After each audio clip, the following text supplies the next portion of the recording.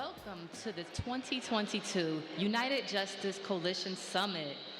Our invocation will be delivered by Professor Michael Eric Dyson, a contributor to the New York Times and other publications and a frequent political analyst on Msnbc. He is a distinguished university professor at Vanderbilt University. Please welcome Professor Michael Eric Dyson.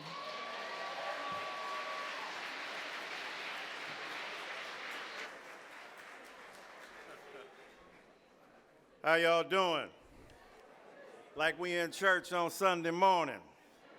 Take your seats and let the Holy Ghost come on in.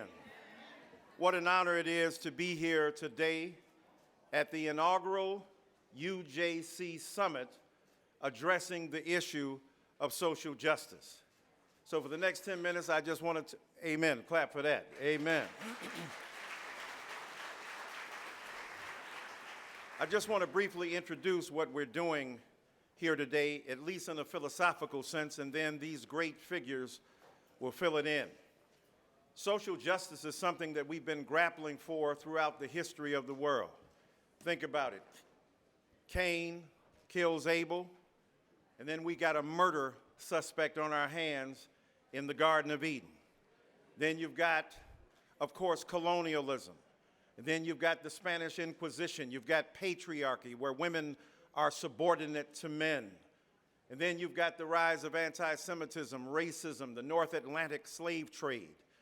When we think about homophobia, transphobia, when we think about sexism and gender oppression, we are dealing in a world where we have forever been in quest of social justice. And maybe one of the greatest injustices occurred a couple of weeks ago when Rolling Stone released its top 200 rap albums of all time. I'm glad Attorney General Letitia James is here today. I want her to open up an investigation about what in the hell happened on that list. But let me tell you what justice is not. It is not compassion.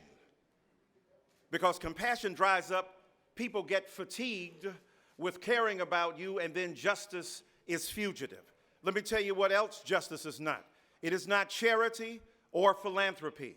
They are crucial adjuncts to, but not substitutes for, fundamental senses of justice in this world.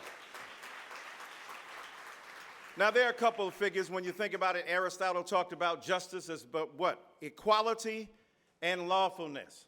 And when he talked about it as equality, he was speaking about justice as a kind of reciprocal relationship. Think about Michael Corleone when he says, I got business with the Rosado brothers. I don't want you to mess that up. That's reciprocal. Don Vito Corleone was about distributive justice. Accept this gift on the day of my daughter's wedding. And then there was corrective justice. That was Sonny. They hit us, we hit them, bada bing, bada boom. But he also talked about lawfulness, and he didn't mean just following the letter of the law. What he meant was the norms, the ideals, the dispositions, the aspirations that constitute any community. And then a guy named John Rawls came along in the 20th century and said, well, we've got to imagine ourselves behind what he called a veil of ignorance in the original position. Now, what does all that stuff mean? He's saying when you build a society from the bottom up, you've got to imagine yourself as the recipient of both the burdens and blessings of a society. So when you create rules and principles, imagine they may apply to you and your loved ones. But I want to come up with a new theory of justice for the next couple of minutes. I want to call it J-Rock. I don't know why that word resonates with me, J-Rock. But when I think about J-Rock, I think justice always yearns first for restoration. We're not into retributive justice because we would be the victims of a kind of theory that says no matter what you do, you shall be punished to the full extent of the law, but who's determining what that law is? Is that law just? Is it insightful? Restorative justice is about taking those who have been offenders of a principle of society and putting them back into the flow of society to allow them to flourish. Why? Because the laws themselves were unjustly applied.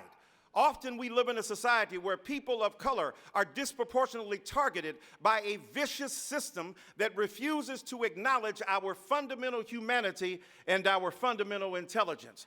So we have to restore order to a disorderly world. We have to restore peace to an unpeaceful world, and we have to restore justice to an unjust world. This is why we deal with the fact of police brutality. It ain't that people of color hate the police. We hate bad police. We hate police who show up and don't know who the criminal is and who ain't the criminal, because we've been criminalized because of our race, because of our gender, because of our character, because of our community. And people say, well, you black people and you brown people commit disproportionate crime, you kill each other. Look, people kill where they live. If you want integrated killing, have integrated communities. In the late 1800s and early 1900s, with the infusion of Eastern and Western European, Poles, Jews, Italian, and Irish, they were engaging in the same kind of activities in the hood, the shtetl, the ghetto, that any other group of people have been. But what happened? Why do you think they call it the paddy wagon? An Irish epithet because they said they were drunk on the weekend. So they named the wagon to take people to the police station after an ethnic group that they had stigmatized and demonized. And they're doing the same thing to us right now. The difference is back then, the powers that be said, we will not let our brothers and sisters go down in infamy. We will raise them up and give them a chance. That's all we need, is a chance to receive justice in an American society for which we have given our blood in the soil of this society for 400 years for free. We are looking for adequate compensation, and we are looking for reparation in the face of massive injustice. But not only that, justice always yearns for restoration and organization. It ain't gonna happen by happenstance. It ain't gonna happen because it's the right thing to do. You gotta make it do what it do.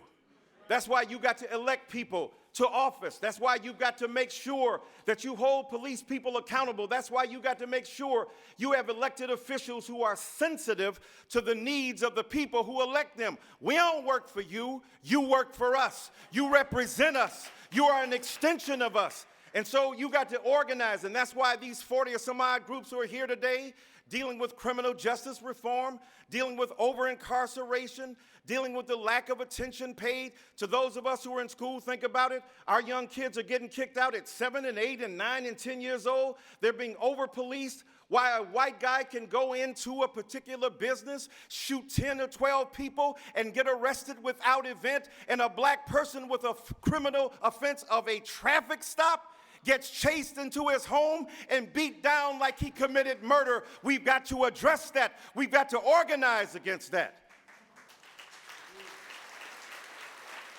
Even the Bible says the gates of hell will not prevail against you. The gates of hell ain't gonna come to your crib. You got to go to hell.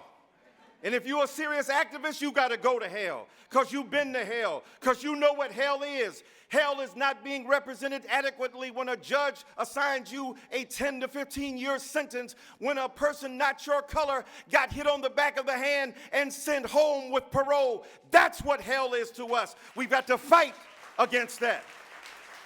And then finally, justice always yearned for restoration, organization, and cooperation.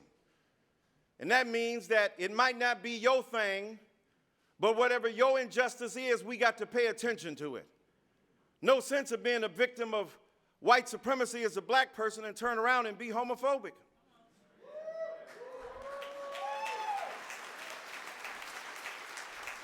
I'm a Baptist preacher. I've been preaching for 43 years. I ain't never been to a black church that turns down gay tithes.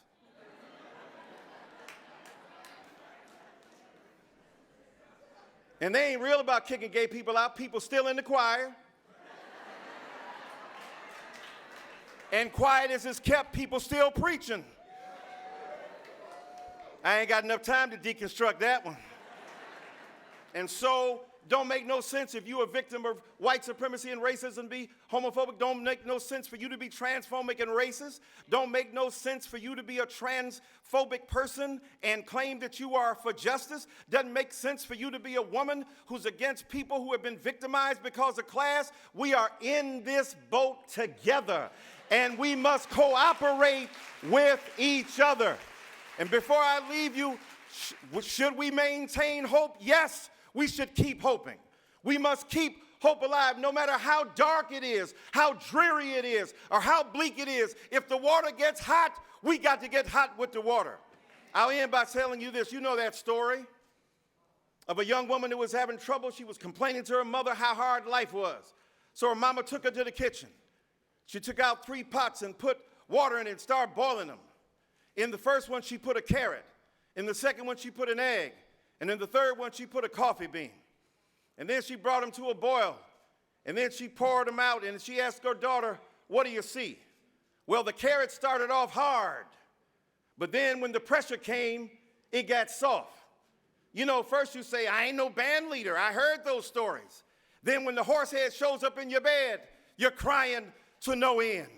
You say you are hard, you are criminal, you are thug.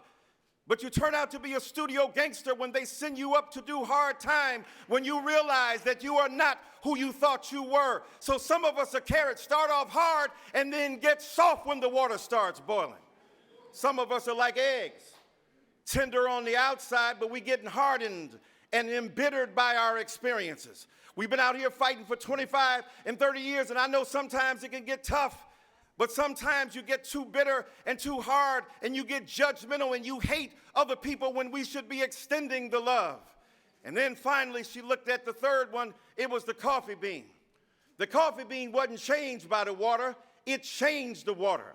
The coffee bean was the coffee that changed the situation in which it finds ourselves. Is you gonna be a carrot? Is you gonna be an egg, or will you be a coffee bean? I like mine black, blackity black. And that's what we do when we deal with social justice. Peace.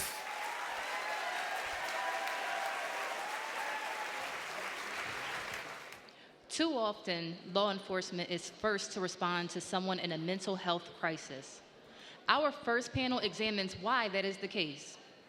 Our moderator is the multimedia CEO, producer, best-selling writer, and publisher who hosts The Breakfast Club with over 4.5 million radio listeners. He's also the founder of the Mental Wealth Alliance, dedicated to addressing mental health issues in African-American communities. Charlamagne the God.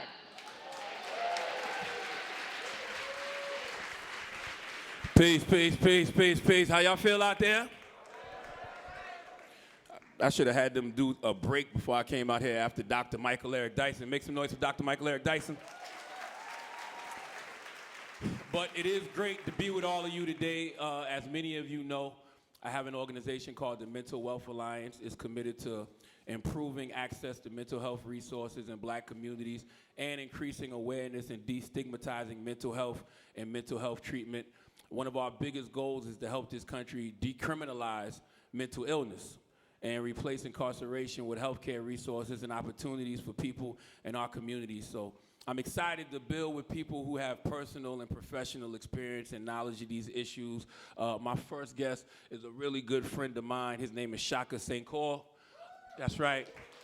He's the author of 2 best-selling books, Letters to the Sons of Society, and the author of Righting My Wrongs, Life, Death, and Redemption in an American Prison System. Make some noise for Shaka Senghor, y'all. My good brother, how you feel today, man? I'm blessed. Man, Dr. Dyson just brought that heat. I know, right? So I'm in good energy. Absolutely. Now let's talk about your experiences, with mental issues in the criminal justice system, because it's deeply personal for you. Tell people what happened. Yeah. So I grew up in Detroit, and when I think about mental health, I think about the stories that we're not telling, the conversations we're not having, specifically around black men. And it's one of the reasons I started to write, because when I went to prison, there was only that kind of press clip of why I went to prison. It wasn't the story leading up. And so I just want to tell a little bit about the journey and not to excuse the behavior, but to help explain why we have this rampant gun violence in our community. So first of all, the first act of violence that I've ever experienced was in my own household. And when I ran away from that household when I was 14 years old, my best friend got killed. So the first time I experienced murder was at 14 years old. There was nobody to come and say, hey, this shouldn't have happened, or even explain why it happened. And then for the next few years, every year, there was a shooting or a death within my community or my family. In total, in my family, 8 of us have been shot. When I was 17 years old, I got shot multiple times standing on the corner of my block. And when I went to the hospital, they literally just processed me through. And the doctor, I will never forget this moment of him extracting the bullet from my leg so callously, and me sitting in that hospital bed, and my dad and my mom coming in. And at that point, I was the third of their children who had been shot. And there was no offer of therapy. There was no, mental health options. And when I went back to the neighborhood, the only people I could talk to was other guys who had got shot like I got shot. And all of us reacted to that reality the same way. We started to carry guns. But more importantly, I began to create this narrative in my head. And what that narrative said was that if I find myself in a conflict again, I will actually shoot first. 16 months later, I shot and tragically caused a man's death and was subsequently sentenced to 17 to 40 years in prison. I ended up serving a total of 19 years, and 7 of those years was in solitary confinement. So when did you first become aware that you actually were suffering from something called PTSD? I was really fortunate to meet some of the most incredible mentors that I've ever met in my life. And I have tons of incredible mentors out here in the world in multiple industries. But these were men who were serving life sentences. And I remember them saying to me that, if you take care of your mind, you'll be able to add value to your community when you're released. I couldn't even see 20 years down the line. But these brothers, they just stayed on me. They kept giving me books, and they was, feeding my mind and challenging the way that I thought. So they were my first therapists because they had recognized the things that they had gone through. And then once we were able to put a name to it, I began to lead a class in the prison called Houses of Healing. And categorically, every person who walked into that class had adverse childhood experiences, early childhood trauma, high levels of gun violence, and it went consistently across, leading down the path to them committing acts of violence. Wow. Now, you provided help, but when did you, ever ask for help at the time? So when I was in prison, you don't get mental health as a treatment. You get it as a diagnostic so that they can label you as, I remember they told me I was antisocial. Because when a woman asked me what happened, I gave her the very matter-of-fact, process of what led to me going to prison. And she was like, well, you don't have any remorse. I'm like, you didn't ask me how I feel, you asked me what happened. And so it wasn't until the end of my sentence where it's a mandatory class we had to take called assault of offender psychotherapy. And even in that class, it was more about understanding how we were criminal in our orientation, not how our minds was positioned to survive in an environment with high levels of gun violence. So once I got home, I started to realize that I was still dealing with the symptoms of solitary confinement. And it was watching Khalif Browder, who many may know from being in Rikers Island and him committing suicide once he was released, that I was like, I actually I'm functioning at a very high level, but I see all these triggers. You don't do that type of time in solitary confinement and come out the same way. It really tears you down. It is designed to destroy you. And I was fortunate to just start reaching out to mental health professionals. And sadly and unfortunately, what ends up happening is most of them are so surprised that I'm actually here that I end up being their therapist. And so it's really hard for people getting out of prison. So what should we be doing as a country to address the unmet mental health needs that you've experienced and that we continue to witness?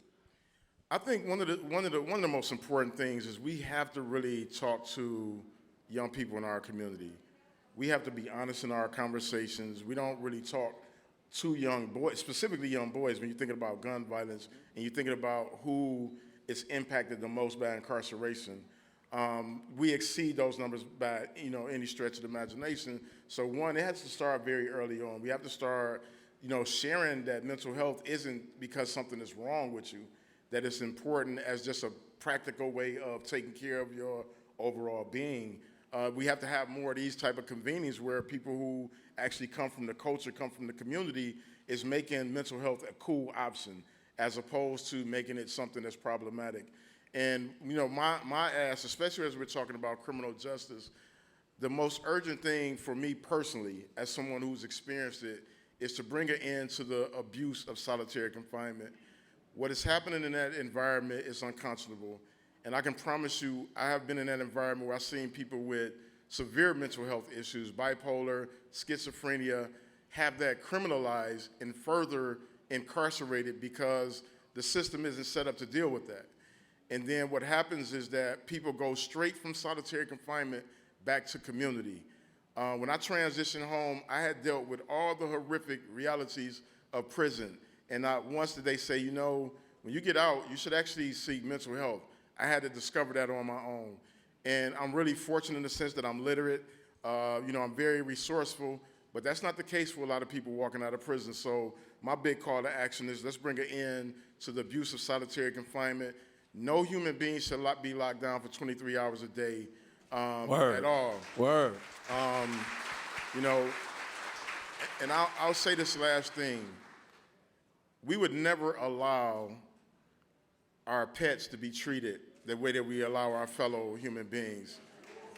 Like, we would never allow that. You can't lock little Fluffy up for 3 days for 23 hours without PETA being at your door. So I think we have to raise the way that we think about our fellow humans, and we have to destigmatize the experiences that young men and women are going through in our community. That's right. Make some noise for Shaka Senghor, y'all. You know, delivering quality mental health care begins at the community level. And we have two people who understand how mental health problems are being criminalized. Psychologist Dr. Alfiee Breland-Noble is an internationally recognized author. She's the founder of the Coma Project and the chief mental wealth officer of the Mental Wealth Alliance. I can't even do what I do without her.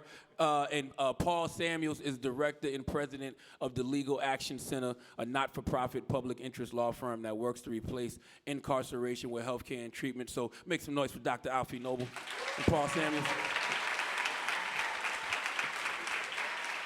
You were fabulous. Thank you. Fabulous. Dr. Alfiee, Dr. Noble, describe the need for mental health care within our communities. Oh, Lord. So that's a huge thing. Part of how we're trying to address that is you with the Mental Wealth Alliance, you and me together, and with the Coma Project for our young people. The needs are really around something we talk about a lot that I don't think everybody fully understands, and that's cultural competence, right? Cultural competence is not providers who know every single solitary thing about every single solitary group, because that's not possible. Cultural competence is, are you willing and able to receive the person who's coming to you for help in the moment? Can you sit with their story? As my brother, Mr. Senghor, said, when you ask me to recite what happened to me, you're not asking me about the emotion. So when I do that, take it for what you asked for. Don't criminalize it. Don't pathologize it. And so I think that's a need. Another need is we need more mental health professionals, which is what you're doing with the Mental Health Alliance. How do we get young people into and through these systems? Now, I'm going to keep it real. These toxic academic systems, right? It's not about a leaky pipeline. It's a greasy pipeline, and they pushing people out, right, so that people cannot finish. I was talking to a sister earlier, and she was saying 10 of them started the PhD program together. Now it's 8 left. That's by design, right? So when you're of color in these systems or you have a marginalized identity, it is a challenge.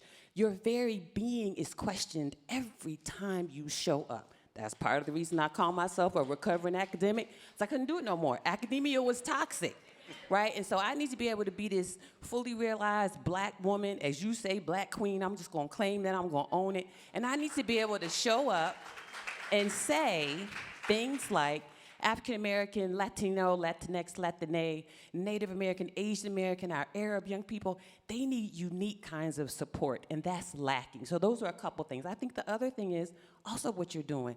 We need to be able to talk about our stories without feeling pathologized, right? We need to be able to articulate that when we have these experiences with racism and discrimination, and homophobia and transphobia and gender discrimination and Islamophobia. That can't be pathologized, right? If I've had these experiences and going into new experiences, I'm worried about people treating me in these ways because why? It's happened in the past? That's not paranoia, that's reality. And so somebody should be patting me on the back for being realistic and preparing myself for what I might engage in and experience. So for me, those are some of the things that we really need to address the lack of mental health resources within our communities. And for us as people of color, I'm looking at the beauty out here. This is beautiful. Right? Looking at all of y'all, I see my reflection. I see my mirrors out here. We need to be able to do that every day for our young people and for the not so young people. We need to be able to feel loved and valued and supported and seen. Those are some of the things I would say. Ooh. You mentioned young people and, the lack of mental health resources, within our communities create obstacles for young people who need, mental health treatment. Can you describe the kinds of services that are most needed for the young people? Yes. So again, it's coming back to this issue of culturally competent services. It's coming back to this issue of readily available services. It's coming back to this issue of services that are outside the standard kinds of treatment. 50 minutes, sitting in the office, one-on-one, ain't nobody got time, right? And so the parents don't have time to take off of work to get kids there during work hours when they have to work and the kids are supposed to be in school, right? So we need different kinds of models. The other thing I think we need is everybody is not into the concept. I'm gonna say this, I know I'm a psychologist, y'all don't kill me. Everybody's not into the concept of traditional talk psychotherapy. So there have to be other alternatives that people can use, right? Like some people need nudges. They just need somebody to say, keep going, you're doing all right. Some people just need to be able to sit with someone and have an experience where they feel seen, heard, and valued. We always talk about that with the Mental Wealth Alliance and with the COMA. What does that look like? Maybe you get a group of young people together and you have them express themselves through art. That can be therapeutic, right? I'm a hip hop head, I'm old school, I'm Gen X. So maybe you have young people who write, maybe they write a rap and that's the way they express themselves. We just need to give our young people opportunities to heal in different ways than we're traditionally taught to heal. The other thing I think our young people need is they need approaches to care and psychotherapy, talk therapy in particular, that really speak to their experiences. So people will talk about things like cognitive behavioral therapy and interpersonal therapy and EMDR and all these things. The thing that drives me nuts, and which is why I went into research and became a researcher and then left academia and started my nonprofit and working with you on yours, is we have to have researchers out here who are infusing our cultures and our experiences into the types of therapy that they generate so that people feel like they're recognized and seen and valued while they're sitting and getting CBT. It's not just CBT. And stop giving me these I'm gonna adapt it a little bit, put some Spanish shit in. I'm gonna adapt it a little bit, put some Indian in it, right? No, I need a whole new system of CBT that really is from the ground up speaking to who I am. And I think when we fail to bring those things to our young people, young people gonna keep it real.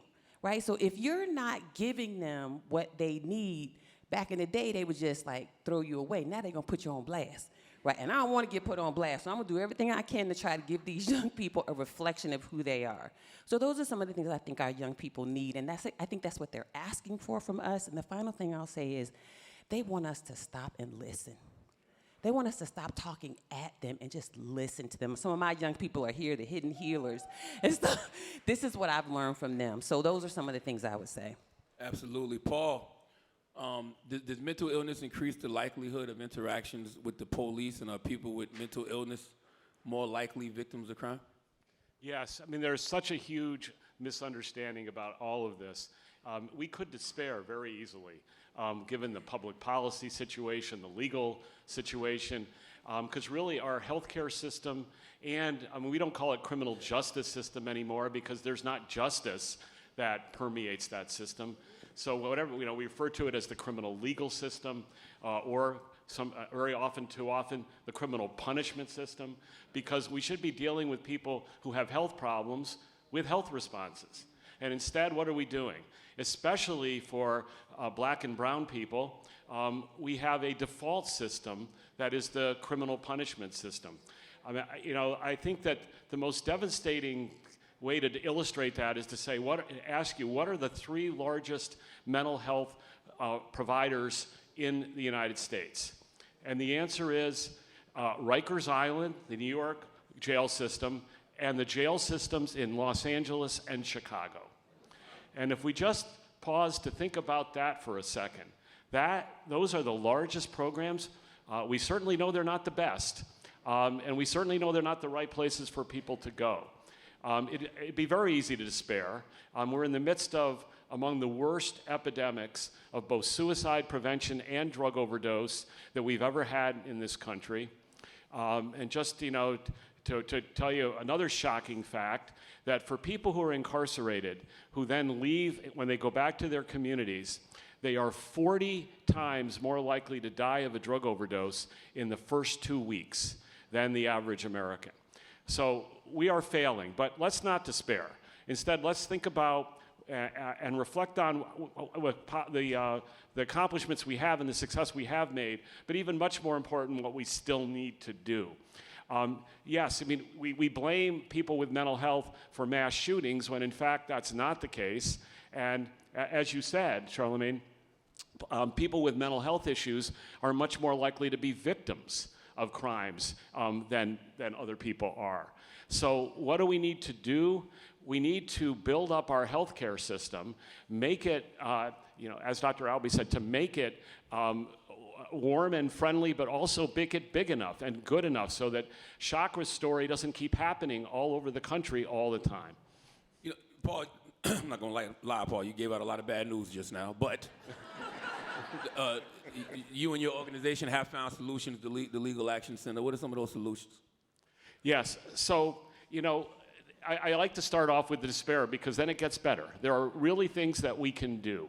Incarceration doesn't work. I mean, we have all seen that these policies, and unfortunately a lot of it started right here in New York in 1973 with the passage of the Rockefeller drug laws, which labeled people who had drug problems, especially black, brown, and indigenous people, as criminals rather than people with health issues.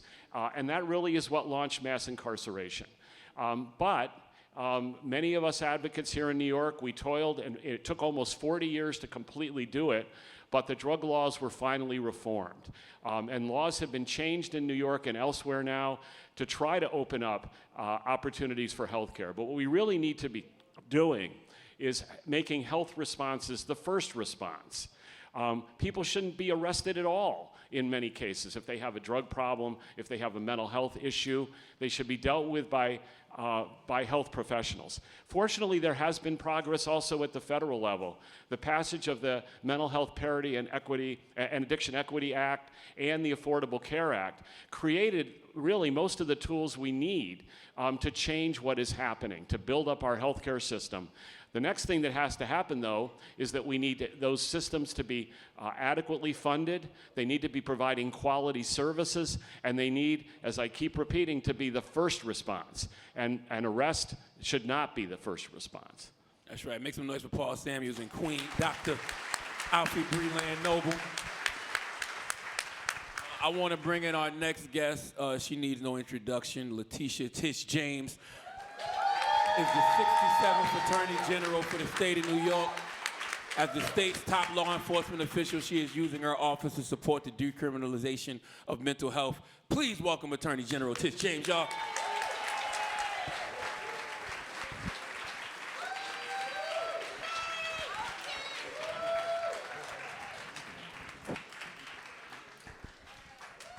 That's right. Give it up, give it up, give it up, give it up.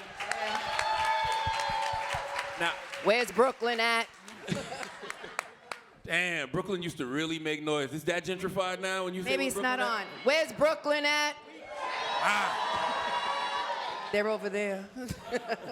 Now, as public advocate for New York City and now AG for New York State, you've seen how untreated mental illness feeds into the criminal justice system. Can you describe how your understanding of this issue has developed over the years? So mental illness is not an equal opportunity problem. And unfortunately, individuals who are primarily black and brown, African American and Latino are met with force and not compassion. And the reality is that mental illness should not be a crime and poverty should not be a crime. And what we are seeing is the trans-institutionalization of individuals who are struggling with mental illness. What do you mean by that, Tish? I mean the following. We have closed facilities in upstate New York, which were primarily focused on treating individuals with mental illness. And unfortunately, government was supposed to open a bunch of community-based organizations to address their issues, and they have not. And so what do we see? We've witnessed individuals on the streets and in our criminal justice system. All you have to do is visit Rikers Island, as I have visited, and you will see throes and throes of individuals who are struggling with mental illness. And so we've got to deal with disparity. We have to deal with access. We have to deal with the fact that the police should not be in a position to deal with individuals who are struggling with mental illness. They cannot respond to the needs of individuals who are struggling with mental illness. We need alternatives. Instead of calling 911, we need a dedicated number, and we have a dedicated number. But that dedicated number, unfortunately, is not up and operational at this point in time. So we also need a number of laws that need to be funded.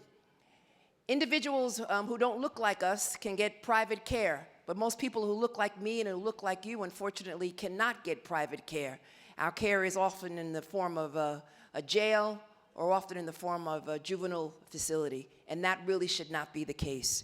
And so what we need to do as a community, as a people who care about one another and who want to transform, who fundamentally and radically want to transform the system, is we've got to urge government and we've got to elect individuals into office who understand the problem, who recognize that mental illness runs through our community.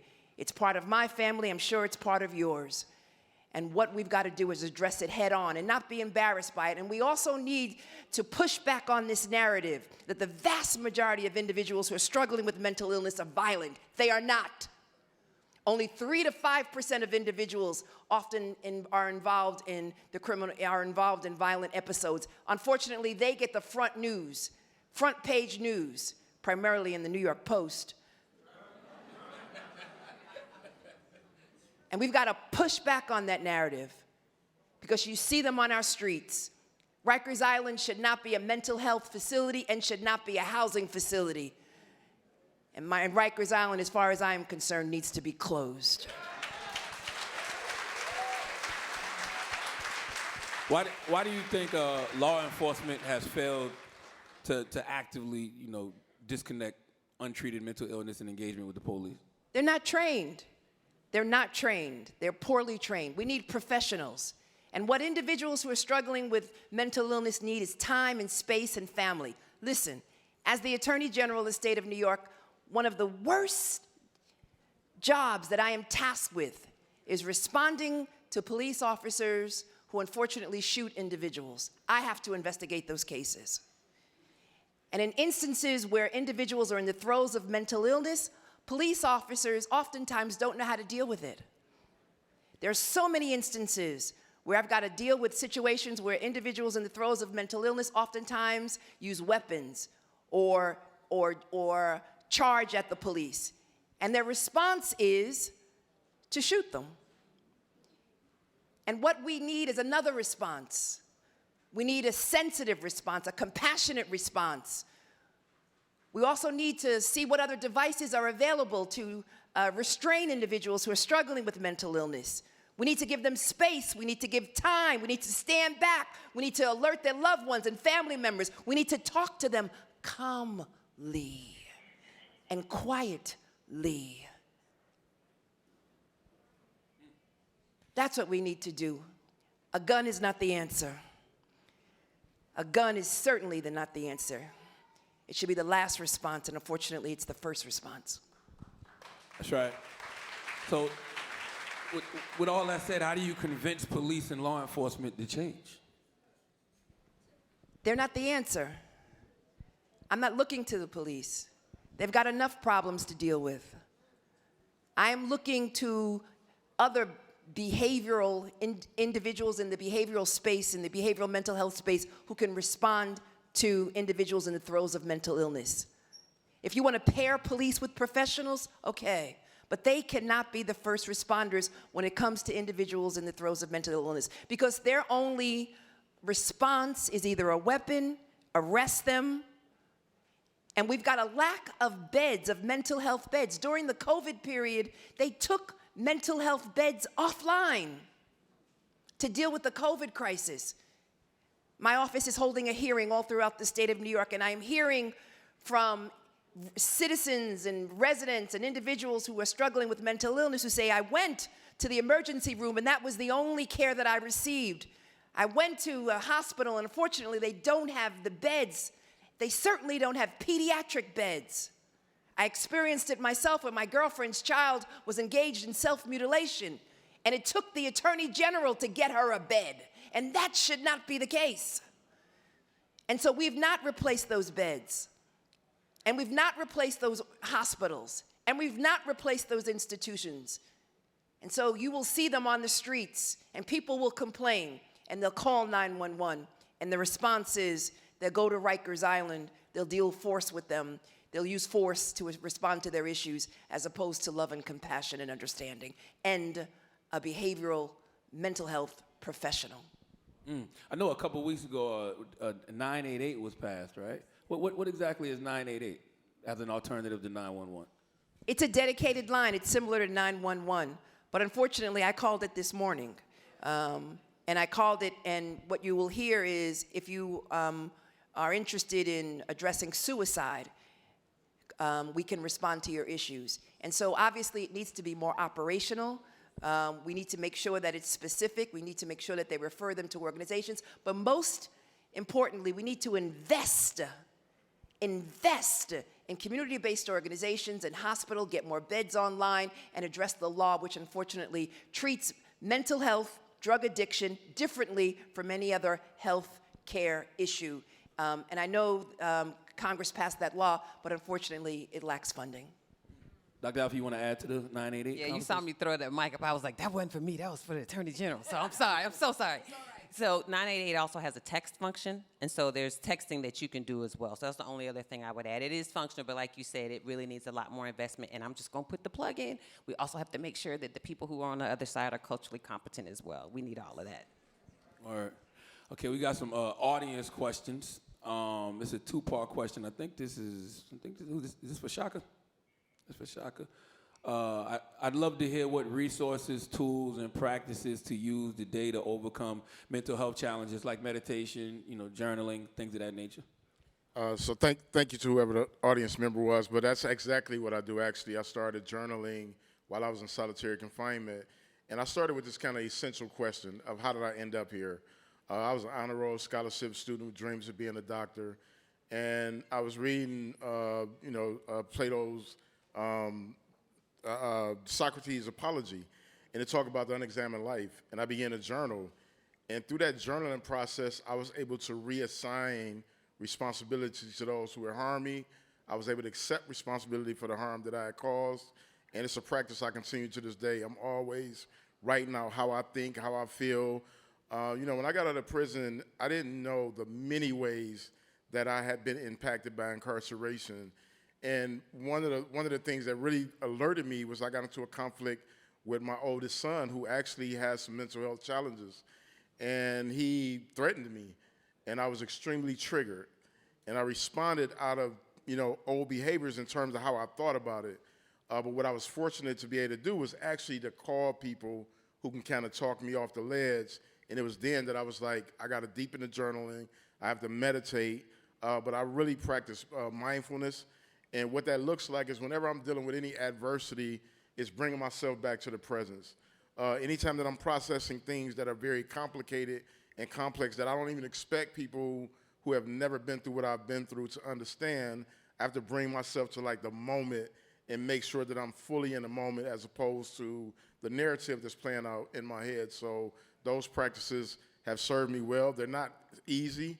I'm fortunate to have great colleagues in this work who are also system-packed. We got Sam Lewis in the audience, and Lewis Reed, and Topeka Sam, I'm sure, somewhere there. People who have been through it, right? We've been doing this work for a long time.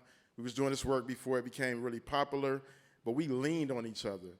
And in those moments when we're going through stuff that, you can't expect somebody who's never been in prison to understand how triggering it can be when somebody just comes up and put their hands on your shoulder.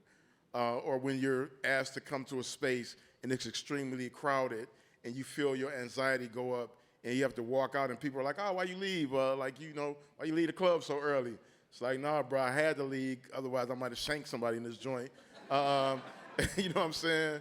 But having friends and people who are informed on it, and this is why this work is so important. I'm happy that you all have me here, because it's great to have people who've never been through it tell us what it is like, but it's also important to have people who've been through it speak on these platforms. That's right. Look, we only got like 2 minutes and some change left.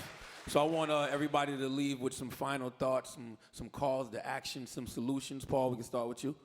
Sure. Well, as the Attorney General said, I think as we've all said, resources drive the world. Follow the money. So the money needs to move toward healthcare responses.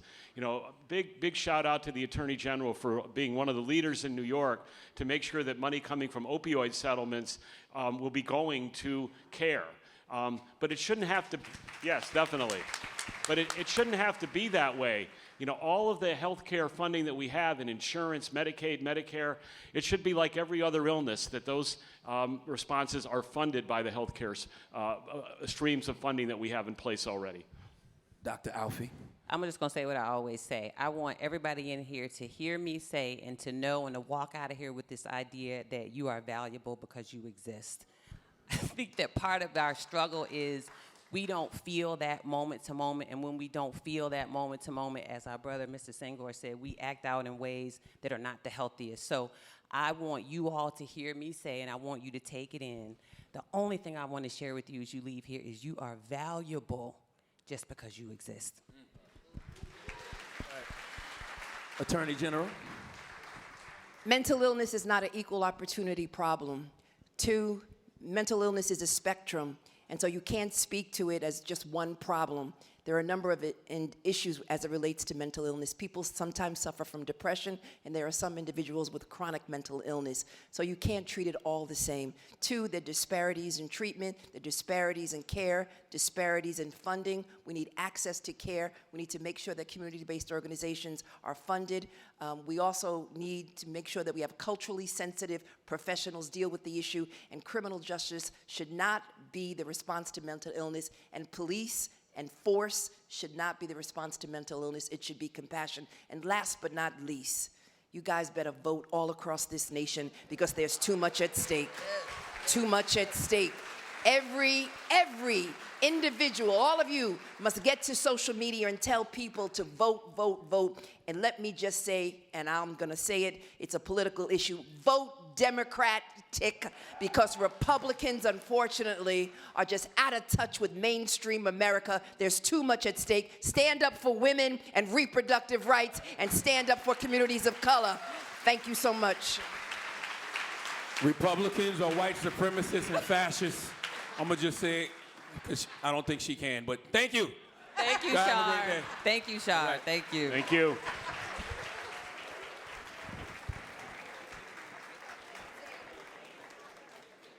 Melber is the Emmy award-winning host of The Beat on Msnbc, the chief legal correspondent for Msnbc, and an NBC News legal analyst. Trained as a lawyer, Ari is a fierce advocate for social justice and criminal reform.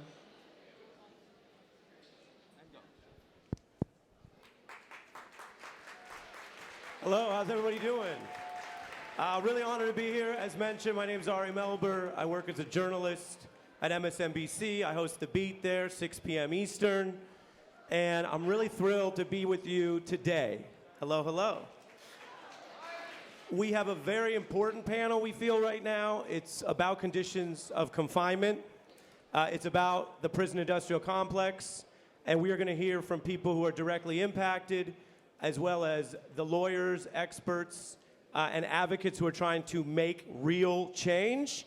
And we're going to be joined by an artist that I think everyone in this room knows and loves. So let me bring out part one. We're going to do two parts to this, and there's a great reason for that. So part one of our panel begins right now. Please welcome Cheryl Henderson, Marcy Croft, and Yo Gotti.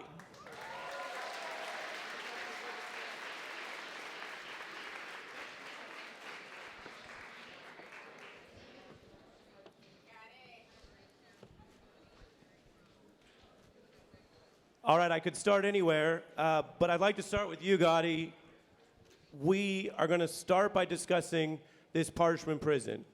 You've spoken about it, you've advocated on it, and you've also led and supported a lawsuit that's already drawn real results, which we're going to get into. Why was this important to you? I think, first of all, I grew up in a family where I had family members incarcerated. So I was one of the kids that grew up going to different facilitations, visiting my loved ones. Also, Parchman Prison is like, it's very close to Memphis, so it's like if you pass through one red light, you're in Mississippi. So to me, it's like it's super close to home. Understood. And Cheryl, this is difficult, but we want to begin with the real people impacted. And just so people know, you've chosen to share your story, which matters to a lot of people. So tell us about your story. My story is with my son. His name is Shadarian Henderson. He's 27 years old. He has 3 boys ranging in age from 8, 5, and 3. When he was about 19, he ended up selling used stolen batteries, and that led him on the wrong side of the law. But the thing about it is, when we went to court, he didn't tell on the individual who actually broke into the company. So that totally changed everything. He went from having a misdemeanor to a felony. Once he received the felony, they put him in DUI court. He was complying with DUI court at the age of 20. He was on there for about 5 years, and we was always trying to find out, like, why is Shadarian still on DUI drug court when he's complying, he's paying all his fines. His parole officer, Mr. Ricky Scott, back in 20, during the pandemic, my son was working for Nissan, 2nd shift and 3rd shift. He was unable to call Mr. Ricky Scott, which was mandatory due to, them not being able to meet. But my son came home one early morning, was getting his sons ready for daycare, and his oldest son made a mistake and slipped his phone into the tub, and that's when everything started. I, in return, called Ricky Scott, the parole officer. I let him knew that, hey, my son don't have a phone to call you. He's working 2nd and 3rd shift. Therefore, he's working a total of 16 hours. He's very tired, but, he is complying. I'm calling for him. And as soon as, hey, he get a break, he will call you. So that same day, he came over and he arrested my son for not making a phone call. They knew, they had it documented. My son was working at Nissan. He was working 2nd and 3rd shift, 16 hours. That's the only thing my son did. That's the only violation that they said he committed, was not making a phone call. So you're teaching us something important about how so many of the people who are incarcerated aren't there because they committed a crime yesterday or last year, but because of this system or bureaucracy. Can you tell us what happened to him in Parchman Prison? Okay, in Parchman, he went to Parchman July 19 of 2021. He was there for a total of 13 days. Every day, my son called me, crying out for help, saying, "Mom, I'm here with murderers and rapists. I'm a nonviolent offender. The only thing that I did was not call my parole officer." And he said, "Mom, I don't know why I'm here." My son was violated. He was abused. He was in a cell with non-working door, I don't know what you call it. Please excuse me, because I'm getting emotional. Basically, he was in this prison, this horrible prison that had, Marcy, you got to go. I can't do it. Okay, that's okay. And, That's right. and I just so appreciate you sharing your story. We've talked about this, and so I think people appreciate it. And we talked. Let me, Go ahead. Because you take your time, and as you and I discussed, you talk about it as you go. You know what I mean? So I'm gonna have Marcy. You want Marcy to talk a little bit, and then we'll talk more. Is that okay? Marcy is someone who's been fighting for your family and who's a very effective lawyer. So Marcy, why don't you, since Ms. Henderson mentioned you, why don't you weigh in a little bit, and we'll just keep talking. Well, Shadarian was transferred to Parchman from another facility in Mississippi because he had a rule violation there, allegedly, right? And that's one thing people need to realize is, like you mentioned, I think a lot of times when people talk about some of these prisons, they assume that it is the violent offenders, the worst of the worst that are there. And in reality, when you go through there, that's not the case, right? There are kids in there. There are teenagers in Parchman. There are, children in there and nonviolent offenders. And certainly Shadarian was one of those. And he ended up in Unit 30 at Parchman, which is an open barracks unit, one of the worst there. I think everyone hears about Unit 29 at Parchman, which is certainly it's one of the worst places I've ever seen or been. But Unit 30, I think, might be worse. And that's where Shadarian was. And he was only at Parchman for about 10 days to where he reached the point where he could not handle that anymore. He ultimately was transferred to Unit 29 in Building A, and then he took his life on August 1st. And that, the suicide rate at Parchman, the death rate at Parchman, especially when we first started, when Rock Nation first got involved, was 3 times that of every other facility in the United States. There had been riots. When we first got there, there were people that had not been outside in over a year. There were people that hadn't been allowed to shower in over a month.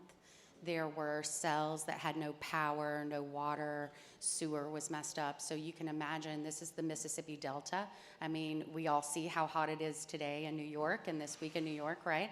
So take that heat, put it in the Mississippi Delta, add some humidity to it, and then lock everyone away, and without food, without water, without sanitation. And those were the conditions that we were dealing with at Parchman when all of this first started, when Team Rock first got involved.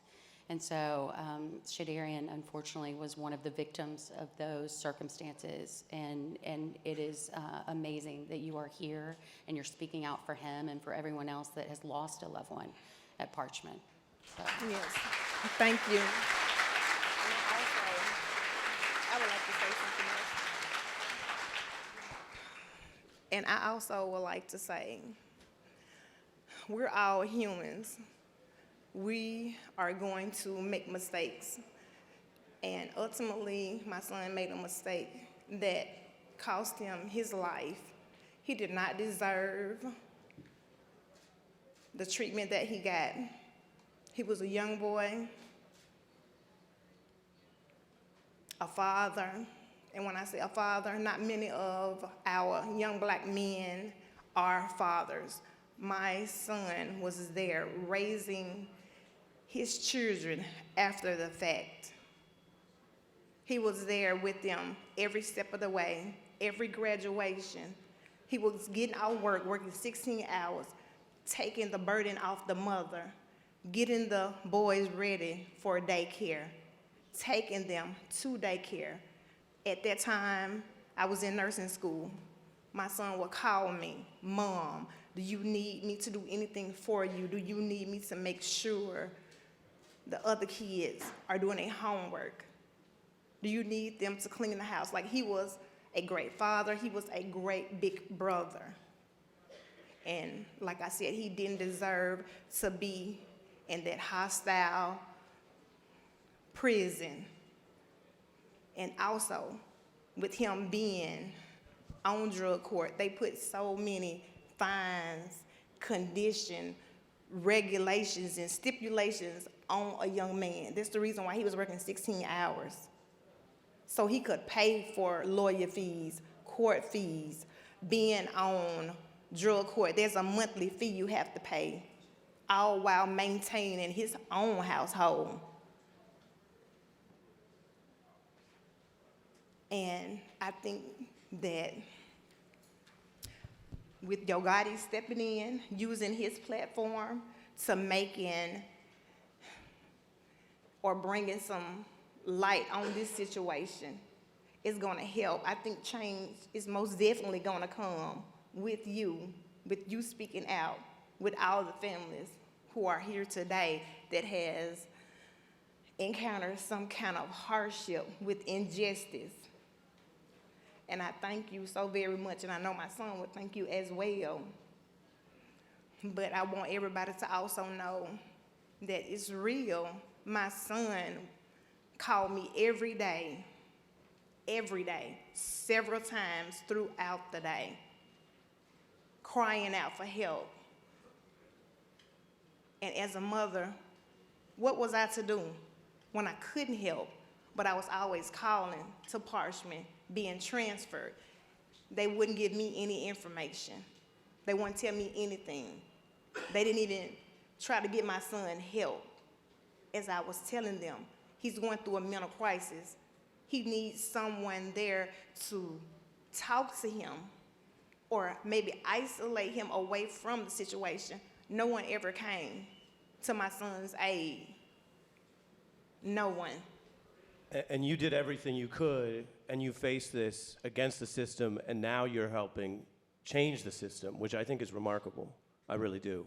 And so before we lose Yogati, because as I mentioned in part 2, we're going to hear from the people that are actually bringing the change at a ground level. Okay. I want to say to Gotti, what does it mean to you then to be this involved in something that so many people would rather turn away from? People say, I know it's bad, I don't want to deal with it. They don't even know how bad it is. You got a lot going on, in all seriousness. People know that, I think, in this room. If you can make time for this and put time towards it, what are you asking everyone else to do? I think everybody should always stand up for the things that they feel is wrong. You know, when we first started seeing the pictures coming out of Parchment and the videos, I think if you're human, you can't look the other way from that. You know, some of these videos and pictures we were seeing, you know, when I first seen them, I thought they was like fake. You know, we didn't even think it was real, you know. And once we started communicating with me and Team Rock, we got even more footage and even more pictures the deeper we got into it. And it was unbelievable. But again, for me personally, being that close to Mississippi and Parchment and having a lot of different family members who grew up, who did time in different prison facilities, you know, it's supposed to be a rehabilitation place.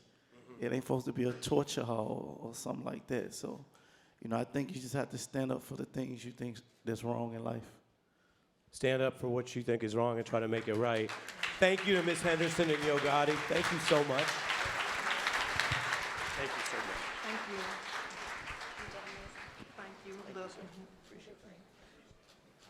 As promised, we're now going to turn to a part 2 on this, and we designed this deliberately because we want to hear the reality, the humanity of this.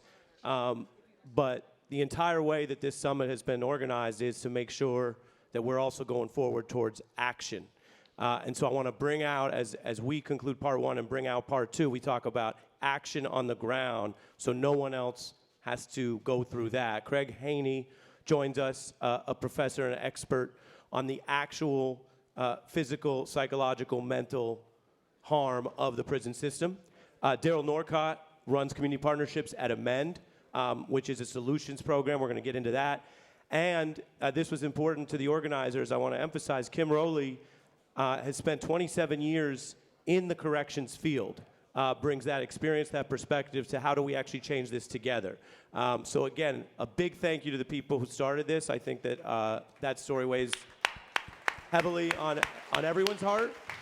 And now we turn here, we want to start basically with how does this actually work?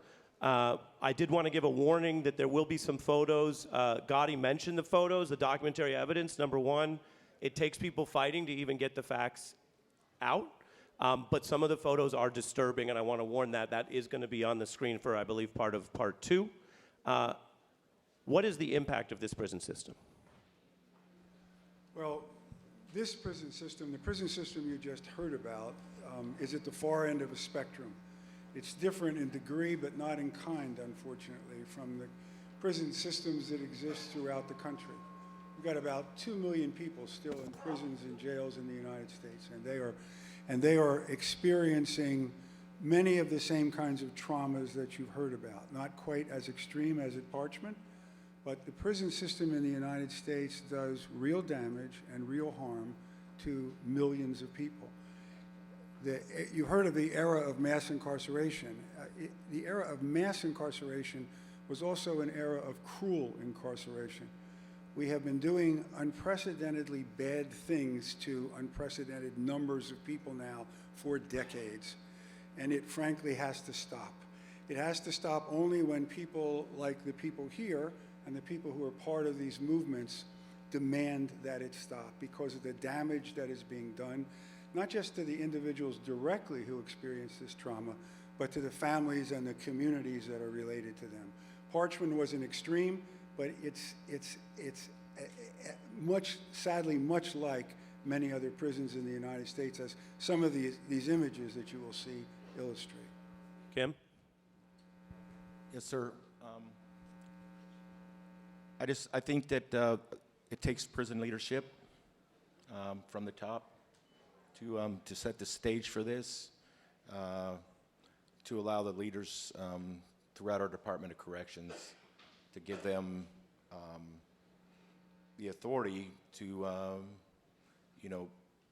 do some different things in their prison to normalize and humanize their environments. So it starts with our leadership at the top. Gotti definitely had a very important message there, where it takes people to stand up for what they believe. And do you think some of the colleagues you have, people in the corrections side of it, know and sense something is also wrong? Yes, sir. But I think the tide is changing in the Oregon Department of Corrections.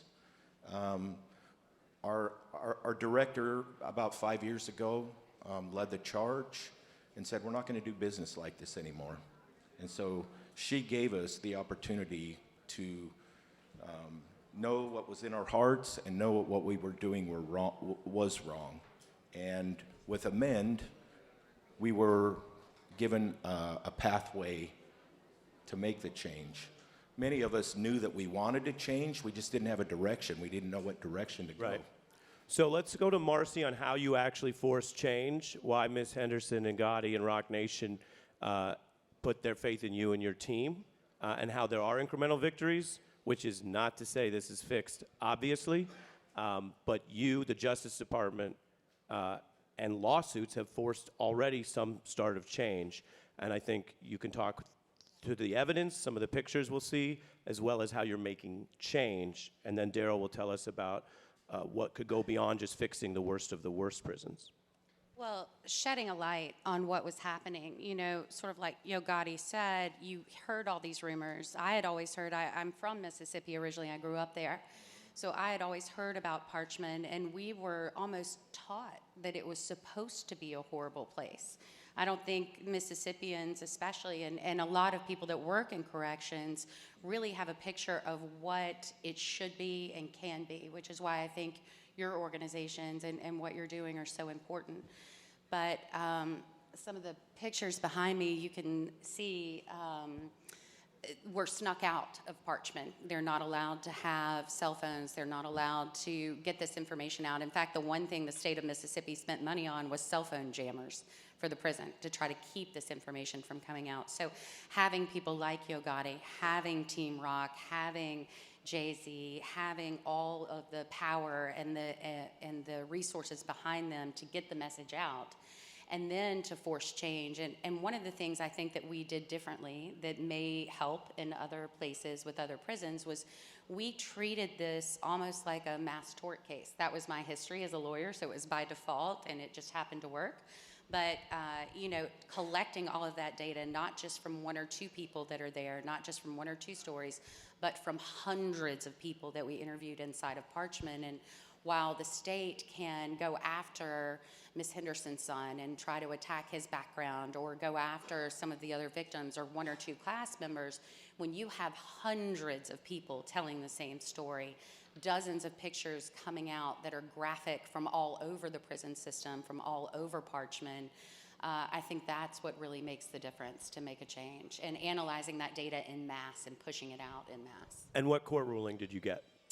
Well, we have been working now, we're in pre-class certification, but actually since the Department of Justice report came out in April, that has really made all the change in the world, and we're so lucky and thankful to Reform, that organization that helped us, into Team Rock, for when we met with the DOJ, showed them some of the pictures that you have seen, shared with them some of the information that we had collected in the aggregate, and we had those numbers and could present it to them. All of that got wrapped into that DOJ report, and so now the Department of Justice is who the state of Mississippi has to deal with and has to face and has to negotiate with. So not only are they dealing with our class action suit, but they're going to have to deal with the federal government as well.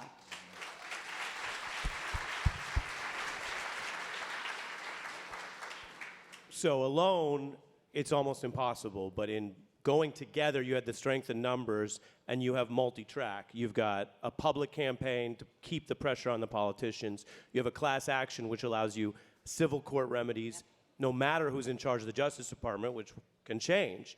And then you have this April report that finds Eighth Amendment, basically torture conditions at this prison, and the DOJ is involved with the power of federal prosecutors, subpoenas, which can send people to jail. That's right. To get change. And I would just add to that, but as we go to Daryl, something very rare, this Justice Department also recently obtained a conviction of a deputy warden at that same prison for prisoner abuse, which is incredibly rare. And that's that's an independent process. That's facts and evidence catching up with someone in court. That's the worst of the worst, Daryl. Then you have ideas. Believe it or not, this is a necessarily grim topic, but then there's hope. And Daryl, you're not just talking about how do we deal with basically irreversible losses. We can't bring these people back. We can only seek a measure of justice. You're talking about how do we fix this whole broken system. Yeah, and this is the nature of the problem. So it's like, I'm just struck by how many levels need to be sort of activated for change to really take place, for generations-long systemic harm that we're facing from these punishment systems. And so Amend is an organization based in San Francisco at the University of California, San Francisco. It would not exist without Professor Haney, so I always just feel that I'm honored to be on the stage with you, and his scholarly work and research really has allowed us to have a platform upon which to build our programming work. And Amend is a public health and human rights organization that works to immediately change and address the dehumanizing effects of U.S. prisons. And so what that means is that we have multi-year immersive programs. We're very small. We're primarily in the Northwest. But we bring correctional professionals, leadership to Norway, look at dignity-driven, health-focused approach to working on in correctional facilities, and in this way, looking at health as really the key factor and how we can create this change from peer to peer that is so essential in this country. And so in Norway, they have a saying that you go to court to be punished, but you go to prison to become a better neighbor. And it's really the beginning, and it ends up sounding kind of radical in a way in the United States, but it's just common sense that you would want to have a system that at the very, very least is working with people, treating them with dignity and respect, and working to make their lives better and to create change in a very ground level way. Craig, what does that look like psychologically if incarceration is a period of time, but not something that breaks people? We heard about people being broken to the degree of even hurting themselves. But what does it look like psychologically if it works? Well, it's profoundly different. It's so profoundly different that we actually have to take people to Norway to see it, because it's really difficult to describe what a prison looks like and feels like when the people who are confined inside are regarded with dignity and their personhood respected. They're not destroyed. They're taken temporarily out of society, and the Norwegians then surround them with whatever they need while they're incarcerated. And it is literally that dedicated a process. The other thing that's almost impossible to describe is the nature of the interactions that take place between the people who are incarcerated and the people who are incarcerating them. They're normal, friendly, dignified, interpersonal interactions unlike anything you have ever seen take place in any American prison.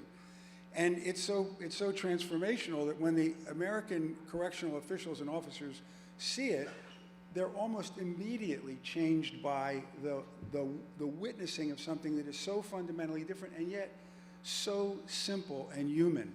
It's what we do that's wrong and contorted, not what the Norwegians do, which is a natural human response to another person. That's what gets disfigured in American prisons. Number one, it's so important to know about a place where that's working. Number two, who thought you'd be hearing so much about Norway today? Shout out to Norway. I never even think about Norway at all. To Kim and Daryl, then, the deeper American problem is something we all know, and sometimes we talk about it, and sometimes we just move past it.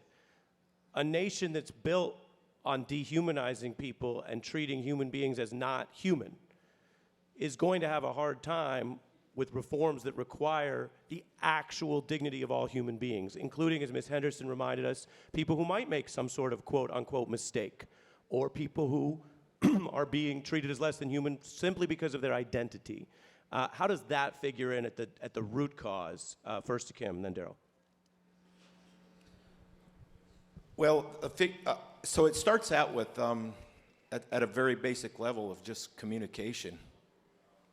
Communication is the most human thing that we do in the world with each other. That's what we're doing right up here, right now. That's what today's all about. And so people make mistakes, but that doesn't mean it defines them. So I know in my prison, we invest heavily in conversation with our incarcerated people, and just investing in their stories, learning about their families, learning about their backgrounds, and what it is they need to be successful, and then trying to help them find those needs in our prison system so that they can become successful. And that right there is humanism, because we all have needs. We all need help from our neighbor, and while they're incarcerated in prison, I'm their neighbor. I'm their supervisor. And so on a fundamental level, it's just investment in the people that are incarcerated in our prison. I'm gonna go to Marcy and then Daryl for that, and a final thought about what people can do. What is exactly next, though, in what you are doing, which is leading these efforts to use power to force change? Well, there's actually been a lot of change at Parchman since we started, right? Since the first time Dr. Haney and I walked through there, they've now, I think there was an article this week that you may have even mentioned on your show, where they now have air conditioning for the first time in 121 years in Parchman. So pushing... And the DOJ found temperatures up to 145 degrees, which is lethal. 145 degrees. So so I think those incremental changes need to be celebrated. They need to be pointed out as much as the problem is pointed out, because that public shaming or public appreciation matters when it's politicians that control these things, right? So we've changed the medical provider there. We're still not happy with the medical provider. We've changed the food provider there. The facilities themselves have been updated, none of which would have happened but for the work of Team Rock and Yo Gotti and Reform and all the other organizations that have been a part of it. I do think the one other important thing is we learn so much from other organizations that work in this space, and to be open to helping each other and joining together, which is why I think this conference is so important, the united part of it. I think so many times in the reform space, and I'm new to it, there's almost bickering back and forth. I'm not sure that everybody really gets along all the time, and pooling our resources, pooling the information that we've gotten, working together to try to make these changes, I think makes a big difference, and that certainly made a difference in Mississippi. Appreciate it. We've tried to cover some of the ground here in these two parts. I want to give Daryl the final word, given that you're thinking big, so on both the humanity we discussed and what you want to share with everyone today, because we have a lot of people here today who are active or connected. I didn't do acknowledgments to keep it moving, but I see DAs here, I see civil rights advocates, I see great journalists. So what do you want to say to the whole room as our final thought? Mass incarceration in the United States is a public health crisis. It requires a public health response. Okay? It's very simple. When we talk about a health-focused approach to working with people who have caused harm, well, then there's two things that we need to acknowledge. One, that incarceration, the act of taking someone's liberty away, should at most be the very last resort. Two, when someone is confined, from the moment that they have lost their freedom, there should be a system in place, at the very least, that works with them to become a better, healthier community member. And those are just simple tenets that Professor Haney is alluding to when we say that they sound odd to us in the United States, but in fact, they are common sense. Correctional professionals are at the front lines of a health crisis, of a health epidemic. This is a tremendous opportunity. They should be able to provide community standard patient care and go to bed at night thinking and understanding and unconditionally that they've contributed to the betterment of improved the life of someone that's been in their care. So I just want to leave you with this thought that this is possible. We believe this is a social movement that can grow person by person, and that when we start talking about dignity-driven approaches, treating people with humanity and respect, then that leads to health, which is in fact true public safety. Thank you to all of our panelists. I think it's a fitting note to end on. Thank you so much. Let's keep up the action.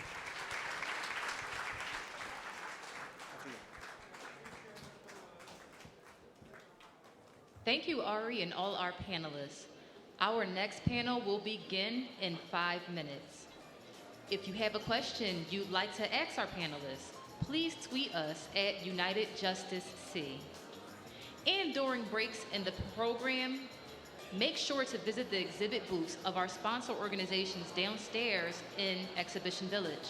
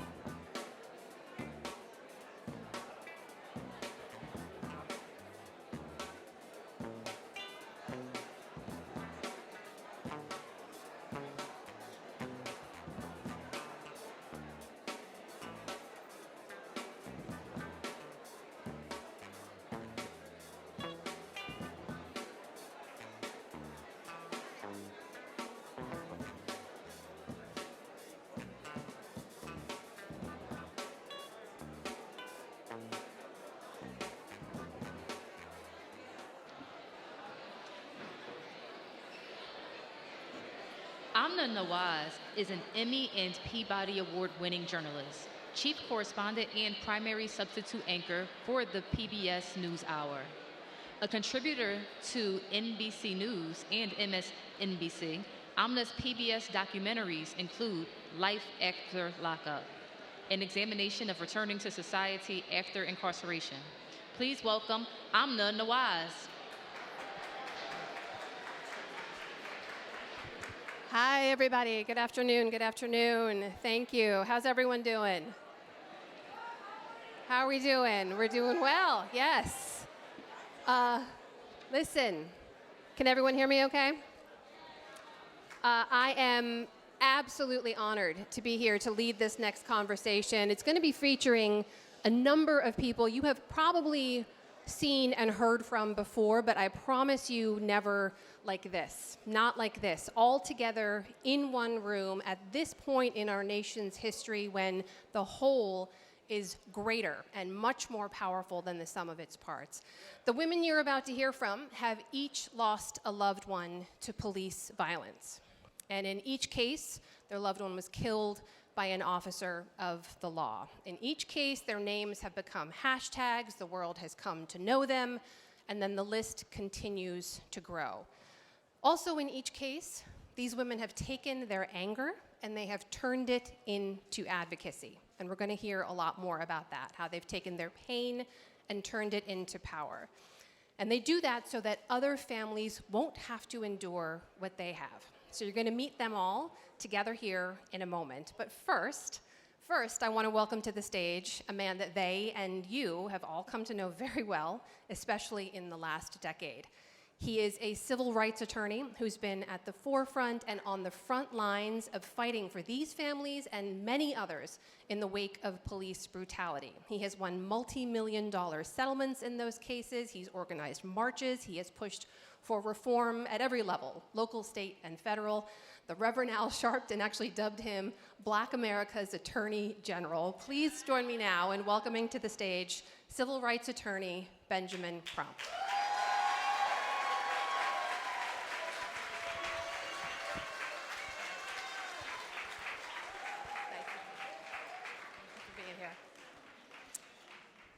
So we are going to talk about all of those things I just mentioned, and then we're going to invite some more people up on stage here to join us. Before we get going, this is something y'all are going to want to pay attention to. You may have heard, you may have seen in the headlines about this incident at Sesame Place. 2 young girls who were snubbed by one of the characters. A number of other videos have surfaced since then, and there is ongoing discussion about how this is going to be addressed. Mr. Crump, I understand you have a couple of special guests here today. I do. Thank you, Omni. We have Jody and Tamika and my co-counsel, Beverly Marr, who are representing their beautiful 6-year-old daughters, Skylar and Nyla. And we want everybody to know that we stand up for our children, and we will continue to fight for our children.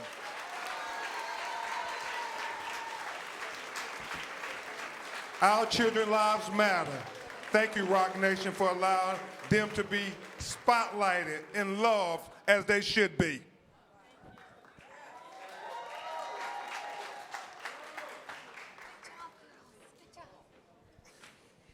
I think they should probably come up. Everyone wants to hear more from them than they are so beautiful. do from us. It's so nice to be here with you. Thank you. Thank you for joining this conversation. We're going to kind of take a big look right now where we are as a nation, and you've talked about this a number of times. You've always said that you fight in 2 courts. First in the court of public opinion, and then if you get lucky, you say you get to fight in a court of law. So I want to ask you about public opinion today. At this moment in our nation's history, we are 2 years after the murder of George Floyd, 2 years after unprecedented marches for racial justice and ending police brutality against Black Americans, not just here, but worldwide. Where are we as a country right now when it comes to public support? I think that we are now more than ever entrenched in a battle to make sure that all of our children have a chance at equal justice. Because since George Floyd was killed, we have made a lot of progress, but yet they keep killing us. So and I know I'm speaking to the choir here at the Rock Nation Summit, but the choir has to sing louder. I mean, we have to say more than ever, we have to go stand up for our children, speak up for our children, and fight for our children's future. We have to use every platform we have. I mean, Roland Martin, we have to have all Jay-Z platforms, all his artists, his Angels of Justice, Desiree and Danya, do more now than ever, because it seems to be that now that we got justice for George Floyd, they say everything equal. No, we still have work to do. We still have a lot of work to do. Is there historical precedence here you look at? When you look back to 1963, when you look at the weeks and weeks of marches, how even back then in the limited polling there was, they did see the further away you got from the marches and the public calls for justice, the further down public support went. Are you worried about that happening here? You know, I'm not in this sense. Two important things. Number one, I have to thank all of you for being great co-counsels as we fight in the court of public opinion. It is because of you all that we got a historic victory in George Floyd case. It's because of you all we got a historic victory in getting justice for Ahmaud Arbery. It's because of you all we got a historic victory for getting justice for Dante Wright. So we're making progress, and that's because you all are using your voices. So keep using your voices. We are winning this battle.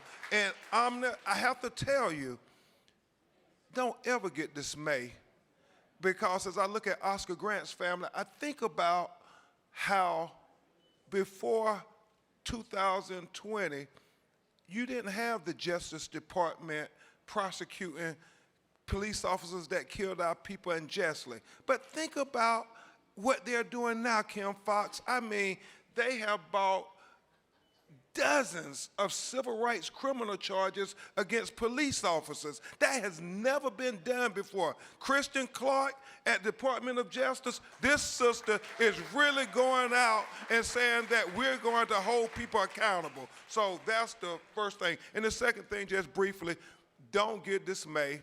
You all have to be students of history. In 1964, when we passed the Civil Rights Act, and then in 65, when they passed the Voting Rights Act, they then had a study in 66, and they said, well, nothing changed in the electorate. The same people that we elected before was being elected now, even though the Civil Rights, Voting Rights Act had passed. But 10 years from that, in 1975, because they passed the Voting Rights Act, they had an unprecedented number of black mayors get elected in major cities. They had black United States Congress people get elected in record numbers. I think, Roland Martin, they said it went 500% more than they had before the Voting Rights Act. That meant they had maybe one before. After that, they had 28. So don't ever let them tell you that what we're doing don't matter, because it matters. Change takes time. Change takes time, right? Well, I think we should bring some more folks up on stage. What do you think? I think that would be a great idea. I am so excited to bring these women out here, y'all. Please join me now in welcoming to the stage Gwen Carr, mother of the late Eric Garner, president of the ERIC initiative. Also behind her there is Dr. Tiffany Crutcher, sister of the late Terrence Crutcher, the executive director of the Terrence Crutcher Foundation. Behind her there, I believe, Elisa Finley, sister of the late Botham Jean and president of the Botham Jean Foundation. Also with us is Michelle Kenny, mother of the late Antoine Rose and director of the Antoine Rose II Foundation, and a very special guest also joining us. We're honored to have her, Dr. Bernice A. King, CEO of the King Center, daughter of the late Reverend Dr. Martin Luther King and Coretta Scott King. Thank you all for being here.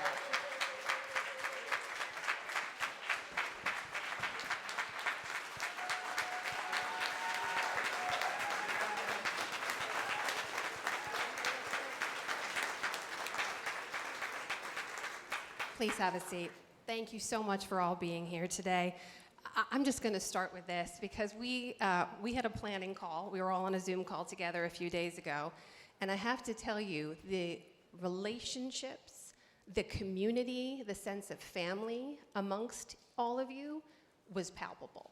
Everyone was saying it was like a reunion when you were so looking forward to getting together again. I can't wait to see you.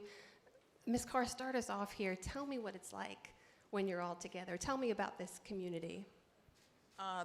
Well, first of all, this is really a group you really don't want to belong to, because to belong to this group is something that's very tragic has happened to us.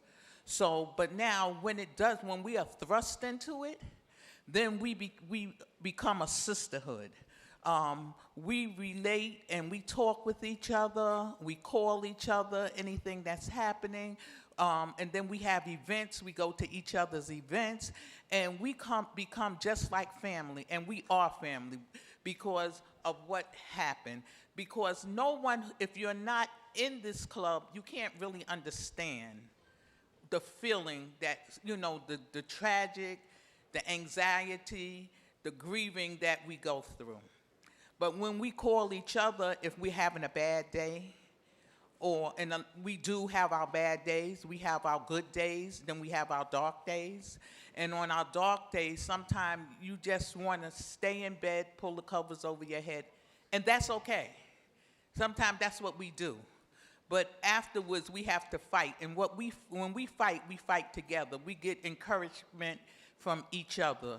We get embracement from each other.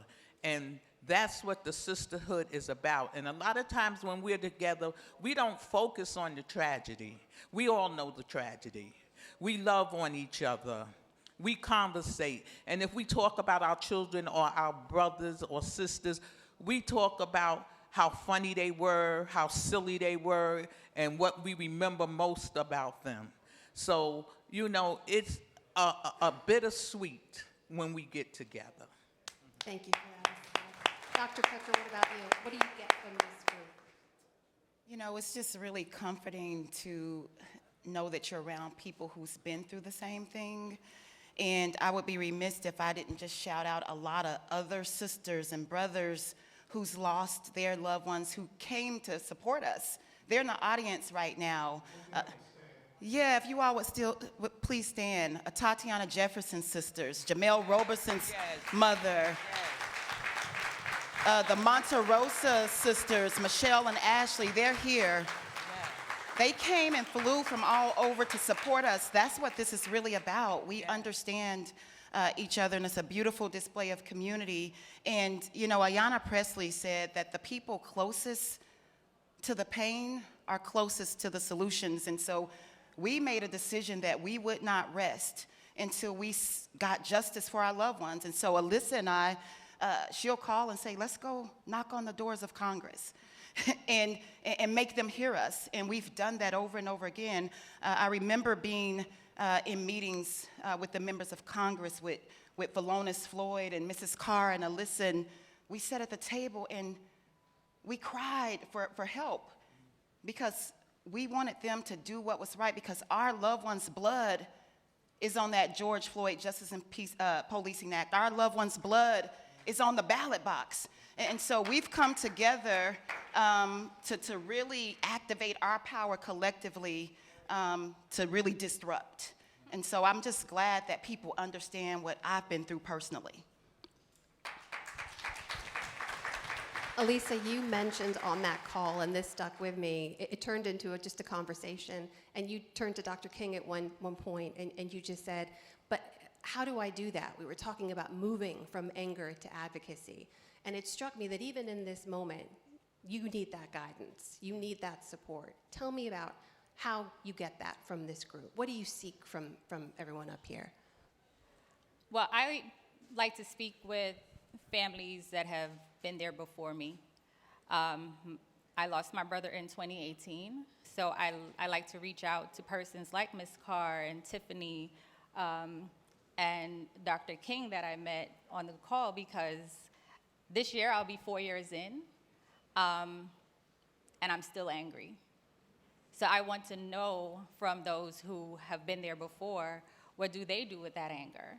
I know for me, I've been trying to channel my anger into purpose. I have advocated for the Bothamja Boulevard, the street renaming where Botham lived.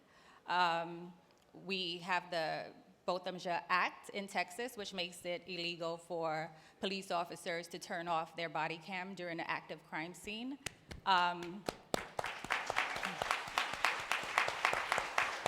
Thank you. But as a big sister who wasn't there to protect her brother, I still feel like it's not enough. So I'm holding on to my anger, and I know it's not healthy.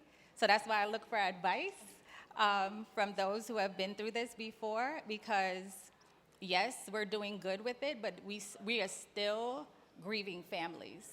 So that's why I like to get advice from those who have been there before me.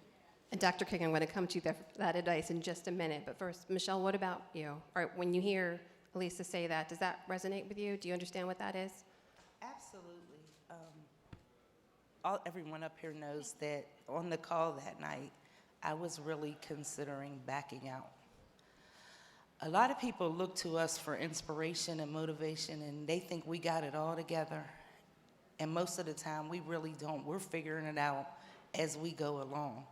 So the support system that we have, like through Rock Nation and the UJC, we call them a lot. I know I do. I do. Probably for the pettiest things, because sometimes I get myself in situations, honestly. But once we were on the call and everyone was talking and Alyssa posed the question and Dr. King answered, what this group gives me is the motivation to move forward. I look towards these people when I'm trying to figure out what I want to push my legislators to do, how much I want to irritate the DA in my district, how much I want to call the U.S. Attorney's Office. I'll go see what Ben's doing. I'll see what Alyssa's doing. I'll see what Tiffany's doing. And I'm like, okay, well, Alyssa called the DOJ. Let me call the DOJ. Or Rock Nation just filed a lawsuit. Let me go see if I can do that. So a lot of times we need one another. And as much as I hate to say it, I always pray that no one else joins this club. But I'm grateful for the people that were in it before me, because they keep me standing every day.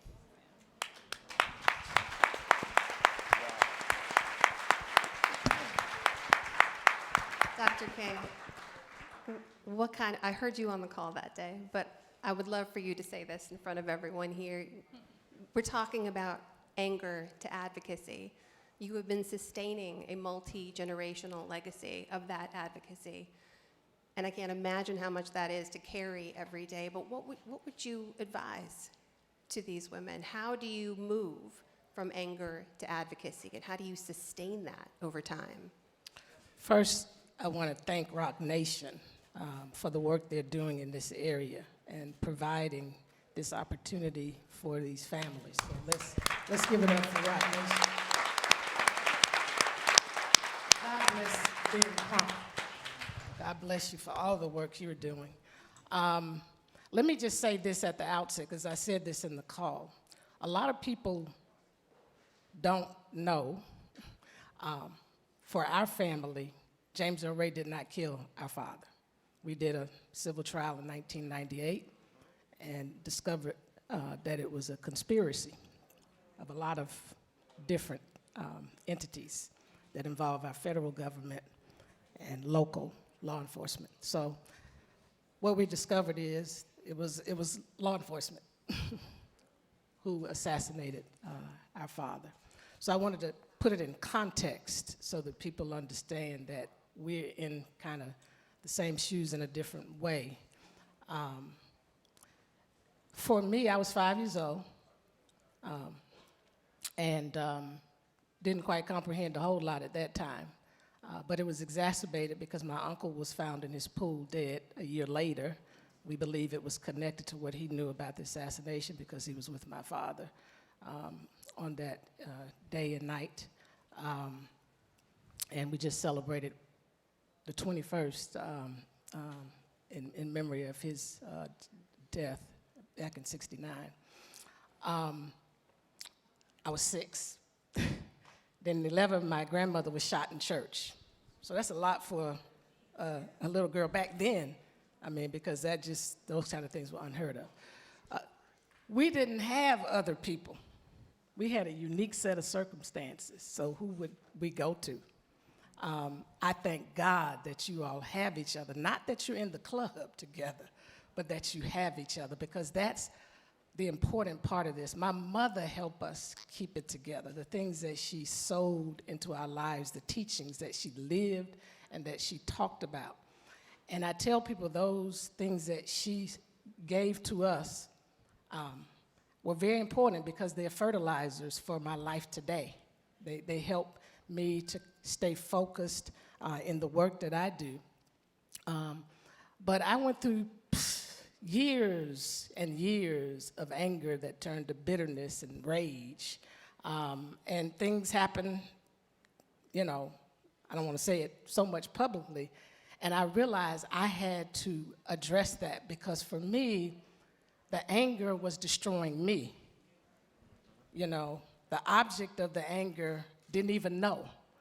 So I was being destroyed and poisoned inside. And so I had to figure out how to turn all of that around.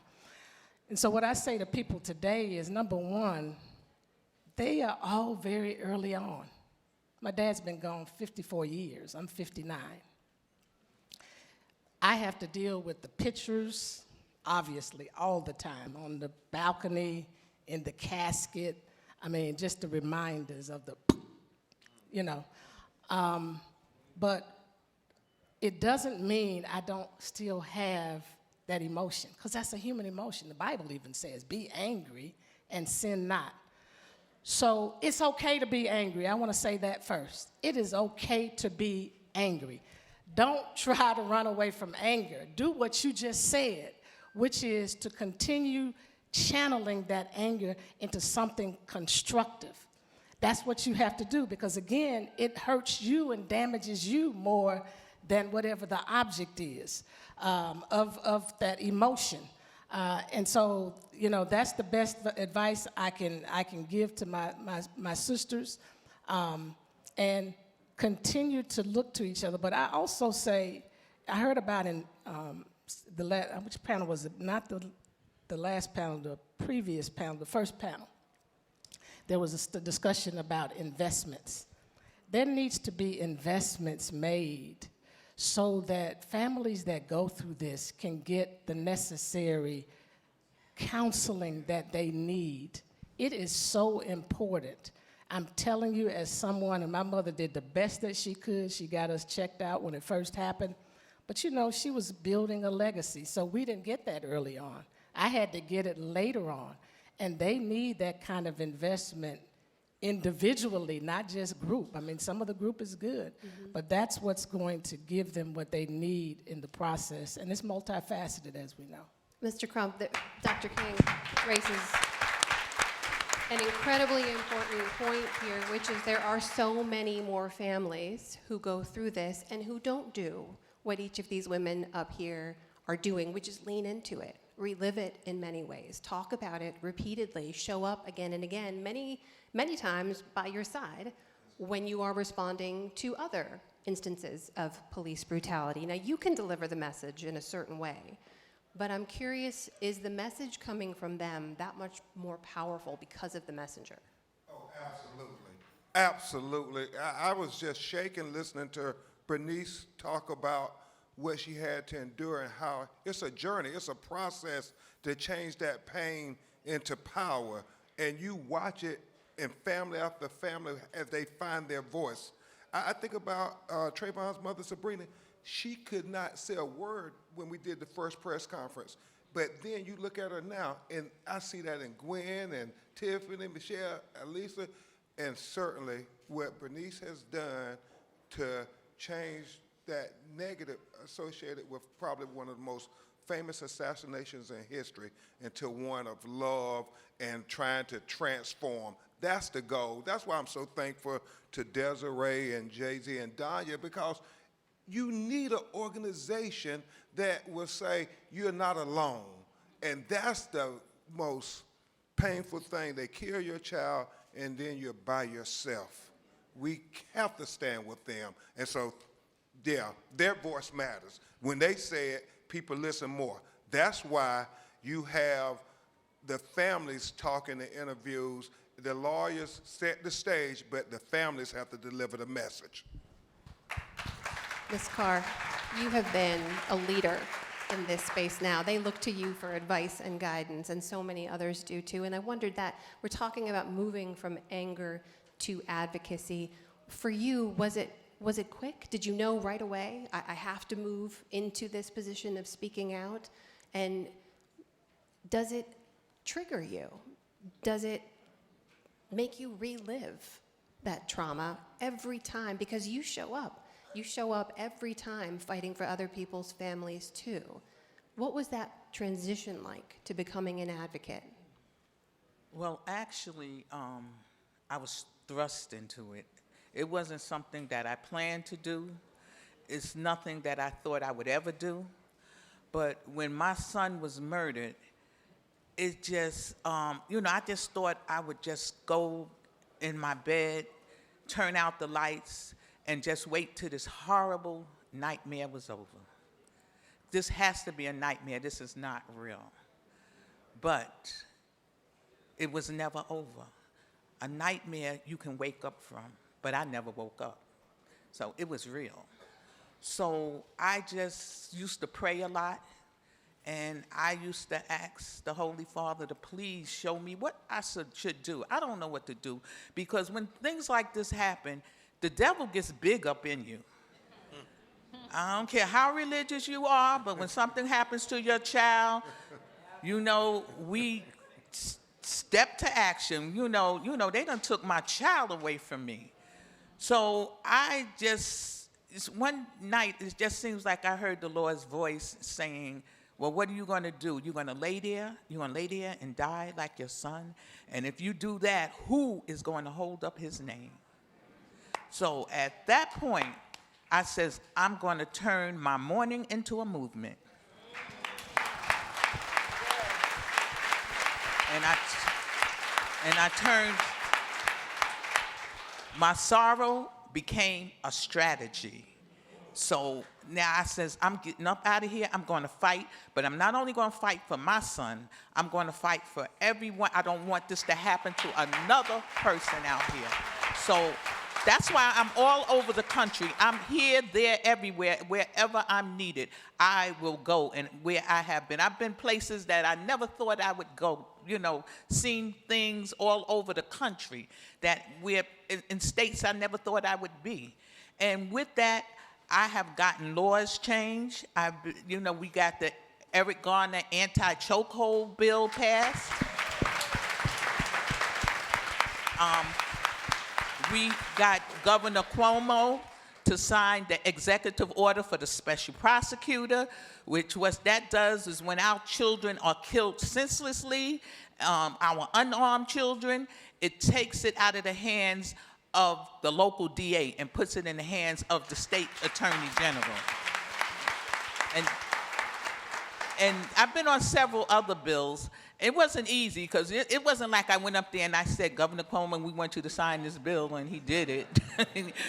We had to use, me and other New York mothers, we had to use strategy, even taking makeshift coffins and put them in front of Governor Cuomo's door. We did a lot of things that we stepped out the box to do, but we got it done. And now, as of last Saturday, I got the street named after Eric that he was killed on. So thank you with the work. I mean, it wasn't me alone. There was other people. There were council people, and like Ben Crump. He been beside ever since this happened to me. We became friends, and he's always there. And when I call him, most of the time he answers the phone. Most of the time. That's on the record. No, but he's good. He's good. Him and all of his constituents. I love them. They always, as he said, they always answer the bell, whatever I need. Okay, but I'm just thankful for this group. This group has helped me, and they call us the mothers of the movement, but there are tens of thousands of mothers of the movement. We are the face of the mothers of the movement. We represent, but those other mothers are hurting just like us, and they need support just like we do. And that's why I always have a event every year and bring as many mothers as I can to the event so that we can love on them. And some mothers are not at the stage that we are. And some family members are not at the stage where we are. And so that's why we love on them, embrace them, and empower them to where they may get to that stage. And they are so appreciative of that sometimes. Not the household names that you always know, but mothers and sisters and brothers that you've never heard of before. And this is what you have to do. When you get a platform, you must share it. Thank you, Ms. Gwen. Alisa, what about you? Tell us about your path from anger to advocacy. Is it a path you're still on? Yes, I'm still on that path. The path started really to occupy my time because my brother was my best friend. And anytime I was driving or he was driving, I would get a call from him. So when he was killed, there was just silence. So I started researching how to start a nonprofit, what needs to be done to really fill in that silence. And it turned into something where I met with Tiffany Crutcher and I met with Michelle and other sisters like Ashley Carr I saw in the back, where we have that same goal. So we work together. What's the name of the organization? I started, with Tiffany and some other co-founders, Sisters of the Movement, where it's a coalition of sisters of police brutality victims, because I needed support on a sister level. I needed to speak with a sister who lost a sibling, and so they know exactly what I'm going through. I mean, I will never understand the pain of a mom losing a child because I haven't lived that, but I have lost my brother. So I needed someone with that same experience where I could call and scream and cry or whatever, and they just get it. So that was something else that we started. I started the Botham Ja Foundation to continue the work that Botham started in his short 26 years on Earth. And we still have a lot of work to do. I don't think we'll ever be done because, let's face it, racism is alive and kicking. So every single day we have work to do. It doesn't end just because the cameras go away. It continues. And every single one has a part to play. Not because I lost my brother or we lost someone doesn't mean that it's all on us. Even though you didn't lose someone, you have a part to play. You could vote. You could call your council members. You could call your senators. Everyone can play a role in changing the narrative, changing policing, changing racism. It's all on us. Dr. Kane, Lisa talks about the work, and I want to ask you about that. Let's talk about the work that's going on now and that needs to be done. You talk about the difference between cooperation or coordination and collaboration. It doesn't seem like there. Sounds like you've talked about this before. Tell us what you mean by that. What's missing from the work right now? Well, this is Bernice's interpretation, because it's going to be opposite of the dictionary, just in my observation. But before I say that, can I just say that what has made this moment or these moments so powerful is the posture of these families. When my father was assassinated, there was riots all over this nation. And if my mother had allowed the anger to flare up externally, then it's no telling how much more riots would have extended in this nation. But because she took a different posture out of her faith, what I hear is a lot of spiritual groundedness here. And it doesn't mean that they don't have their challenges, but because these are God-fearing women, in most instances it's been women, it's men as well, fathers and brothers, etc. This has been so powerful and what has kept a lot of this alive, and we cannot forget that, because had any one of them turned another way, I don't know where we would be as a nation today. So thank you all in spite of your pain and in spite of the hurt, and it's all different. You know, what we've experienced, it's all different. But you don't know it, but you have made a tremendous difference just by having that kind of posture. And so I just want to continue to encourage you. For me, as I look at the landscape, I see a lot of people working together, collaborating. But what seems to be limited is the coordination and the collaboration. And what I mean by that is, I'm a preacher, so I'm going to bring up a scripture for a minute. In the book of Nehemiah, when he looked at what's going on with the walls of Jerusalem, he called together the leaders and all the rest of the people, and he said, you know, the work that we're doing is extensive, and we're widely separated on the wall. But when you hear the sound of the trumpet, I almost want to say Trump.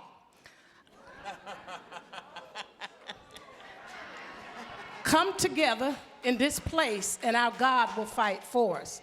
What I mean by that is there is a word that Mother Carr just used, the word strategy. What seems to be lacking is the coordination around strategy, around timelines, around goal, around strengths. My father wrote a book, Where Do We Go From Here? Chaos of Community, in the chapter, the world, not the chapter, The Warehouse, but in that book, he says, our nettlesome task going forward as we look at the challenges we face in the Black community and the things that we're gonna have to deal with is to discover how to organize our strength into compelling power. And I emphasize strength because many times it's passion that ignites us. But it's strength that is going to be able to create effective, long-standing change that has sustainability. And so we have to organize around our strengths. We got to think about what are the needs that we have, and then what resources do we need to align with those needs? Where are those resources? I'm talking about human and financial resources. Who is strong in this area? What is needed at this time? Because everything can't be done at the same time. It has to be coordinated so that it can synchronize together. And that's the way the movement happened with my father. And that's why they were able to break through in a lot of different areas. And so that's what I mean about coordinating the efforts, because it seems like it's a lot of little things going on that are great things. But if we can bring all of that together and coordinate it in a way that we know, okay, this may not work at this moment, let's interject this at this moment, and these are the strengths that we have, and this is the gap, and we need to fill that, because sometimes we have a lot of duplicative efforts, and maybe we need to combine those efforts. We need to learn from the world. In the world, in corporate America, they know when it's time to merge. That's true. You know what I'm saying? Delta is the leading airline because they understood that.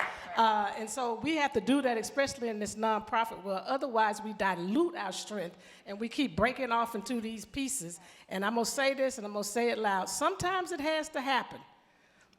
But please, pray and think about before you start another nonprofit. And I'm not saying to my sisters here. Yes.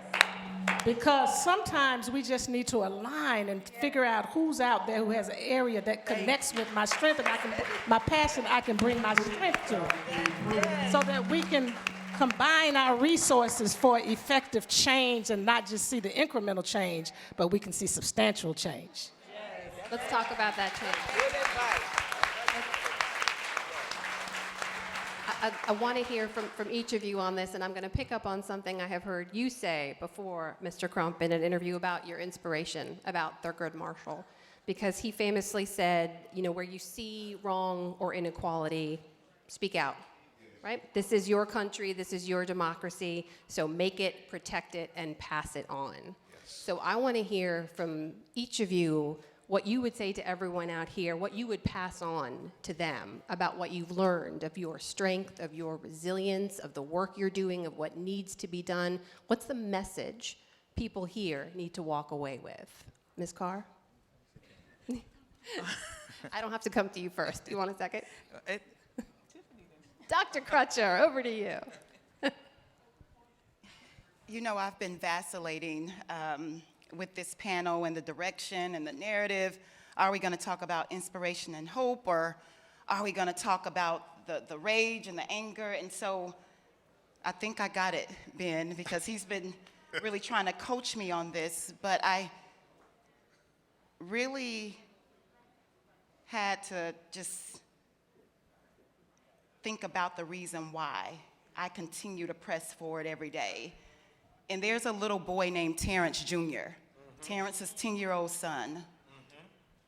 And Dr. King, I too have a dream like your dad, that one day Terrence Jr. will be able to walk outside free, that he'll be able to play with a toy gun and not be executed like Tamir Rice, that he'll be able to just run in a neighborhood and not be executed like Ahmaud Arbery, that he'll be able to just sit on his sofa and eat a bowl of ice cream and not be killed like Botham Jean. That is the dream that I have for Terrence Jr. And what really motivates me is that rage and that anger. And I've learned how to turn those negatives into positives. And so I tell people, you have to get mad. MAD means make a decision to stop participating in your own degradation and take action. That's what we have to do. And so, you know, I don't believe that God makes mistakes. He puts people in our life like a Rock Nation and a Desiree. I haven't seen her, but Desiree, oh my gosh, there she is. Whenever I call Desiree Perez, I don't care what it is, I don't care what time, she will respond. She will call me back. Our angel.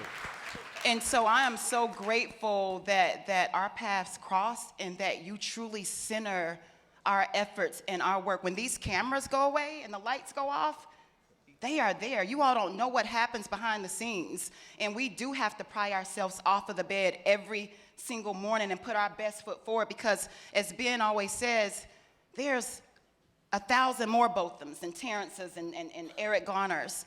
And we decided that we would fight and we wouldn't rest until we got justice, just not for our families, but for families across this country. And so I stay focused on Terrence Jr., and that's what motivates me every single day to keep pressing. But you all have to get mad.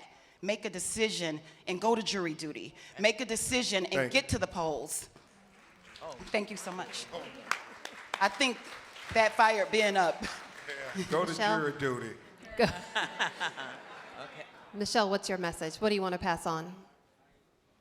When the individual that murdered my son by shooting him 3 times in the back at 17 years old while fleeing walked out of that courtroom before I did. Not only him, but his wife and his whole family. Got an escort out the courtroom while I waited. My city wanted to burn it down. They were literally ready to burn the city down. And I went to the media for the first time myself, no lawyer, no nothing, and said, let me speak to my city. And I pleaded with them not to, because my thought was, we can't burn this city down because we need to rebuild it. And all of those people that wanted to burn it down, I said to them, no way, we're not burning this down. We're gonna make this into what we want it to be. So we're gonna get on a bus, we're gonna go to Harrisburg, and we're gonna drop off 5 bills of legislation for police reform. We're gonna have a sit-in at the AG's office, which is our Pennsylvania Attorney General's office, so he hears us. And I just made a decision that all that negative energy that every person in my city had, that if I could just reach them and get them to understand that it's going to take all of us to make some changes, that we could. And we have. We have. And I just really want people to understand that there's only a few of us up here, but if you look at all the people in this room, if you just do a little bit, that little bit of change will make a difference. Like, just And that's why everywhere I go, I just ask that before I leave the room, that people understand that it is really going to take all of us. We can do most of the work, but it's going to take everybody in here, and it's going to take everybody in here to go home and tell everybody they know. Thank you, Michelle. Thank you. Elisa, over to you. What do you want to pass on? You said what I want to pass on? Yes. I mean, a lot of these ladies already said the majority of what we should. Everyone has to do something. Everyone has a part to play. It's not just us. I mean, we're fueled by our anger and our pain, and we're trying to turn it into something positive. But like I said before, even though you haven't been in our situation, even though you haven't lost a loved one, it can still be you. So we need to do something now so that it doesn't happen to you. I never thought my brother would die the way he did, because he did everything to prevent interactions with police officers, but the police officer came to his home. We all have homes. We all go home at the end of the day and think that it's your sanctuary. So we need to start working now. We need to do something before it ends up being one of our family members, because you do not want that pain. It doesn't go away. Amen. So we all need to do something and do it now. Thank you. Ms. Carr, I'm going to give you the final word here in the couple of minutes we have left. Last word to you. Yes. I want to mimic my sister over here, like you said. When this terrible, tragic happened to Eric, people came to me, I mean, many people I didn't know, they came to me, what do you want us to do? Just say the word, and we'll do it. And I told one young man, no, I says, I don't want any violence. Because first of all, when you create more violence, more of you are going to be killed. The police are going to kill more of you. And you know what his response was? They are killing us anyway. And I says, well, I don't want your blood on my conscience. And I don't want you to go out. I said, what I want you to do is stand with me and support me, you know, in what I do. And I want you to, anytime that you can go with me to legislate, you know, bring the crowd. And like we used to be the Gone Away Foundation, I decided to change the name to the ERIC, Initiative Foundation. Make Eric's name, how do you say it, antonym, you know, one of them.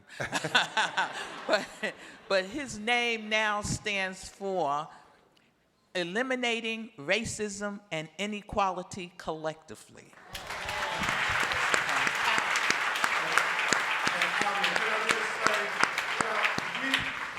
And I say this all the time. At the end of the documentary, I said, the enemies of equality will not win.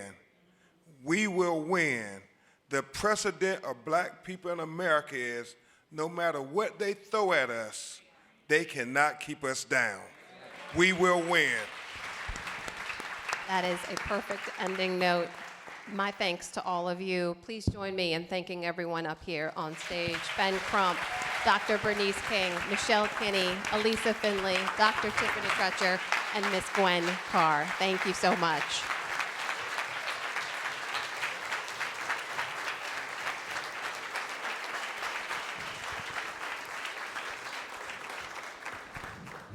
The moderator for our next panel, Finding Solutions, is Laura Coates.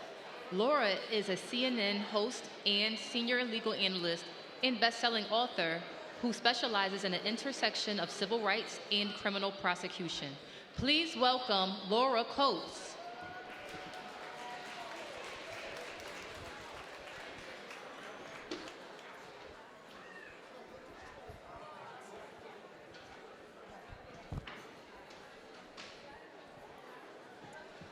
You know you got to give time for Attorney Benjamin Crump to leave the building. I see you, brother. Hello. I love you too. Thank you so much. What What a powerful day this has really, really been. I've been sitting here completely enthralled, and I thank all of you for taking the time to be here today. This next panel really focuses on finding solutions. After a day like this, we really need to have an opportunity to understand how these things can never happen again and what can happen as a part of this legal system that is still aspiring to be a justice system. And we're going to begin by playing you a video, short in nature, to really orient the conversation here before we bring up our guests, who are Jessica Jackson, a lawyer who helped lead the Reform Alliance, an organization dedicated to ending mass incarceration and supervision. Jessica, I'm so glad you're here. Let me sit down before I have a hot flash. Hold on. New York, I don't know what's going on. I'm from Minnesota. Whew. Also, we have a lawyer, father, basketball coach, and formerly incarcerated activist. His name is David Safavian, and he works on criminal justice reform with conservatives in the so-called red states and as well in Congress. Welcome to the program. I'm glad you're here as well. I'm glad to be here too. I'm looking forward to this conversation. I want to show you right now what we're talking about in this video that really is a moment for us to understand just how the work of these two people and so many others, they're very humble, but they have spearheaded a number of efforts. I want you to have a visual picture in your mind of the impact of their work before I even introduce what that work is. Take a listen. Oh my God, really?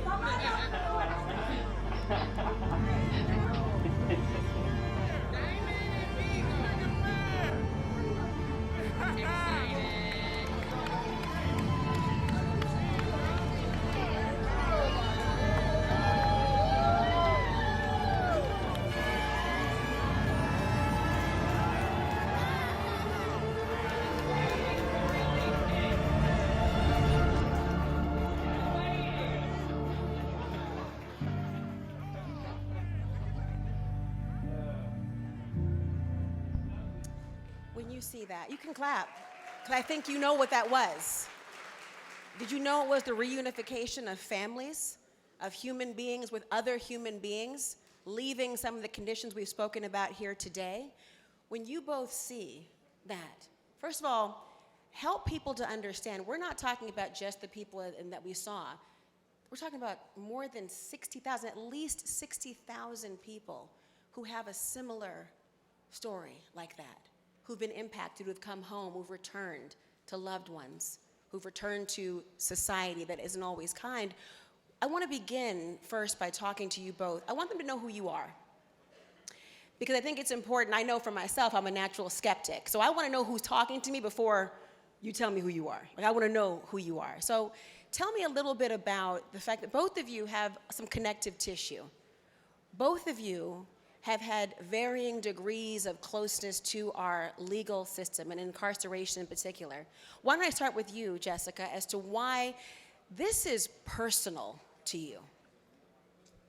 Well, I'll start by saying that I didn't set out and intend to become a lawyer. In fact, I love kids and thought I'd be a stay-at-home mom, but the universe had a different plan when my first husband was incarcerated while we were married. And it was through that I saw just so many families that looked like mine being torn apart by a system that said it was going to support people and said it was going to make us safer, but in fact was doing the opposite and was traumatizing entire families and communities. And that's really what drove me to get involved and become a lawyer. And what was your husband incarcerated for?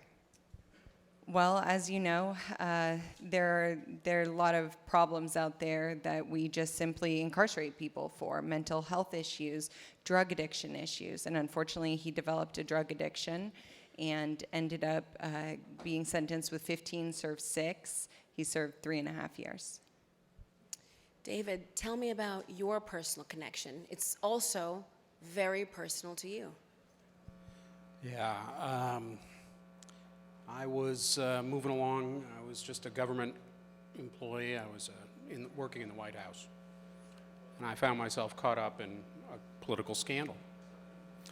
And I ended up going through 2 trials and 2 appeals. And one day in July of 2011, I had to sit down with my 7-year-old daughter and explain why I was going to prison. And that was hard enough, and it was incredibly difficult for my family.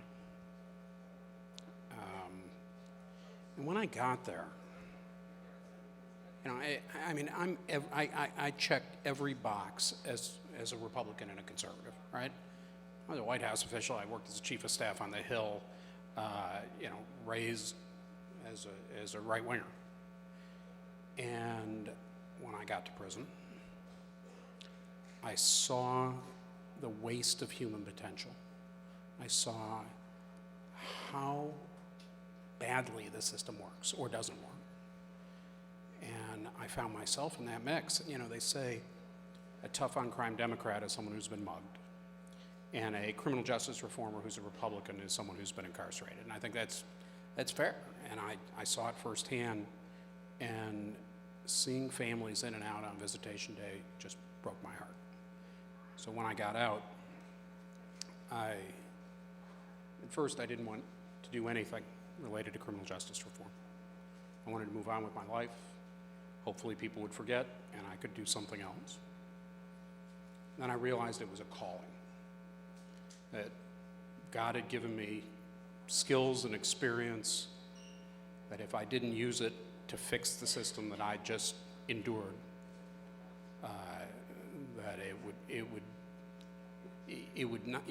that there was a plan for me, and I executed on that. And now what I do is I deal with and talk to conservatives primarily about ways in which we can fix the system.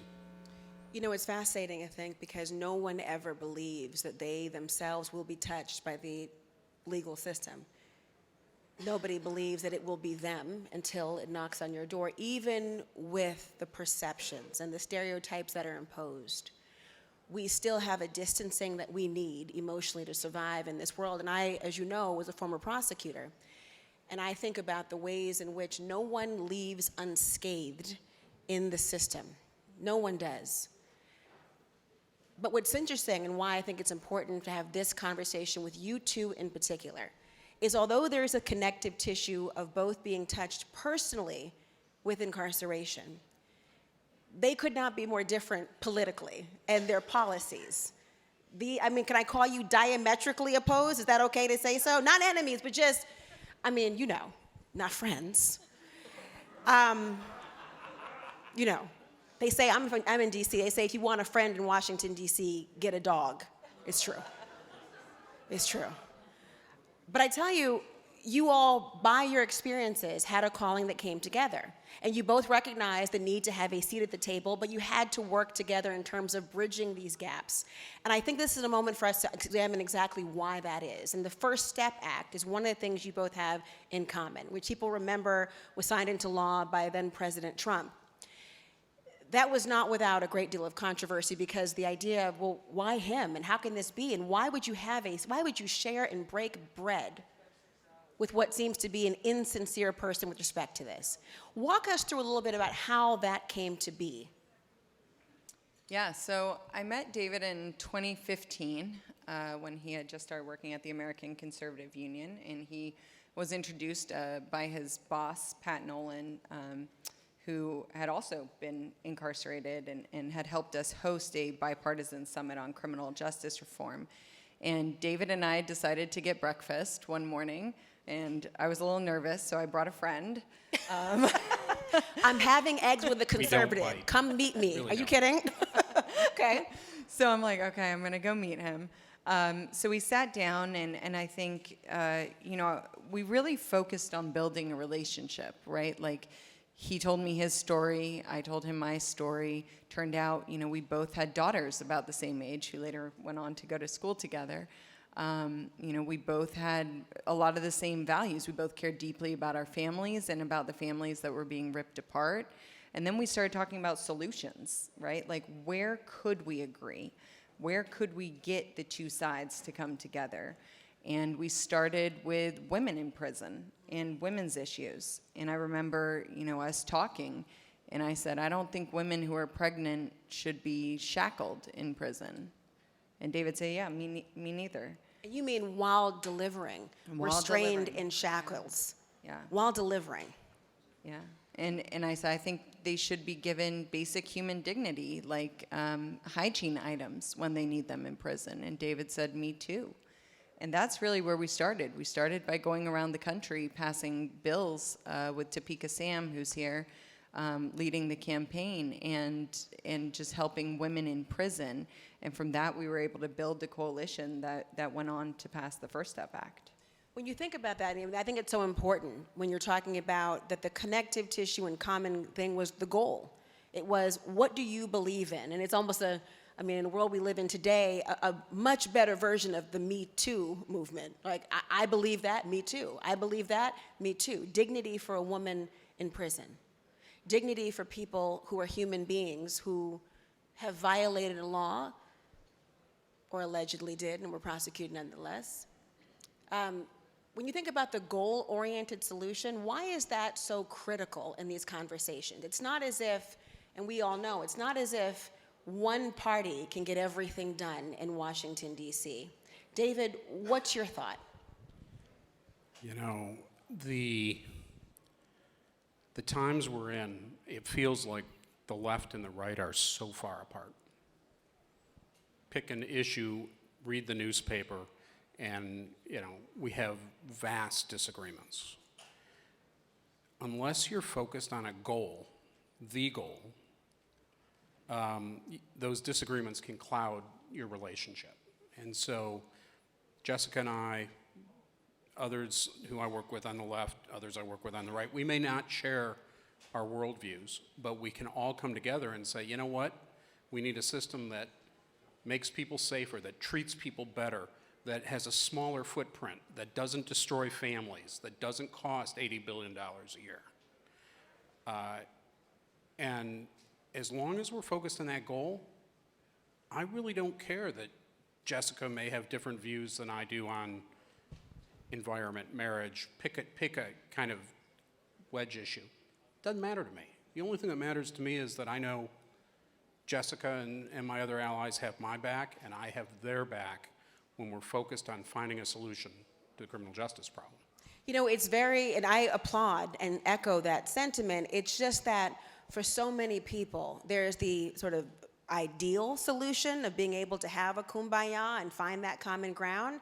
And then there's the reality of the political hurdle that says, it's much easier if you're talking about, and I'm picking on you because you have a white collar on, white collar crime, right? The idea of, that's a dignified criminal. It's not really a criminal.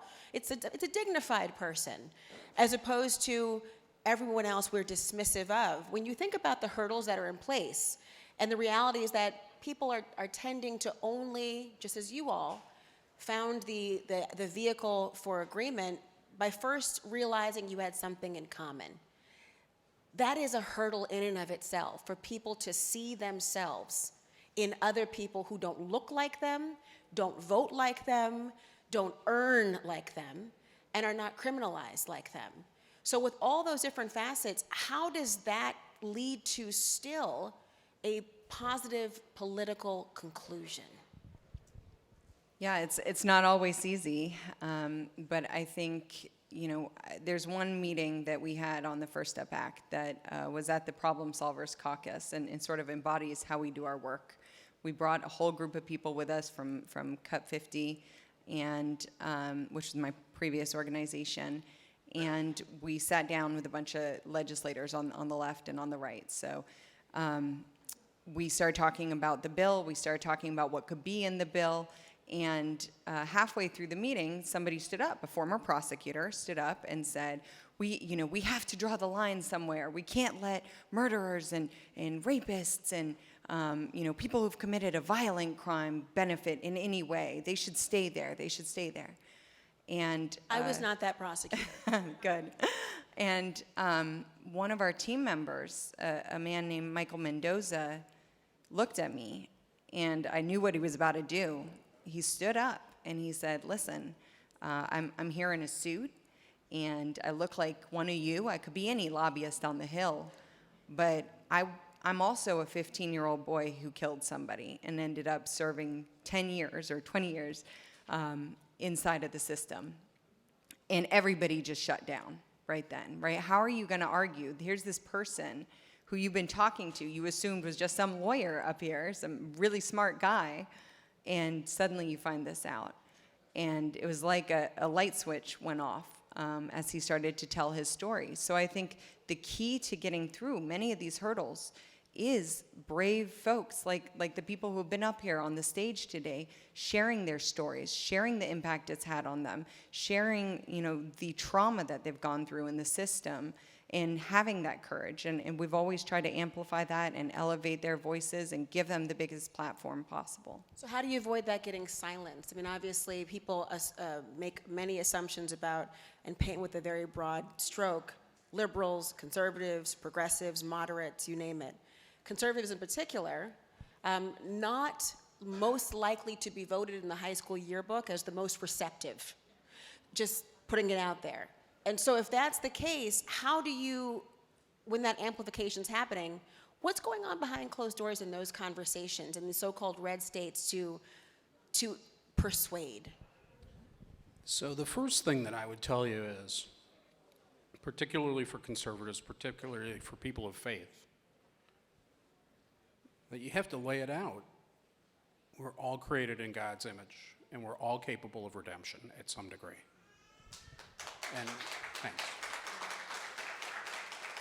And, you know, I regularly work with legislators who go to church on Sunday and pray. You know, there's a country music song, I go to church on Sunday and I curse on Monday.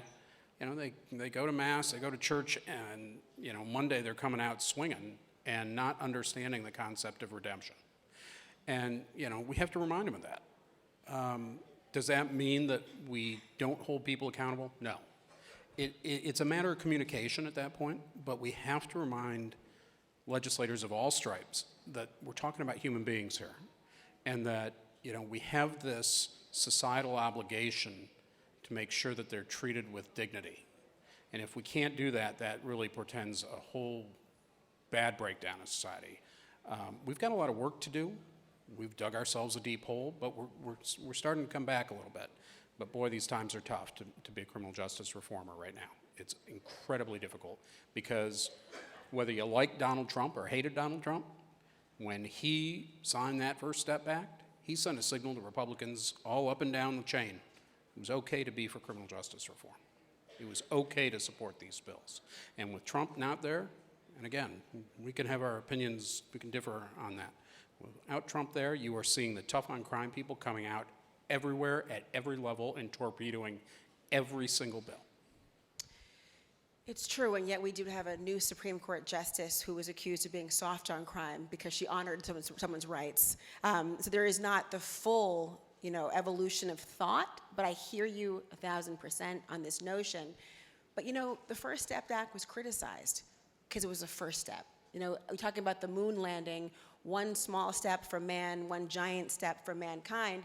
That same treatment wasn't given to the first step in the sense of it didn't go far enough. And we know, of course, people are hungry. They are virtually emaciated because their faith can be shaken by inaction. And I wonder, when you have the first steps there, how do you entice and convince people to stay the course for the next step and the next one and the next one, knowing there's a change in administration, a change in priorities, the media's lens shifts? What do you do? I mean, I think you just have to keep going, right? We've got federal legislation coming soon that's going to address some more issues in the federal system. We've continued to work together to pass state bills. I think we've passed 16 bills in 10 states since the First Step Act, and counting. So I think you just have to stay the cause. And, you know, I know that a lot of people said the First Step Act didn't go far enough. But it really is the gift that keeps giving, because more and more people are coming home every single day. And I promise that even though it was just a first step, it was a big step for them. And let me take that on for a second, because one, there was a better bill the year before the First Step Act. It was called the Sentencing Reform and Corrections Act. And guess what? We were ready to pass CIRCA, and someone said, you know what? We can do better when Hillary Clinton is in office, and we know what happened. And then we got the First Step Act. So the one thing that I would hope everybody in this room takes away with is, one, criminal justice is not a partisan issue. You can have people on both sides of the equation. Two, and you know, I've come to learn this, as a conservative, I really didn't put a whole lot of credence in how we talk about things. But it's important that you have messengers, that have people who can speak conservativese, right? For lack of a better term. Whether you like it or not, 23 states have Republican majorities in their House and Senate. Whether you like it or not, another 21 states have unified control, governor, House, and Senate. Going in without the right messenger, going in and asking for everything on your wish list and say, we're not going to play if we don't get everything here, is the surest way to get a reaction from conservatives, and they're just going to say, fine, we're not going to do anything. So it's got to be a two-way conversation, and it's got to be a conversation that's genuine, and it's got to be a conversation with people that speak the language of the legislators you're dealing with. I want to thank you both, because it's an important conversation that needs to continue. And whether you're speaking the language of the conservatives, language of liberals, let's all speak the language and fluently of justice. Because what, you know, we pursue it, what if we actually caught it one day, right? Thank you both so much for being here today and sharing that first step. We have next steps coming up. Our next panel on transitions in and out of the system will begin in just 5 minutes. Thank you.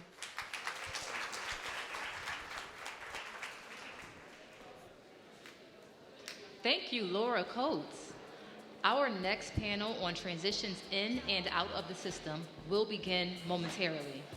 If you have a question you'd like our panelists, please tweet us at United Justice C. And during breaks in the program, make sure to visit the exhibit booths of our sponsor organizations downstairs in the exhibition lounge.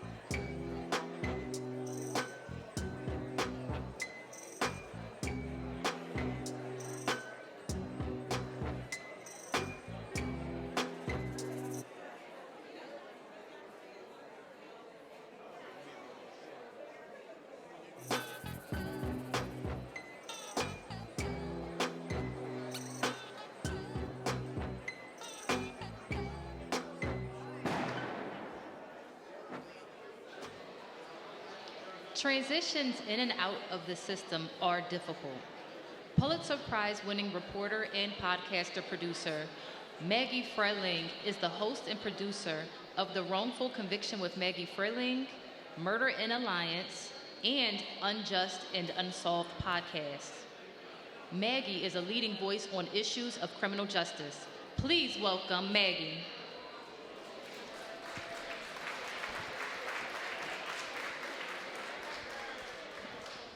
Hi, y'all. How are you? All right, well, thank you for being here. Today, we are talking about parole, probation, and reentry and what a better system would look like. So I am super honored to be on stage with these powerhouse humans. I'm going to start by introducing Topeka Sam, if you don't already know her. Topeka is she is a formerly incarcerated woman, and after her release, in 2015, she wanted to bring awareness to women's incarceration and post-incarceration issues.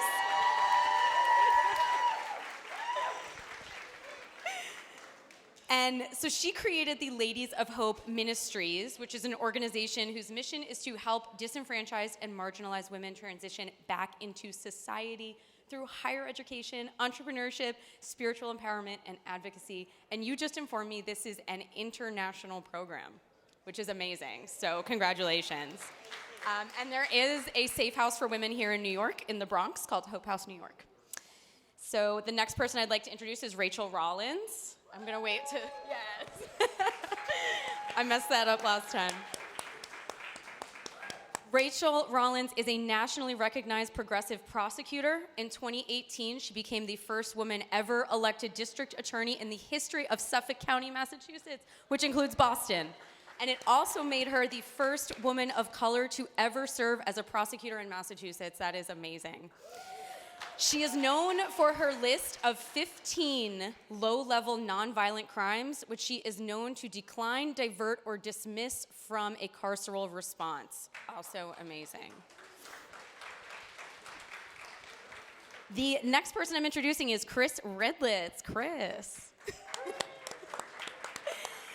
Chris is a venture capitalist from Silicon Valley. In 2010, Chris and his wife and business partner, Beverly, created a program called The Last Mile inside of prison that prepares incarcerated men and women for successful reentry through business and technology training. Veronica Ballard Cunningham is the executive director of the American Probation and Parole Association, which is aimed at reducing recidivism and informing communities with evidence-based practices and policies. She has served as a justice system practitioner and reentry professional for more than 30 years. She is holding the top leadership position in two of the largest community corrections agencies in America. That is huge, the Texas Parole Department and the Cook County Adult Probation Department in Chicago. This is an impressive panel, y'all. All right, so Topeka, I want to start with you because out of all of us, you spent time in the system. And so I want to know from you, what did you experience with the parole reentry system? What issues did you experience? Sure. And first, I just want to acknowledge all the previously incarcerated people who are here in the room. If you all would stand, Stand, yes. Everybody stand.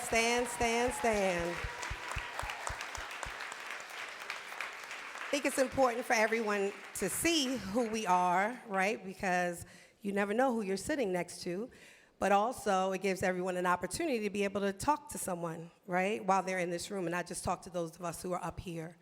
And so while I was incarcerated in federal prison, or even before that, when I was in college and I started getting involved in the justice system, I had first experienced state probation.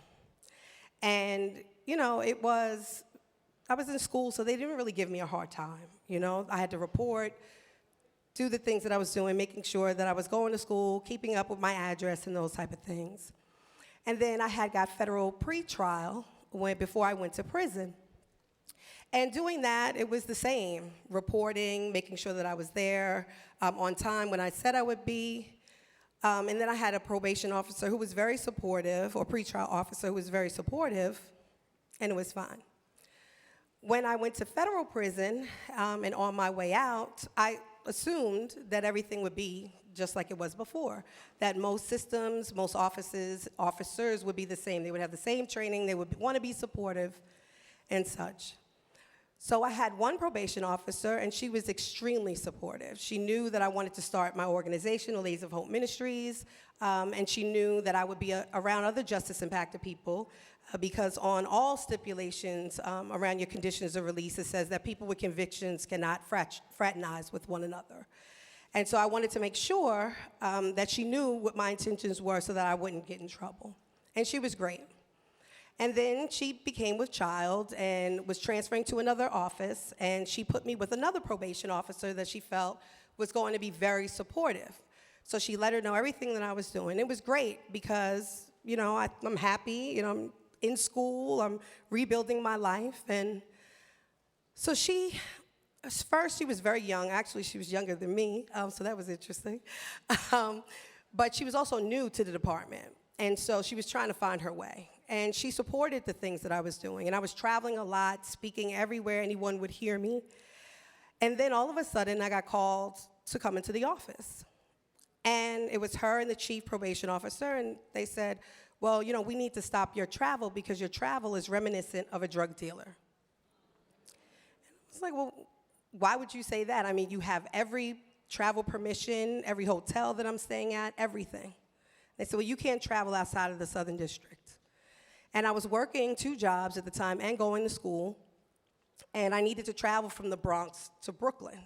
So, I mean, we're in New York, so everyone understands the distance between the Bronx and Brooklyn on a subway.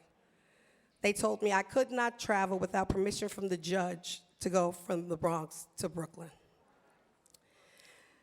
And then I said, well, this is ridiculous. Thank God that I had support and resources and was able to get an attorney who then filed a motion on my behalf with a judge.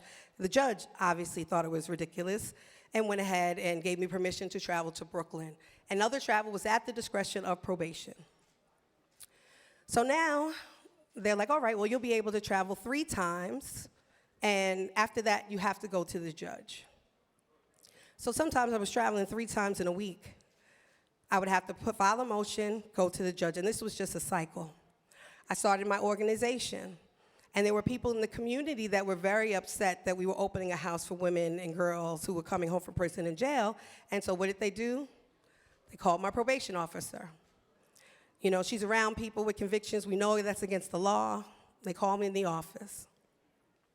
Now, thank God, I had already disclosed that the information was there, but it was just continuing, just back and forth, back and forth. And I thought to myself, well, wow, if I'm going through this, what about all of the other sisters and brothers that are going through this? And this is why people aren't forthcoming with why they want to travel or where they want to go and things of that nature. And so, you know, I put in a request for early termination of sentence. I was denied the first time without prejudice, so I was able to do it again. And it was this cycle for the next year, just having to continue to report to the judge, ask the judge for support over and over again. And then finally, the judge said, well, you know what, I'm gonna take you off of probation. And he wrote an opinion saying that me being under supervision was impeding the work I was doing at Ladies of Hope Ministries, and like enough was enough. Thank God for that opinion, because other people are now able to use my case in order to get off of termination if they're doing similar work. So Rachel, you are known for being a very progressive, reforming prosecutor. Can you explain, you know, briefly what some of the crimes you might not prosecute would be and why? Sure. So I ran for district attorney in Suffolk County, which includes Boston. I know, I see you out there, whoever that Boston person is. At the ripe age of 46, after just being really frustrated with what I was seeing with the criminal legal system. And I ran on a platform that just said, I'm not going to criminalize mental health, substance use disorder, food and housing insecurity, and crisis and trauma. I'm just not going to do it. And then, you know, and I was fortunate to have people like Kim Fox, who had run before me, to see a sort of blueprint, and you see what I did there with Rock Nation, right? Blueprint, right? About you know, seriously, a blueprint of how do people do this, how do black women do this, quite frankly. And what I'm proud of is 6 weeks before the primary election, I put up my list of 15 crimes, nonviolent, non-serious crimes. I had met with stakeholders, returning citizens, police officers, judges, probation officers, and said, what is clogging up the system? And it is nonviolent, non-serious crimes. When I hear about your time, that's death by a million cuts, right? If the police or probation spent that much time trying to solve homicides as making you violate, we would not have a horrible solve rate, right? So essentially I said, these are the things I'm gonna do when I win. If you don't like them, vote for these other 4 people. If you like them, vote for me, because I also didn't want to trick anyone into voting for me. And we won with 42% of the vote in the primary, 80% of the vote in the general. Yep. And then we were able to reallocate resources. So the list of crimes are trespassing, driving on a suspended license. I'm not talking about, many motor vehicle sort of related infractions, not vehicular homicide. I'm talking about nonviolent, non-serious crimes that we can issue a ticket, or there can be some other non-carceral response to this. And what I did was flip the presumption. Instead of always arraigning you, let's consider not doing that and sending you to a state, local, or federal agency to get the help you need with all of the issues. And I was able to reallocate those resources to solving the 1,300 murders, unsolved murders in Boston, to assisting with, other things like that, right? So, and ultimately, we did that. And in the 3 years I was DA, Boston is one of the only major cities in the United States of America between 2019 and 2022, violent crime is down in Boston. Wow. So it did not fail. And that goes to something that we had all been talking about is, the autonomy that the DA has. Can you briefly talk about that? Sure. We are kings and queens, right? Literally. We report to no one but the voters. Not the governor, not the mayor, not the legislature, not the city council. We report to voters. So it's to you and the voter on what you're prosecuting, basically. 100%. And a lot of people don't even know. In Massachusetts, the ACLU had a campaign called What a Difference a DA Makes.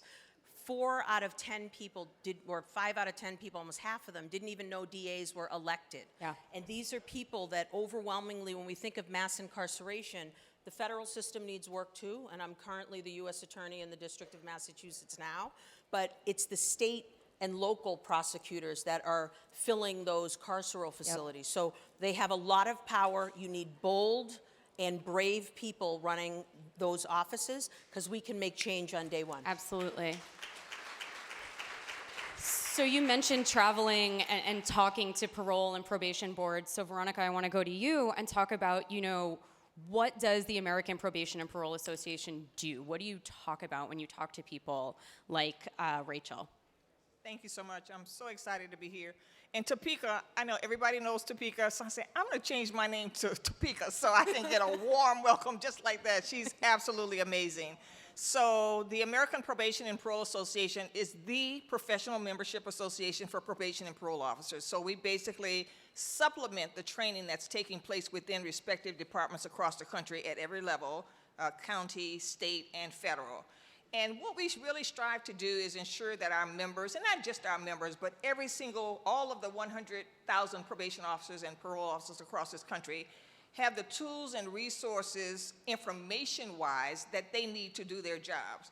Now, as they mentioned earlier, I worked in Texas and Chicago. My hometown is New Orleans. I started in that city.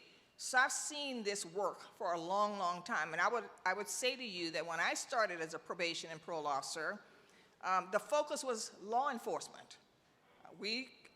I'm the Barney Fife type, and anybody old enough to know who Barney Fife was, and I was afraid to carry that gun. And also, not just being afraid, but I just didn't think that's what we do. We were not police officers. We should have been more like social workers. So I'm happy to sit here 30 plus years later and say to you, the culture has really shifted. Now, just like every industry, there are some great probation officers and some not great probation and parole officers. But I would say the large majority of them, they really get it. They understand that they're there to, first of all, they should believe in second chances. And then they're there to really help that individual and give them hope for change. So I'm excited about the work we're doing now across the country in probation and parole.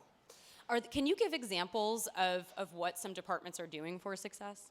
Oh my gosh, so many. This past week was what's called pretrial probation and parole supervision week. So it's the third week in each month. And so I had an opportunity this week to travel across the country to visit with some of the probation departments to see what they're doing, what's new and innovative. And I will say to you that one of the departments I'm really impressed with is one right here in New York City. The director or the commissioner of probation for New York City is Ana Bermudez. She is absolutely amazing. She's an attorney by trade, and she has such passion and compassion for the youth. So she has both juvenile and adult probation. And they're doing things like not just your traditional probation work. They're doing things like art programs and photography programs, nutritious programs. It's absolutely amazing. During the pandemic, they served meals to 500,000 people. And again, not just people on probation. So one of the things that really excites me about the work they do, because they realize it's not just the person under supervision they need to support that person's family and the community as a whole. So I'm super excited about what they're doing. Awesome. And Chris, you have gone into prisons and created programs, or a program called The Last Mile. Can you explain what that is? Yeah, The Last Mile is a program that we started actually in San Quentin State Prison. I started with my wife, Beverly, who's here in the front row. Yeah, I had no orientation toward prison prior to that. I run a venture firm in San Francisco, and a friend of mine asked me to come in and just speak to a group of men one night about starting businesses. Frankly, I was kind of reluctant to go into prison, but I did go in and speak to a group of about 50 guys in this classroom, and I was blown away by their preparation, their desire to create a better life after they served their time. Guys literally were giving me business plans they wrote with pencils, and that just struck me so profoundly that I went home that night and I told Beverly, I said, we need to do something. So we started doing a research.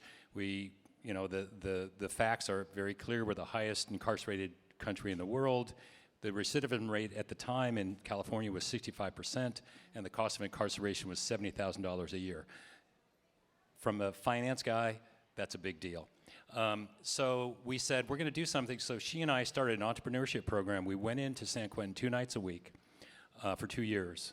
Didn't tell a lot of people in our inner circle that what we were doing, but the results were phenomenal. The response was phenomenal. And then in 2014, we actually created a coding program, piloted in San Quentin, where we're teaching software engineering skills to incarcerated folks, men and women today. And we teach them to be software engineers, and today they're getting hired by companies like Slack and Square and Zoom and Dropbox. How many states is this in? What's that? How many states? We're in 6 states now. The pandemic kind of slowed things down a little bit. We've got a pipeline. We're hopefully, knock on wood, in New York pretty soon. And we've got great support. So the goal in the next 2 years is to be in 14 states and 50 classrooms across men's and women's programs, and continue to recruit more corporations to hire formerly incarcerated folks. And they don't have to be software engineers. Necessarily. We're expanding that program today. We have audio and video production program that we started. Now we're in 4 prisons there. And the goal is to continue to develop technology programs that can serve folks that don't necessarily have formal education. We have many folks inside that are working as senior software engineers who never had a job before and never had formal education. And so, Pika, so you created programs as well. When we talked a little, are there different challenges men and women have coming out of prison? Are there differences for women? Oh, absolutely. I always usually quote one of my brothers, James Monteiro, from Reentry Campus in Rhode Island.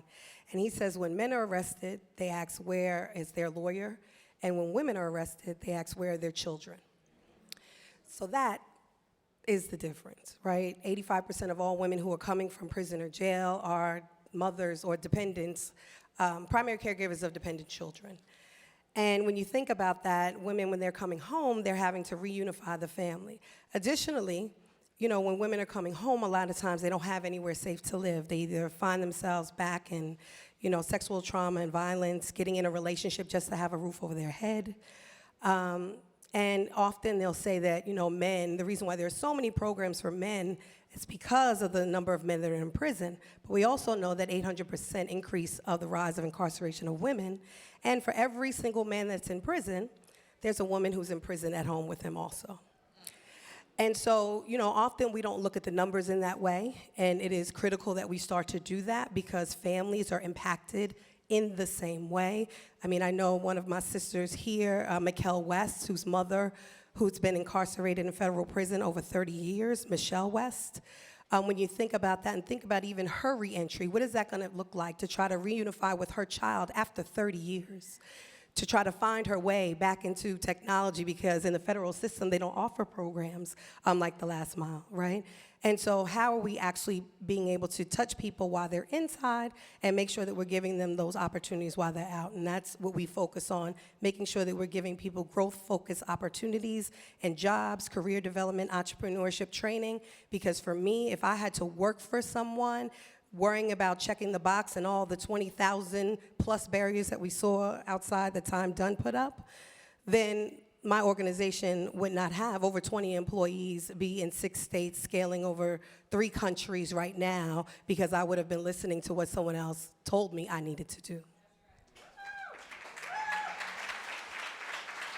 So I want to ask Rachel and Veronica, you know, which areas do you two see that need to be addressed the most with probation and parole? And I'll start with you.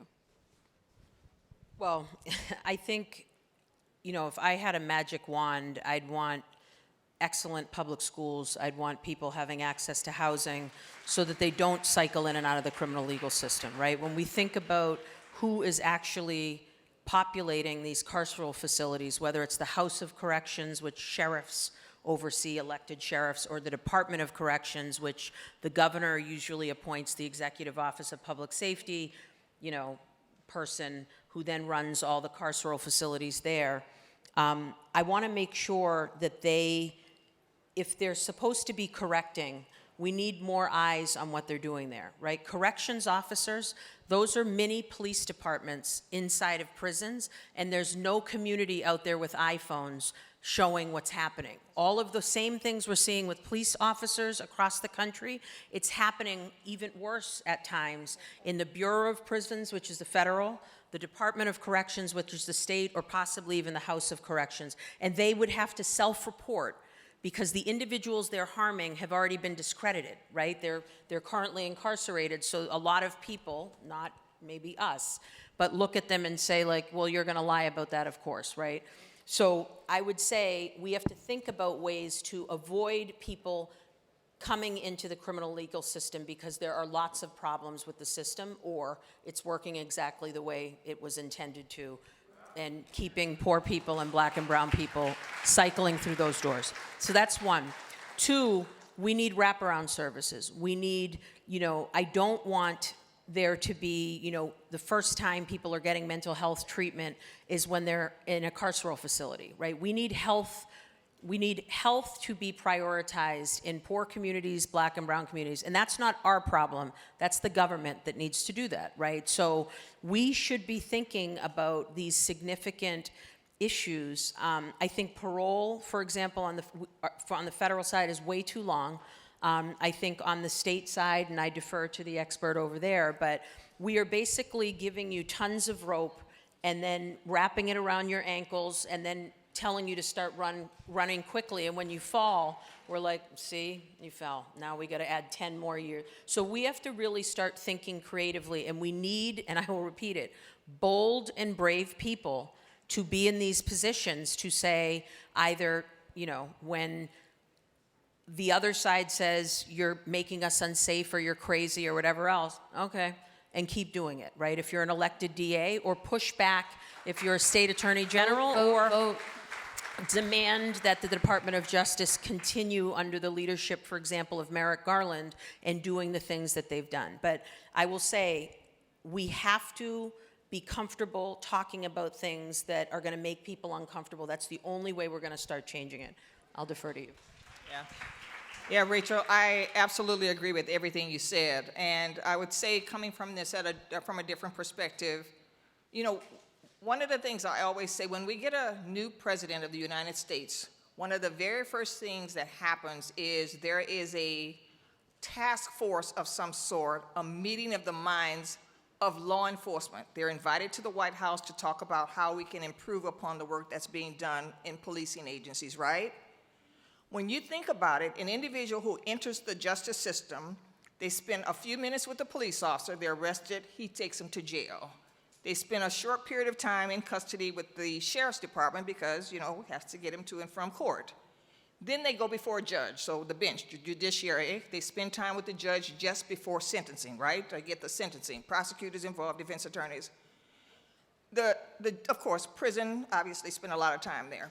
But when you think about the captive audience of individuals who find themselves convicted and involved in the justice system, they're going to spend most of their time in front of a probation or parole officer. But yet, community supervision is the least talked about, the least funded spectrum of the justice system. And that makes absolutely no sense.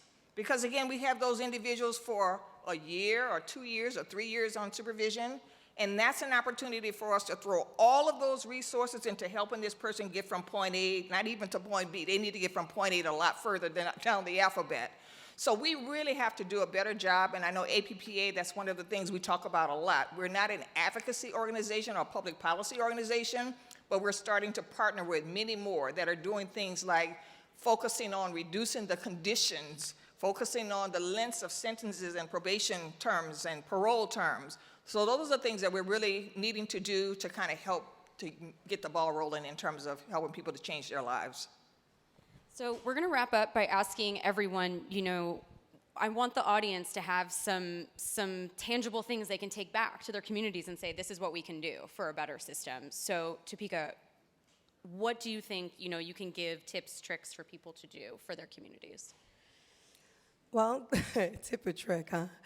I think I would tell people to look at people as people, right? You know, but by the grace of God, there God I. Any one of us could land ourselves in a prison bunk, and each one of us would have to come home and need support. I know that I could not have done anything that I did without having my family, my friends, my community of support, resources. You have to give people opportunities. You have to make sure that people get as many chances as they need. You have to hire people with convictions. You need to make sure people can have safe housing with convictions. You have to make sure that people can take their children to school who have convictions. So open your minds, open your hearts, and realize that if it is true that every other person in this room, every other person has been directly affected by the criminal legal system in some way, whether it is yourself or someone else, it is your responsibility now that you're here to take this information and make sure that you're utilizing your resources, your platform, and your community to invite everyone back so everyone feels safe. Rachel. Yeah, so I would say you have to vote. Every single person that's eligible to vote, you must vote, okay? Secondly, having been an elected official before, anyone can set up a forum or have a debate. Anyone. Like 3 of you that have blue shirts on could say, we're the blue shirt committee. We'd like to have the state reps come and talk to us. Make sure with respect to the people that make decisions prosecutorially, your attorney general of the state or your elected DAs, Commonwealth attorneys, states attorneys, have a debate, have a forum, invite them there, and then shame them when they don't show up, okay? I'm dead serious. And ask the right questions, okay? We need, I piggyback on what my sister here said. We need to hire people. If you are a person who has hiring authority, hire people that have touched the criminal legal system. You have in your... And I have absolutely done that. As the DA of Suffolk County, I hired an individual that was on federal probation, and then I didn't, when I welcomed him to the office, say, hey, he's a felon. and welcome to the office. That's his story to tell, not mine. He's announced just like everyone else here. And then when I go to Suffolk Construction, GE, Amazon, all the places in my state and say, are you hiring returning individuals or people that have come into contact? Well, it's really hard. No. I'm the chief law enforcement officer, and if I can hire them, you can. Nobody's stealing screwdrivers from your construction company, right? Or maybe they are, but I don't know. All right, and then I think other things that need a change, Satana and I, another fabulous DA that's here, we've been to Germany and Portugal with other progressive prosecutors across the country. In Germany, to be a corrections officer in Germany, you have to go to college for 2 years to be a corrections officer in Germany.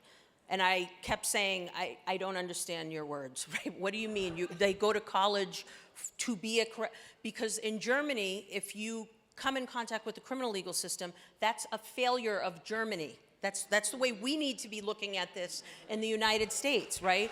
When children fail and they have been in the DYS, DCF system, that's the state's failure, right? Not a 7-year-old who didn't, none of us chose who our parents were, which dictates where we live, the school we go to, et cetera. So we need corrections officers.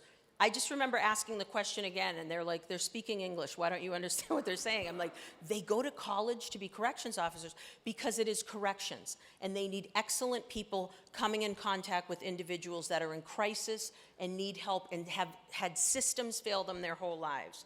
And that's it. All right, you can go.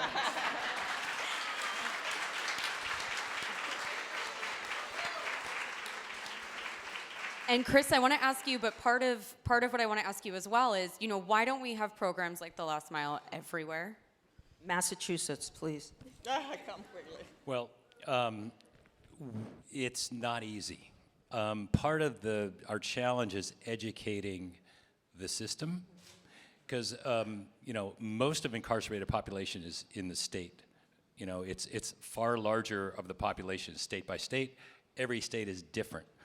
Every corrections are different. Every leader is different. They have a different take on how things should be done. And we're doing something that is very unusual, bringing technology into prison. We have a program today that people told us even 5 years ago would never happen. Today, not only do you come in the classroom and work your full-time job in a lab 40 hours a week, we give you a laptop that you take back to your cell or housing unit. That's never happened before, and that scared the hell out of corrections, but it's worked phenomenally well. So part of it is, thank you. So part of it is that it's education and also bringing in the private sector. We really believe that solutions can only happen with a marriage between public and private. So Beverly and I had no orientation toward corrections whatsoever.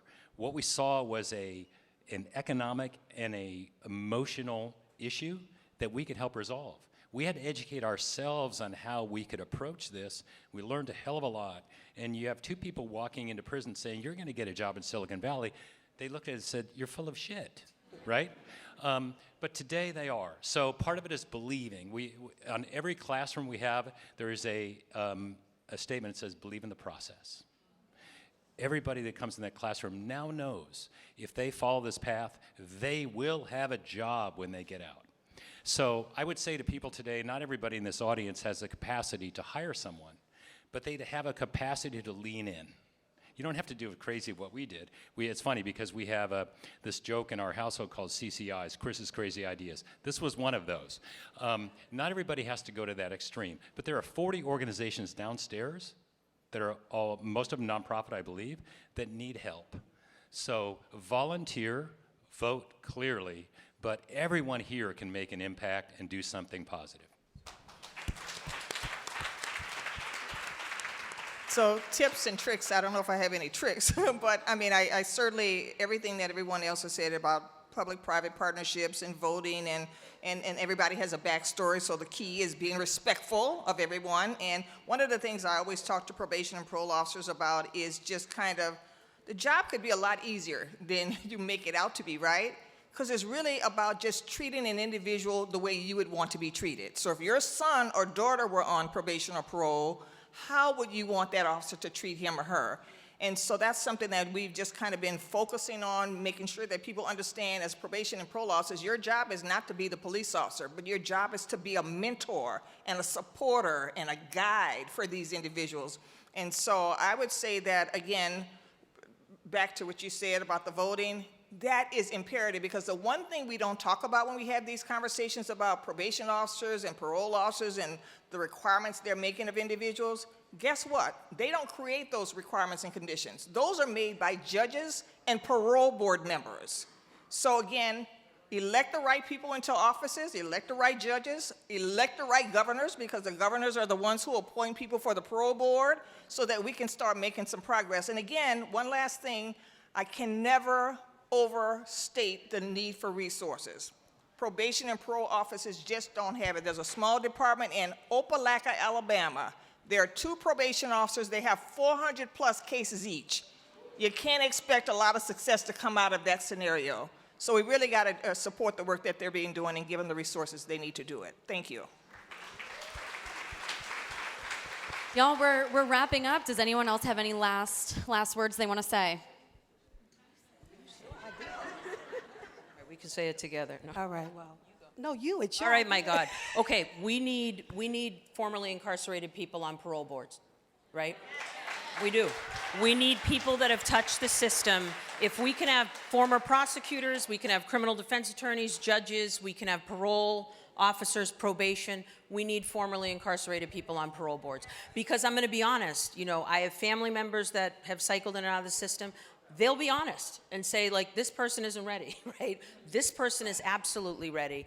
And I think also parole boards are a place where women are not treated the same as men and held to a higher standard, and I've seen it in Massachusetts and elsewhere. But I just think no idea should be turned down. We have to, I love the idea of public-private partnerships, and I will end with, how do you incentivize excellence when you have a monopoly on something? The government is a monopoly, right? We aren't the taxi industry that had to change because Uber came along, right? And now all of a sudden taxis don't smell and like people are being nice to you. All right, or we're not the hotel industry and Airbnb comes along and now the hotel industry treats you nice. We just get to be the government and keep doing it the same way.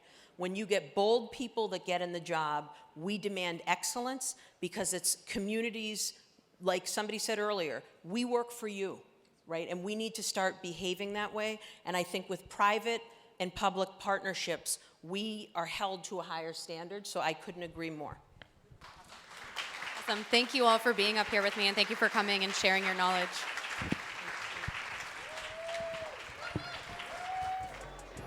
Jason Flom is the founding board member of the Innocence Project, the CEO of Lava Media LLC, and host and creator of Wrongful Convictions podcast. Please welcome Jason Flom.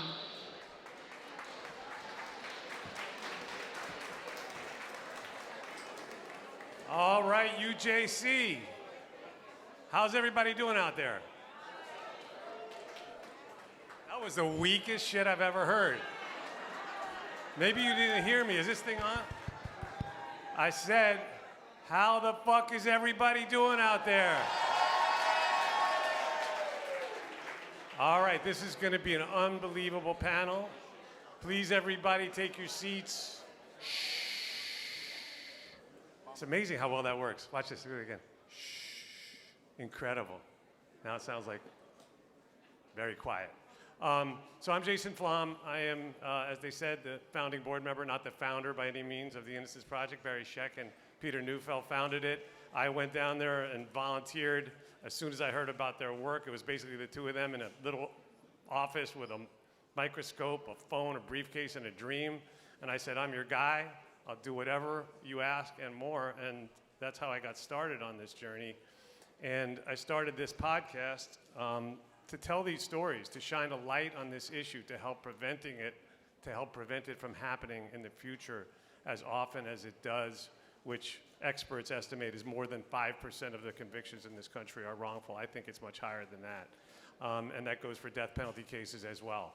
So please quiet down over here, you guys. And it is my absolute pleasure and honor to introduce this incredible panel that we have. I'm going to take my seat because they're going to be coming up as well. Please, please welcome first my great friend, a man named John Adrian Velasquez, JJ.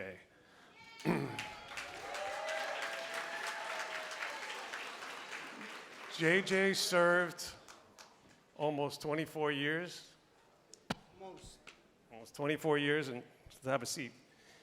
In prison, maximum security prison for a crime I think they had every reason to know he didn't commit from the very beginning. He's a very unlikely guy to have been wrongfully convicted considering his father was a transit police officer, and he had no record to speak of at all. He's a great champion for justice with a deep passion and commitment to communities impacted by incarceration and wrongful convictions, of course, driven by his own experience. So this is JJ Velasquez. Looks like a fashion model, but he's actually an activist, just posing as a fashion model. Thank you. Thank you for having me. And next, I want to introduce a man who I'm actually in awe of. This is a man, well, Eric Riddick is a man who was wrongfully convicted in Pennsylvania. Evidence was withheld for, 2 decades or more that would have proven his innocence and would have sent him home.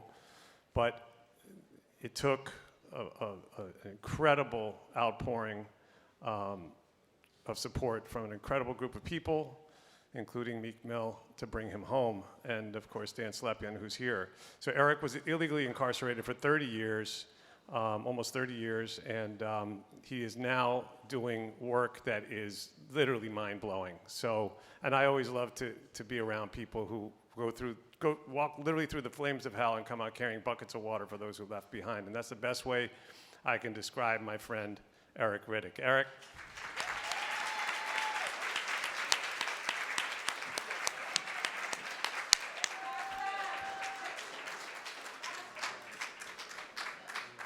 He's, by the way, both of these men have been on the podcast, Wrongful Conviction, so I'm going to put a shameless plug in. Get your phone out, download the podcast, listen to their episodes, hear the stories. It will blow your mind. Not because of me or anything I do, but because of them. Now, the next guest is Taylor Riddick. Now, Taylor Riddick is an incoming JD candidate at the NYU School of Law and an SEO law fellow at a law firm called Skadden, Arps, Slate, Marr, and Flom. And that means so much to me because this was a program that my dad established at the firm that he co-founded. And I know that if he were here, he would be so incredibly proud, he's not with us anymore, of Taylor and the work that she is doing and has done, specifically on Eric's case, but on so many others. And she is a superstar. Get to know her. Taylor, come on out.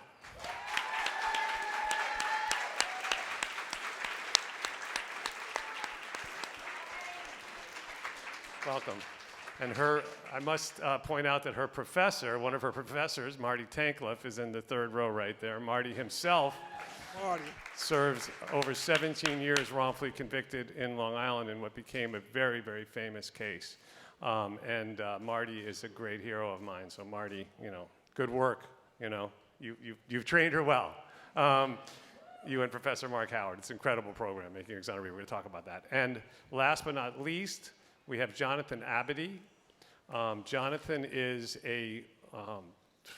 he's a revered attorney in the wrongful conviction world. He's a civil rights lawyer and a criminal lawyer, and does a lot of work with Rock and has done incredible work on JJ's case, among others. And Jonathan, please come up and join us.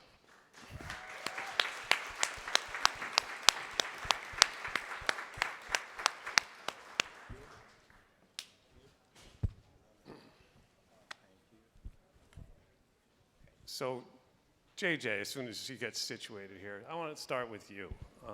Okay. I've gotten to know you. We've been friends for about 7 years now. We worked together. About that. And JJ's a guy, just so you know, when he was in prison, he would write me letters that you swore were written by a Yale English professor. And I would start writing back, "Dear JJ, everything is fine. Good to hear from you, my friend. I'm like, what am I writing from fucking camp? This is ridiculous. So I could barely even understand his writing, much less respond to it in kind. So I just resorted to phone calls. But he's an extremely brilliant man and a very courageous man. So JJ, like I said, it seemed just totally unlikely that you would end up in this situation at all. How in the world did they come to target you for the killing of a retired police officer, albeit a corrupt one, but nonetheless? So it all starts with this, and everybody should understand this. In our youth, particularly from the neighborhoods that we derive from, we're suspects already. The minute we're born and we come out the house and our parents let us go out, we're suspects, right? And the minute you allow them to put those metal bracelets on you for the first time and take your fingerprints, you're labeled for life. And that happened to me in my youth, and the case was thrown out. But despite whether the case was thrown out, and there's law that says that when that case is thrown out, they're supposed to get rid of your fingerprints. They're supposed to actually give them to your legal team so that you won't be discriminated against when you apply for jobs later on down the line. That's CPL 160.50. We're going to get that. We're not even going to deal with the law today. But the truth of the matter is that once that happens, you've been labeled. It's like that scarlet letter. And because my picture was in a database, I was able to be misidentified. But I want to qualify that real quick, because misidentification is supposed to be the leading cause of wrongful convictions. But a lot of us need to start being more aware about what's really happening. It's not misidentification, not in my case, right? Right now, I got lights on in this room. I don't think anybody in this room can deny it. Yet a DA will come in front of a jury and say that the lights are off, right? And the judge will say that if he gets caught out there and if too much pressure arises, the judge might say, well, that's a misinterpretation of facts. That's harmless error. You know what? It's not. When the DA came in here and said that the lights were off, the DA was trying to intentionally mislead us. And we need to be understanding towards that, because I was accused of a crime that 8 eyewitnesses, black eyewitnesses, described to the police as 2 black males, 1 light-skinned, 1 dark-skinned, who committed that crime. I don't fall under that description, but that was never questioned. The minute my picture was selected, all the evidence, the actual evidence, went out the window. Now it's, how do we frame him? And I did almost a quarter century because of that, right? I've had, probably the most media attention for an individual who was actually incarcerated. A lot of guys get media attention when they get out. In 2012, a national broadcasted documentary aired on NBC Dateline. Millions of people realized that I was innocent at that point. I wasn't released until 2021. Almost 10 years later. What about the people who don't have that opportunity? The people who never get to be heard? Jason made sure I was heard in 2017, I believe? Yep. 2017. He had a podcast interview with me. And then Maggie Freeling, who was just up here moderating the last panel, she did one probably about 1.5 years before I was released. So there's been a lot of attention put on what happened in my case and the indiscretions that happened in my case. Still, I'm still fighting. I'm on the stage. I'm not free. I might look free, but I don't feel free. And that's what we need to start understanding about wrongful convictions. That trauma doesn't stop. And I don't care how much money they give people once they're exonerated. You can't give me the 24 years you took from me.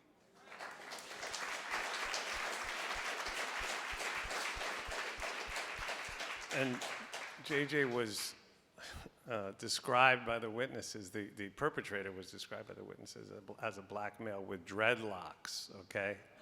How's those dreadlocks doing, Jay? All right? I mean, you can't fuck it up much worse than that. Unfortunately, nothing shocks me anymore, but everything shocks me. Every week I hear another story. Every week we publish another episode that is more mind-blowing than the last one. And Eric, I want to turn to you because your story is, I mean, there's a reason, besides your character and your courage and your, brilliance, there's a reason why your story stuck out, why Meek and so many other people rallied to your defense. But even with the obvious errors in your case, it took almost 30 years to bring you home. What in the world is going on here? And can you talk a little bit about what led to your wrongful conviction and what was the key to you coming home? First of all, thank you for having me. I know that this panel is dealing with wrongful convictions, and we were wrongly convicted. But to put it in the plainest language, Malcolm X once said that lynching by any other name is still a lynching, right? We was judicially lynched. That's what happened to us. We was judicially lynched because we living in a society where the judicial system that's supposed to be a truth-determining process, right, have went rogue. And now it's not about determining the truth.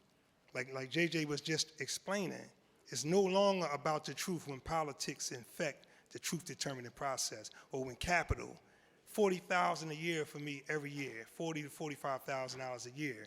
So it's really about the bottom line. It's about politics, and it's about, in many occasions, that old relic from the past seeping up into the times that we living in called racism. And at the end of the day, the beauty about this moment, though, is we look around this room, we see a network of people, and Malcolm also said, the power is with the people, and that's how I came home, a network of people coming together from different walks of life, different dynamics, and, and it comes from dissatisfaction. The court system have been functioning like this for so many years, so many years. And that injustice activated in the people dissatisfaction. And, dissatisfaction is fertile ground for change, and that's what we see today. As far as the circumstances in my case, the evidence was always there. I was accused of climbing a 15 to 20-foot balcony with a rifle, shooting a man while the man was 15, 20 feet on the ground, but all the bullets traveled up. All the bullets traveled up in his body. But again, when you have a court system going rogue, the truth is not relevant. It's no longer relevant until the people reestablish the fundamental principles upon which any civilized judicial system is supposed to rest. I'm so grateful just to even be here, but I see so many people that I've grown to love and respect. I was on Jason's show. I see Ms. Perez sitting in the front, and it was just a network of people, powerful people, joined with the grassroots advocates that was fighting to free myself as well as others. But I want to share this real quick, 2 seconds. We both was in prison at the same time. Some of the same people was helping us get out of prison. So I called Professor Mark Howard one day, and he was in the same arena with Dan Slepian, another friend, family, and JJ was on the phone with Dan. So they put us both together and let us talk on the phone. And we gave each other a promise. I told him, if I get out before you, I'm gonna meet you. I said, we coming home because justice is in season. You can see it. You can see it moving. I said, if I get home before you, I'm gonna make sure that I meet you in front of Sing Sing. So when I came home before him, he said the same thing to me. And I made it home maybe a couple months before him. And when Dan told me he was coming home, I jumped in the car, came up here, and I had footage of me going to Sing Sing, trying to get in. They wouldn't let me in, right? They wouldn't let me in. But it's just a connection. We connected through our experience. In these events like this, dealing with social justice, and that covers everything. We want to address social justice issues. All we have to do is resolve the conflicts, whether it's poverty, hunger, miseducation, wrongful convictions, and that's the antidote right there. But the power is definitely with the people. And I think everybody that participated in, I call it the village. I have a whole extended family that I'm looking out in the audience and I see on the stage. I want to thank Teller, Teller and the other two students, Alex and Kendall. They went out and did what the district attorney should have did in the first place. They did what the lawyers that was incompetent during the course of my conviction, during the course of my incarceration, should have done. They went out and investigated the scene in a dangerous area. They was out there, doing measurements, doing trajectory, all that stuff, And I'm just so grateful to be a part of this moment. Since I've been home, I started a foundation called the Emergency Response Foundation. And it's geared to address the most critical issues that's affecting our community, criminal justice reform and community development. And my family been on me since I've been home. I've been home 13 months. Last night was the first time that I got a good night's sleep. The first time, you know what I mean? And real quick, because I don't want to get long-winded, that's because, I came home and it's thousands of people still hanging from that noose called wrongful convictions, right? So it's like I spent more time with those individuals than I spent with my own family, So I hit the ground running right now, and I think I'm helping maybe around 10 pro se litigants file post-conviction relief petitions, and I'm gonna continue to do that. Thank you, Eric. And before I introduce Taylor, I do want to shout out Desiree and Danya and the whole ROC team for putting this together. And everybody in the room, give yourselves a round of applause because you're here. I mean, it's too hot outside anyway, but still, I'm just saying, it's really, it takes a village, like Eric said, and you guys are here. And most importantly, the other exonerees in the room. Can you all stand up? There are a number of exonerees here. I see you. Raise your hands.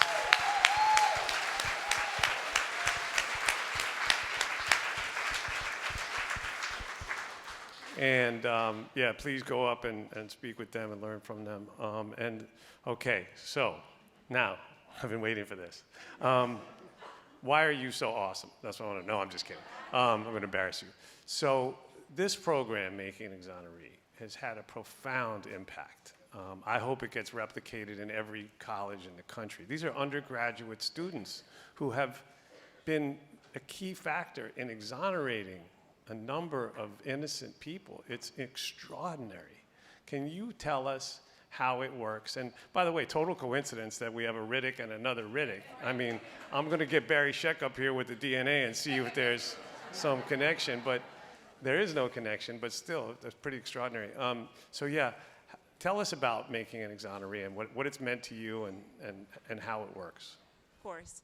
Well, first of all, I have to give a shout out to Marty Tancliffe, who's in the audience, thank you, Marty.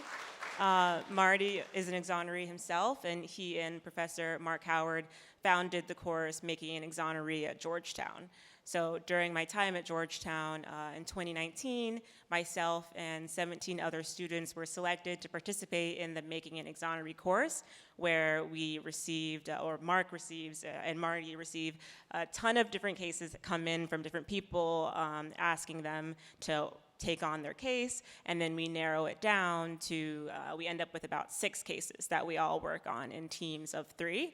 But this case in particular was introduced, as we heard, through Meek Mill, who brought the case to Marty and Mark's attention, and then we worked on it as a result of that. But I mean, Eric alluded to this earlier, and Jason also touched upon this, but there was just a ton of evidence pointing towards Eric's innocence in this case. So Eric and his family, his wife, his mother, who are also here with us today. They laid the groundwork for his innocence. Eric, like he said, has been working on his own case for 20 plus years. And then so just want to make sure I clarify that Georgetown played a role, but a small role on top of all of the work that had been done by Eric and his family. But in the course, we really become sort of investigative journalists, and we also have the opportunity to work with legal teams in some cases as well. So Eric's case is based in Philadelphia. We were based in DC, and so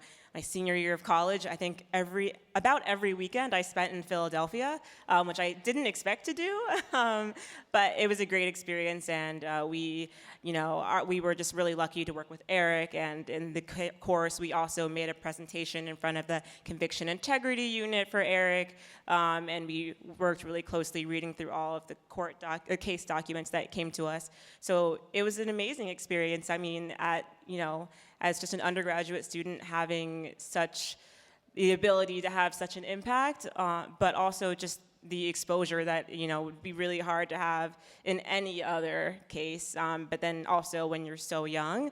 But of course, it's, I can say it's a great experience, but obviously it's a very real issue that we're talking about, and it's a very serious issue. And I just am very grateful to Marty and Mark for founding the course, but then also just for Eric and his family for letting us in and giving us the privilege to work alongside you guys.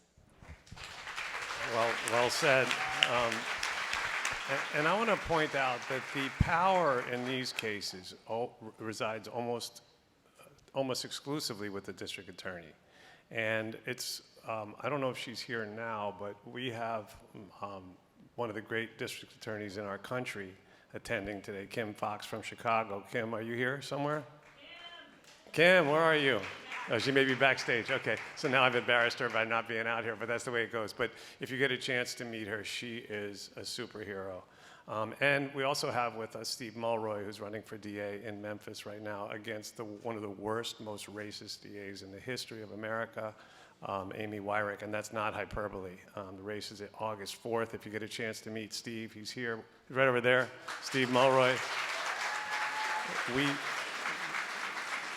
We can change the course of history in Memphis, Tennessee, where you get an 8-year term. Only in Tennessee you get an 8-year term. And so the amount of good that this man can do and the amount of damage that will be prevented if we are able to help him win will be just absolutely extraordinary. And now I want to turn to John. John, you are, like I said, you're sort of revered in this space. There's a reason why you're up here now. There are so many lawyers doing so much great stuff. What is the key to helping people like JJ come home, in your view, and what can others do? I get asked that question all the time by students and others. What can I do to help?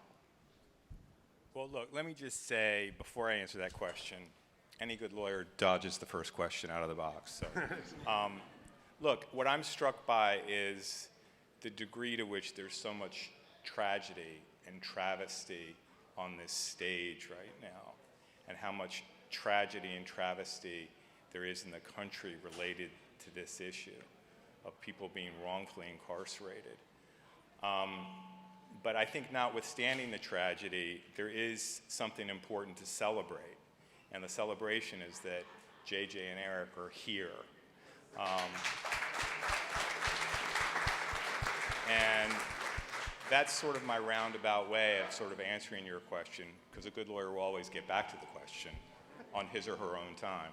I mean, the reason that the JJ is here is because there was a village. It was a huge village. It included many lawyers, many activists. Jason was incredibly involved. It included Rock Nation and Desiree Perez. Our work would have not been possible without Rock Nation and Desiree Perez.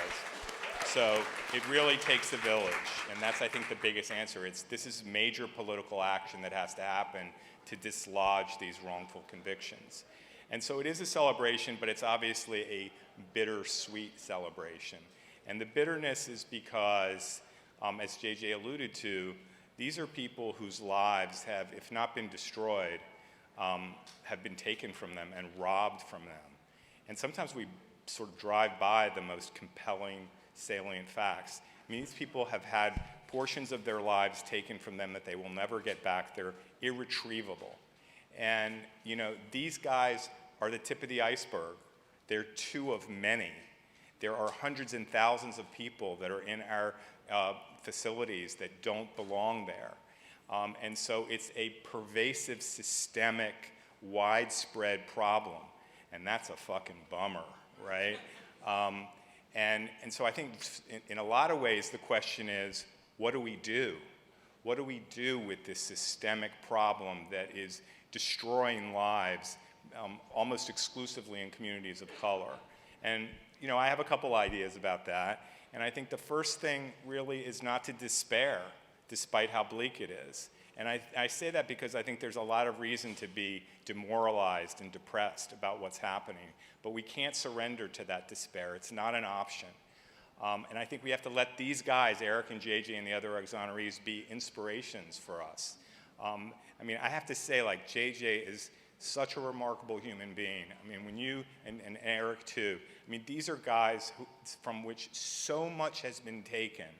Everything, almost everything has been taken from these guys.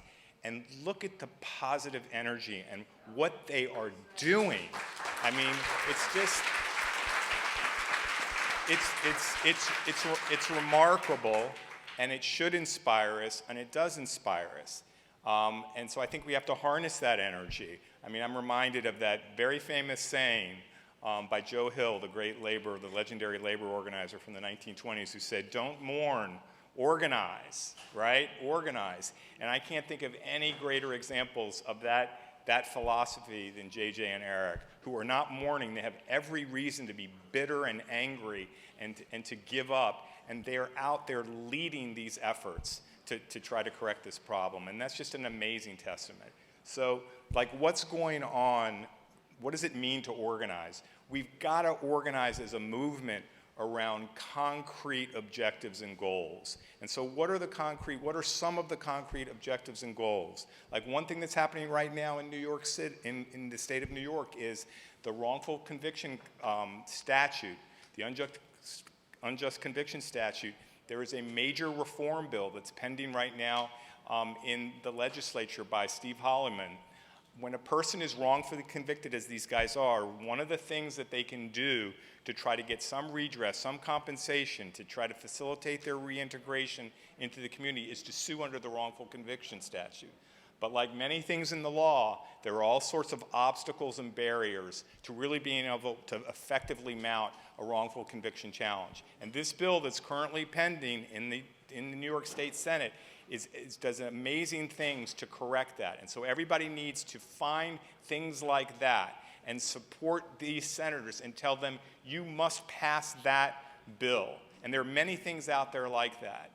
Now, that's a bill and that's an effort that's after the fact, because that's attempting to do something for somebody once they've already been convicted, right?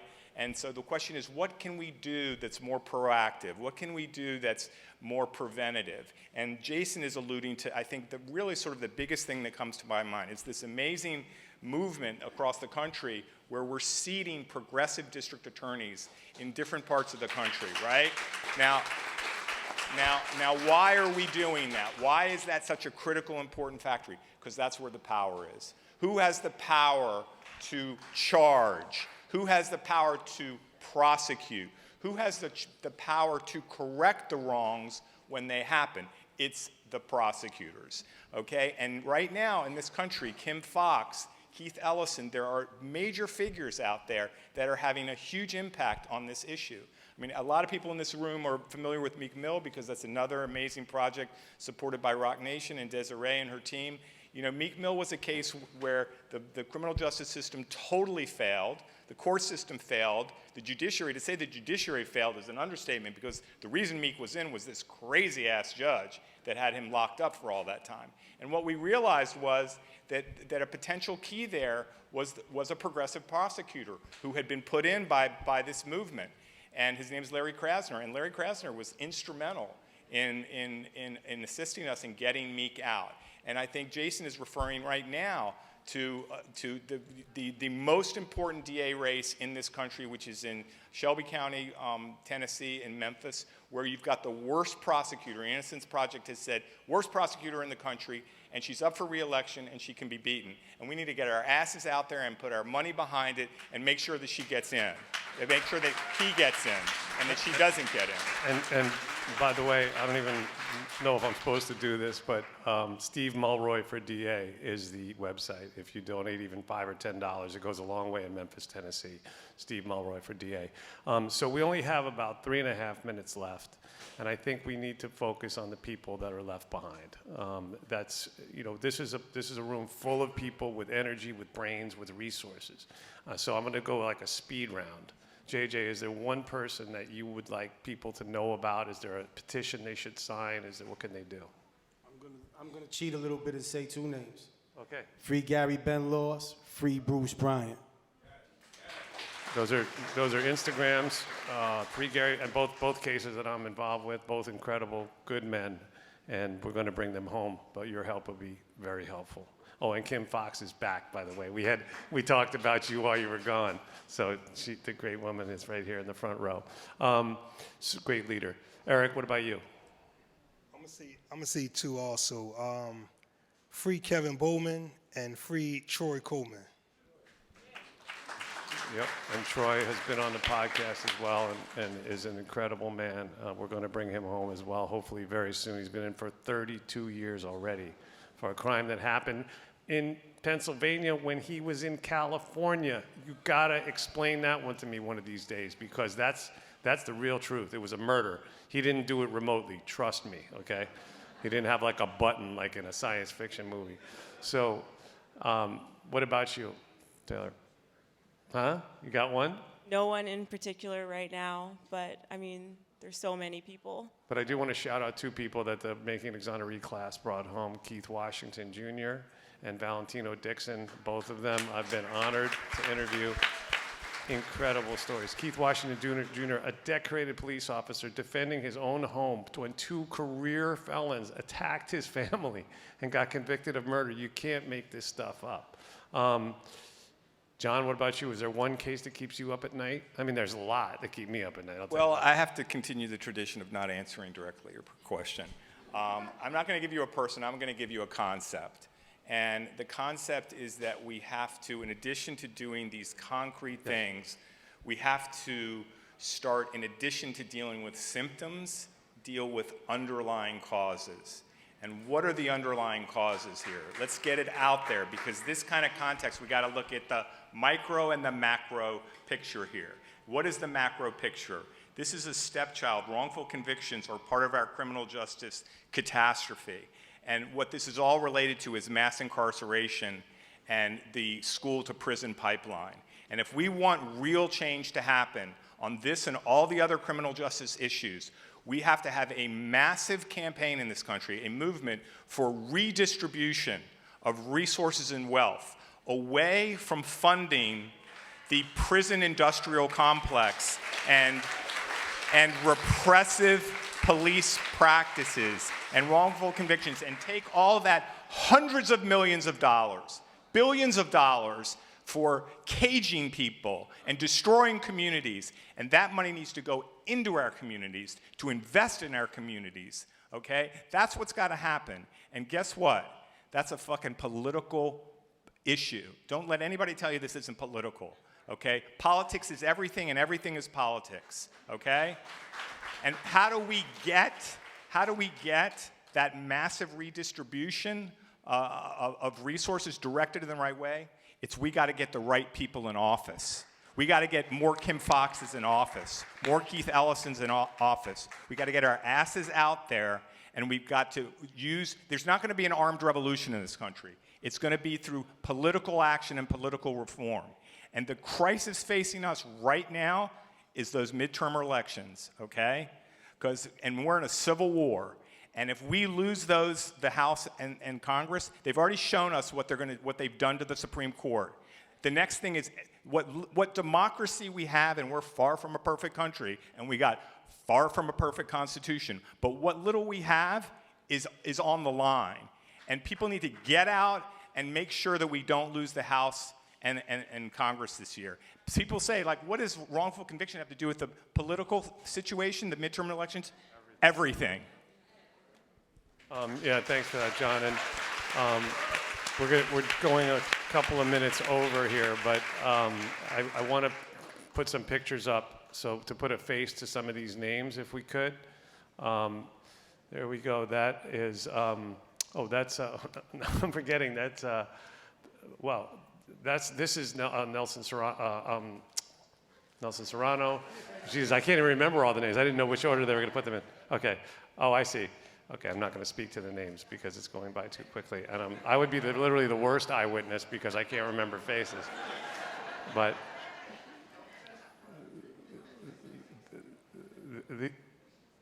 so these faces are the faces of men and women who have been wrongfully convicted. Just some of it's a tiny tip of the iceberg of the many, thousands and thousands of people who have come home. But there are hundreds of thousands who haven't. And to this day, my estimate is that we have over 150,000 wrongfully convicted people in prison in America right now. Social scientists agree with that, so it's not just crazy Jason talking, okay? But they estimate that 5.5% of people in prison are wrongfully convicted, and then in jails, obviously, that number is much, much higher. So we know it's much more. It's a crazy number. So with that, I want to thank again, first of all, one more shout out to the exonerees in the room, including you two guys and everybody else. Lorenzo, I see who's over there.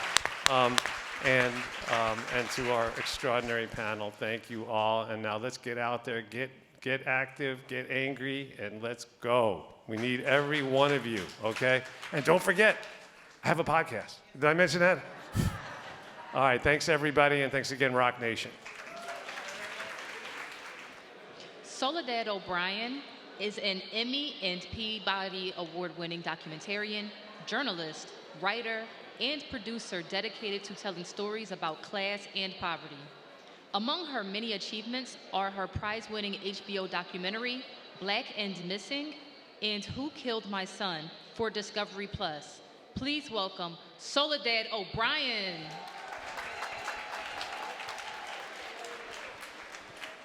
Hey everybody, nice to see you all. A big thank you to the United Justice Coalition, the UJC Summit, Planning Committee, Team Rock Nation, for bringing together all of these great leaders and activists and educators and experts. And of course, we thank all the organizations who are here as well today, who are working for justice and for equity. And also, I've met a lot of my sorors today from Delta Sigma Theta, so yeah, nice to see you guys. So let's get going. Efforts for reform, you know, are constantly taking place at the local and the state and federal levels. And so our next guests are going to address the issues of criminal justice from their unique vantage points. Satana DeBerry is the elected district attorney for Durham County, North Carolina. As district attorney, she has prioritized the prosecution of serious offenses, implemented policies to reduce unnecessary pretrial incarceration, and worked to improve trust and equity. Keith Ellison has served as Attorney General of Minnesota since 2018 and served as the lead prosecutor of the death of George Floyd in Minneapolis. Attorney General Ellison, come on out. And Hakeem Jeffries represents the 85th District of New York. He's a member of the Democratic leadership as chairman of the House Democratic Caucus. Please give a big round of applause for my panelists today. Mr. Chairman. So as you guys on this panel know, but I don't know that many folks in the audience know change, reform, especially criminal justice reform, moves at times at a glacial pace. And often you'll meet people who say, well, you know, why doesn't the president just do something? Why isn't Joe Biden just doing something? And obviously that is not a thing that happens sort of singularly, that the president can just do that. So I want you to each talk a little bit about some of the misconceptions that are that you see about the executive branch, about the power that you have in your own offices, and how that pertains to criminal justice issues. So Tana, why don't you start for me? Great, thanks, Soledad. So we talk about why doesn't the president do anything, but the federal government has a very small role in the criminal legal system, as most of you know. In my jurisdiction, I have a U.S. attorney who's responsible for 30 counties, and she has maybe 900 to 1,000 cases a year.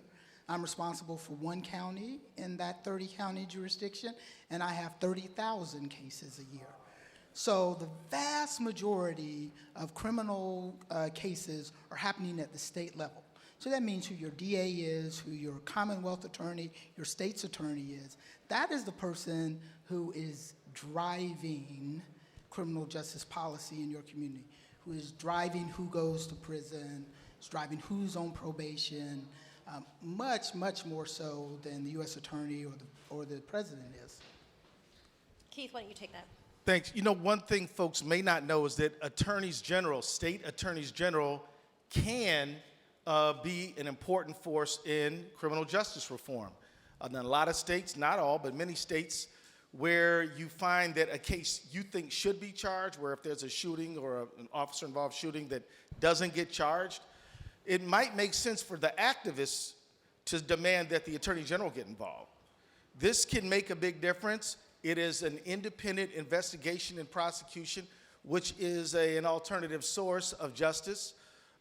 In many places, the AG may not have original jurisdiction, but may well be able to pick up where when you don't see cases being charged out. I mean, if you look at, for example, the Mike Brown shooting in Missouri, I mean, actually the grand jury was mischarged and given wrong legal information for the grand jury to make a decision on. If that case would have been at the grand jury, at the attorney general level, maybe you could have seen a higher quality of justice emerge from that. So that's just an example. As you get out there and protest and push for a higher quality of justice, don't forget to call the attorney general into the picture. They may be a source of justice as well. What are the misconceptions that you see? Well, it's great to be here with these two distinguished panelists, and thank you to Rock Nation and all of the partners for convening this very important discussion. I think a lot of folks look at criminal justice reform and think about it often through the lens of what the federal government can do, which is both important but can paint a picture that doesn't lead to the type of comprehensive action that might otherwise be necessary to tackle the problem of mass incarceration in the United States of America. From a policy standpoint, the federal government, I believe, plays an outsized role in helping to shape an approach, an agenda that can have significant impact at the state and county level. But when you look at who actually is incarcerated, the overwhelming majority of individuals incarcerated in America are incarcerated at the state level or the county level as opposed to the federal level. Now we know when the failed war on drugs was first declared, that was in 1971. That was a president, Richard Nixon, who declared a war on drugs. At the time, in America, there were less than 300,000 people incarcerated in the country when Nixon made that declaration. Right now, there are about 2.3 million. Disproportionately Black and Latino, a significant number of those individuals incarcerated over the years for nonviolent drug offenses. Incarcerated more often than not at the state level or the county level, the local level, but it was a federal policy that was set in motion that had enormous consequences in terms of an approach.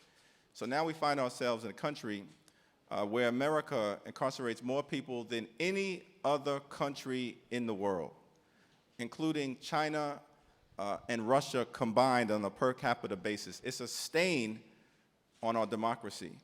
But it does require an all-hands-on-deck approach to change the laws, not just at the federal level, where only about 175,000 or so people are incarcerated, but certainly on a state-by-state basis which I know many of the criminal justice reform advocates are engaged in that very important work.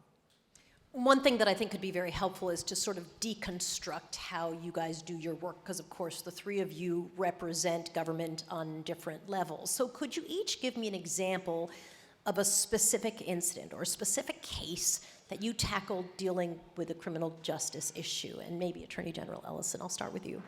Well, as Attorney General, I got a number of criminal justice hats. One is that I'm on the pardon board. So myself, the governor, and the chief of the Supreme Court are the pardon board. People come in front of us, and we deal with cases. The other one is I'm a prosecutor. Much like County Attorney Dewberry, we prosecute cases, but only when they're referred to us by the county. So everybody has heard of the George Floyd case. We prosecuted that case. And then we set up a conviction integrity unit where people come to our office and say, I'm innocent. We review their cases, and if so, we will bring a motion for a new trial for them or resentencing. And then we have a statewide expungement program, which is free. So there's a lot of different ways that we're impacting the criminal justice system. That's just the criminal part. We also sue we were the lead civil plaintiff in the opioid cases, and so there's a number of ways we engage. One case, just to pluck one out, was a young man who was accused of what really was a horrific murder. 11-year-old girl was doing her homework. Some guys were exchanging gunfire over some drug conflict. Bullet pierces the wall of the house, hits her, she dies. That's a crime most people want to see prosecuted, and it was, except there was one 16-year-old who got fingered who actually didn't have anything to do with it. He was interrogated for hours and hours without his mother, though he asked for her to show up time and time again. The co-defendants started putting it on him because rival gang members were dropping dimes on each other. And this kid ends up getting convicted. At the age of 16, his co-defendants were all adults. He gets a new trial because of the denial of his Miranda. Goes to trial again. His lawyer makes some decisions which I think are definitely questionable.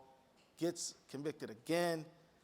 But then then some folks from the Innocence Project, including Barry Scheck, looks at his case. The folks review the case, and he comes before me and the pardon board, and we commuted his sentence on the grounds that under the United States Supreme Court has found that brain development for people that age is simply not what it is for somebody 25 years old. 16-year-old can't they don't understand consequences the same as a 25-year-old person.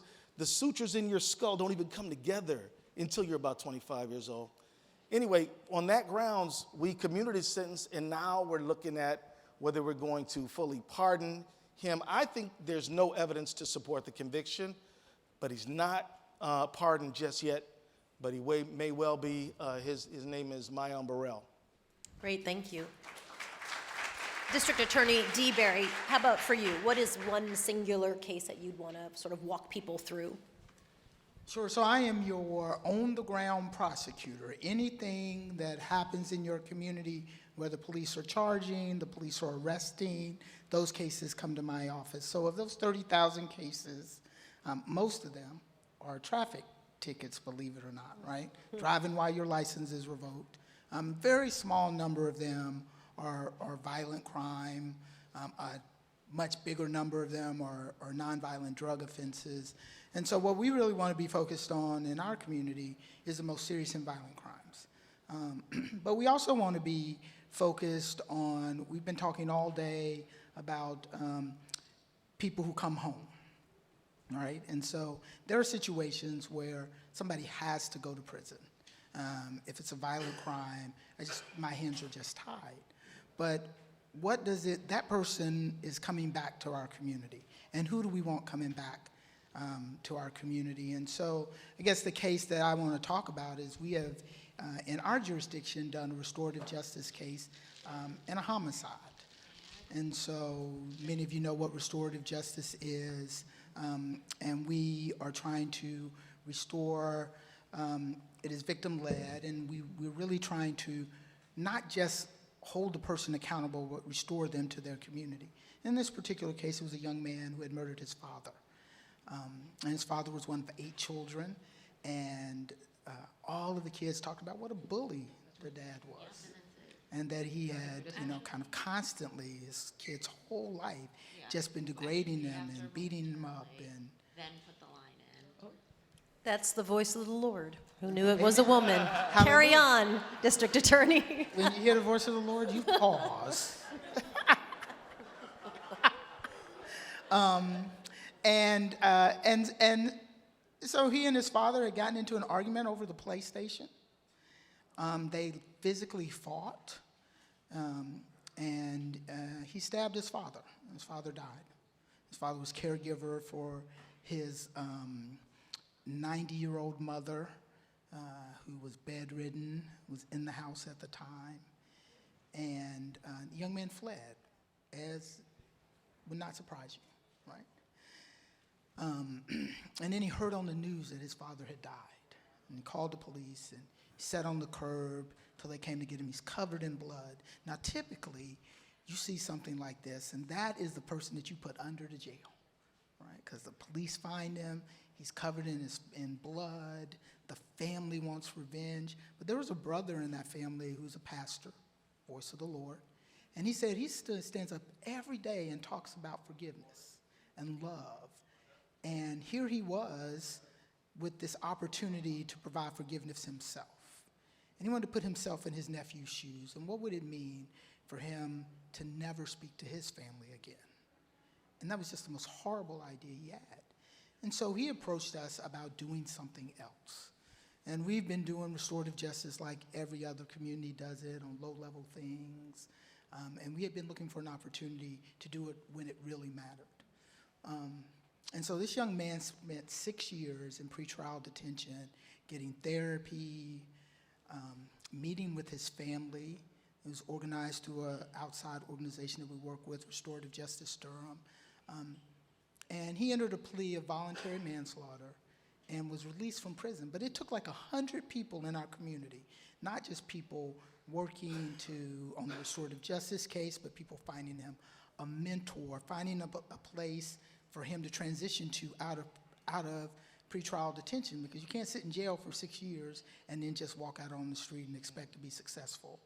And so we are really proud of that case because it provides for us an opportunity to do something different and to see the humanity in the people in our community, and somebody who's coming back. There's nowhere else for him to go. His whole family's there. So. Representative Jeffries, what does structural change look like to you, and is there a specific case that you'd want to walk us through? Well, as a member of the legislative branch, as opposed to being an executive, either as a DA or as the Attorney General, I think structural change for me, as a member of the House of Representatives, where I served with Keith Ellison and also Lisa Blunt Rochester, who's with us here from Delaware. Shout out to LBR, carrying a clean slate bill that's very important, criminal justice reform. The way that we've always looked at policy is, let's look at injustice as it exists, embedded in the system, and figure out legislatively how we can address that injustice with the fierce urgency of now. And for me, being involved in the effort to get the First Step Act passed into law was really a labor of love during my third term in Congress, particularly because at that moment, Democrats weren't in the majority in the House or in the Senate, and the president before this one was in the Oval Office. And a lot of folks said to myself, Keith, Cedric Richmond, others, that just give up on criminal justice reform is not going to happen. And our view was, we've got to do our best to address this injustice, because there are people who are behind the walls right now, without hope, suffering. They're on unjust sentences. And if some of my Republican colleagues are at least suggesting that they're open to the idea of reform, then we felt an obligation to pursue it. Now, when I first got to Congress, I was put on a task force on overcriminalization. And it was 5 Democrats, 5 Republicans, so it was a bipartisan task force to deal with this problem in America. It was Republican-led, and then there was a Democratic co-chair. We had our first couple of hearings, and you know, some of the witnesses that showed up were like folks from the Koch brothers. I know the Koch brothers, right? Heritage Foundation. And what was interesting is that a lot of what folks were saying, there was a particular witness from the Heritage Foundation who was like, yeah, we have an overcriminalization problem in America. We've got to deal with that. It's a threat to liberty. And I found myself agreeing with everything that this particular witness was saying. And at first I'm like, am I being hustled right now? Turns out that for a variety of reasons, there were willing partners on the right to enter into this conversation. And then ultimately, it led, you know, to the passage of the First Step Act, the most significant criminal justice reform bill that Congress passed in a generation, that dramatically reformed the harsh drug laws that came out of the 80s and the 90s, rolled back mandatory minimums, elevated good time, strengthened compassionate release, made some of the changes to the crack cocaine, powder cocaine sentencing disparity retroactive.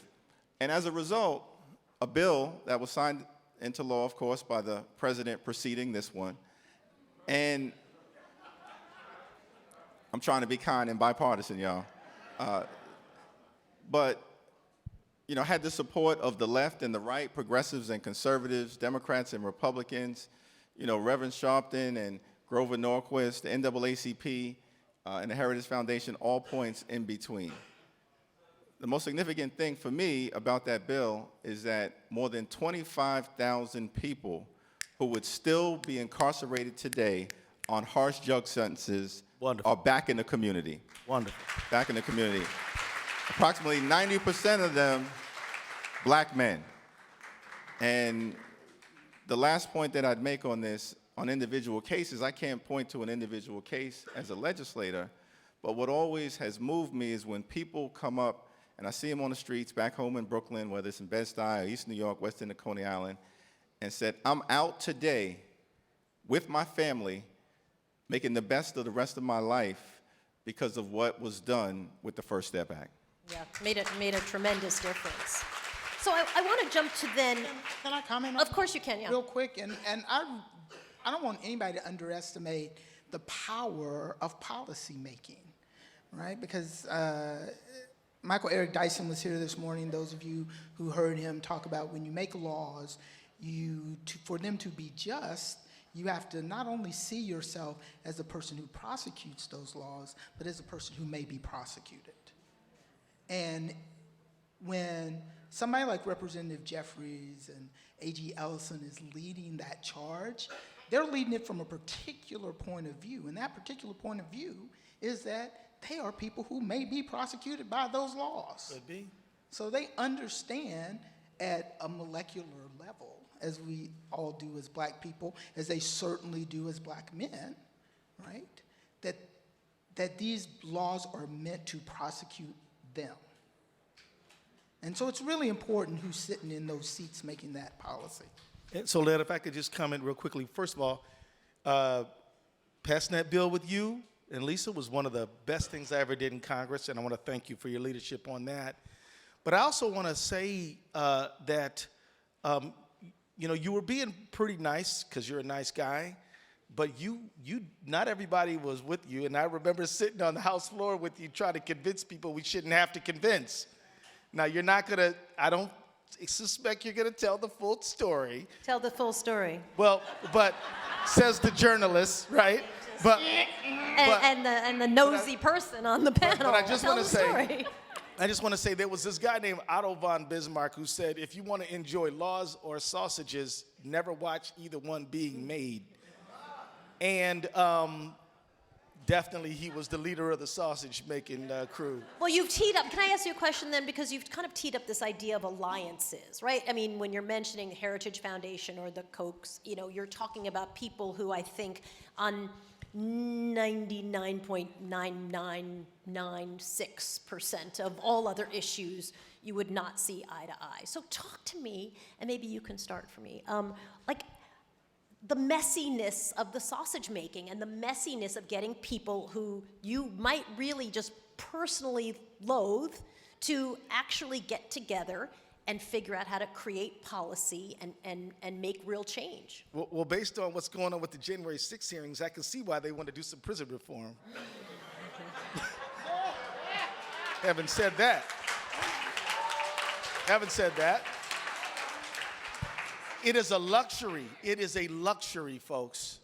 It's a luxury for somebody to say, I'm not going to sully my progressive credentials by working with those Republicans over there. Well, wait a minute. There were lots of people who were very pissed off about that. I mean, let's be real. It was ugly. Right. And your question is excellent because I hope, look, folks, it is easy to rage at the other side. You know what's hard? To go to your own people and say, we're wrong, and we got to change the way we do things. That's courage right there, to go to your folks and say, guys, Mr. Johnson has been in prison for 40 years, maybe for a crime that he didn't commit or some nonviolent offense, or, you know, can we do something? Will you be willing to suspend your animosity toward the other side for Mr. Johnson's sake? Will you do that? Some people say, no. He says yes. Lisa says yes. I say yes. You can't, look, doing legislation is hard. I did it for 12 years. I went and got me a new job because it's very difficult. It takes a lot of patience. And I'm not talking about sitting around waiting. I'm talking about every single day going back to everybody, talking to people who some of your friends would be like, you talk to them? Yes, we do, for the sake of Mr. Johnson. So really, being a legislator is tough. Any of y'all who are thinking about running for Congress, I want to recommend you definitely do it. But don't think that you're always going to be talking with people you agree with, because if you only talk with people you agree with, you will not get anything done. And so understand some of our ideological purity tests are keeping good people in prison. That's correct, and I think it's especially important. Like, I'm a reform prosecutor. I got elected in a primarily Democratic jurisdiction. And so it is really important that we are having these discussions amongst ourselves, because sometimes we are the ones that stop. You would think, being elected in a Democratic jurisdiction, I'd be able to push forward whatever agenda I said I was going to push forward. And there are no Republicans to stop me. So when things don't happen, they're not happening because I have Republicans, right? And so you can't have any permanent enemies. And the perfect is the enemy of the good. That's great. And just to give a little context, Soledad, about how we got to this Come point. on. Don't get in trouble, but... You can name names. I'm totally fine with that. See, it's a good thing that Brother Keith is an attorney general, so he had my back. But... in Minnesota, though, so... That's right. I'm just saying. You know I got your back. I'm with you, sis. Hey, ride or die, bro. You're in, I'm in. Whatever. So we were working on criminal justice reform in 2015 and 2016. I'm in my second term. Cedric Richmond from Louisiana, another young member of Congress, were kind of charged with working with the Obama administration. Some of our allies on the outside groups, genuinely committed to getting something done in this space, where we had made some progress as one of President Obama's final legislative initiatives. He doesn't get credit for what he did in 2010, which was the Fair Sentencing Act that reduced the crack cocaine, powder cocaine, Ellison was there working on it, from 100 to 1 to 18 to 1. Right. Couldn't go further at that point in time and make it retroactive because of problems in the Senate. But that was one of President Obama's first pieces of legislation. So trying to close the loop, in 2016, we're working on criminal justice reform. It's a bipartisan conversations that were taking place that the president had convened. And some of our allies said, we're going to pull the plug on criminal justice reform because we think we can get a better agreement when Democrats are in control of the Senate after the 2016 election and Hillary Clinton is president. That's what was said, so the plug was pulled. And then we know what happened in 2016. So I come back in 2017, and some of my folks said, well, the new administration wants to talk to y'all about criminal justice reform. And the good news is there were great allies like Van Jones, Jessica, Families Against Mandatory Minimums. On the outside, Mark Morial, Urban League, they thought this was a step that we should take, but then there are others who were skeptical. But I said to them, I said, how did this work out the last time? Because Hillary Clinton ain't president, and Democrats aren't in control of the Senate, but brothers and sisters are still in jail who could otherwise be out. And we made that decision. I think Jay-Z said once, I gave you prophecy on my first album, y'all all aimed out. We said, you made a decision, it was wrong, we're gonna go in a different direction the second time around. And it was a tough decision to some degree because of who was in the White House at the time. But when they reached out, and one of my Republican colleagues said, Jared Kushner wants to meet in the White House on criminal justice reform. I said, I just can't go to the White House. And I didn't. I can't, because I didn't want a fake photo op. And we had seen that in other instances. I said, we want action. But I said, if he's willing to come to the House and have a conversation, I'm willing to have that conversation. And to his credit, he came as a Republican congressman there, Cedric Richmond, myself, and that is what began the dialogue around what ultimately led to the First Step Act. Awesome. If you don't mind, Soledad, can we get a hand for that? That was good. So I just want to say, so like now, we would love to see the George Floyd Justice of Policing Act pass. And it's not passed. After we successfully prosecuted Derek Chauvin, I said, look, don't clap too loud because this is just one case. We need a bill passed. And what we're going to have to do, beloved, is we're going to have to talk to police organizations. We're going to have to find officers who want to see reform together with people who desperately demand that there must be transformation, because I know some folks don't want to hear nothing about no reform.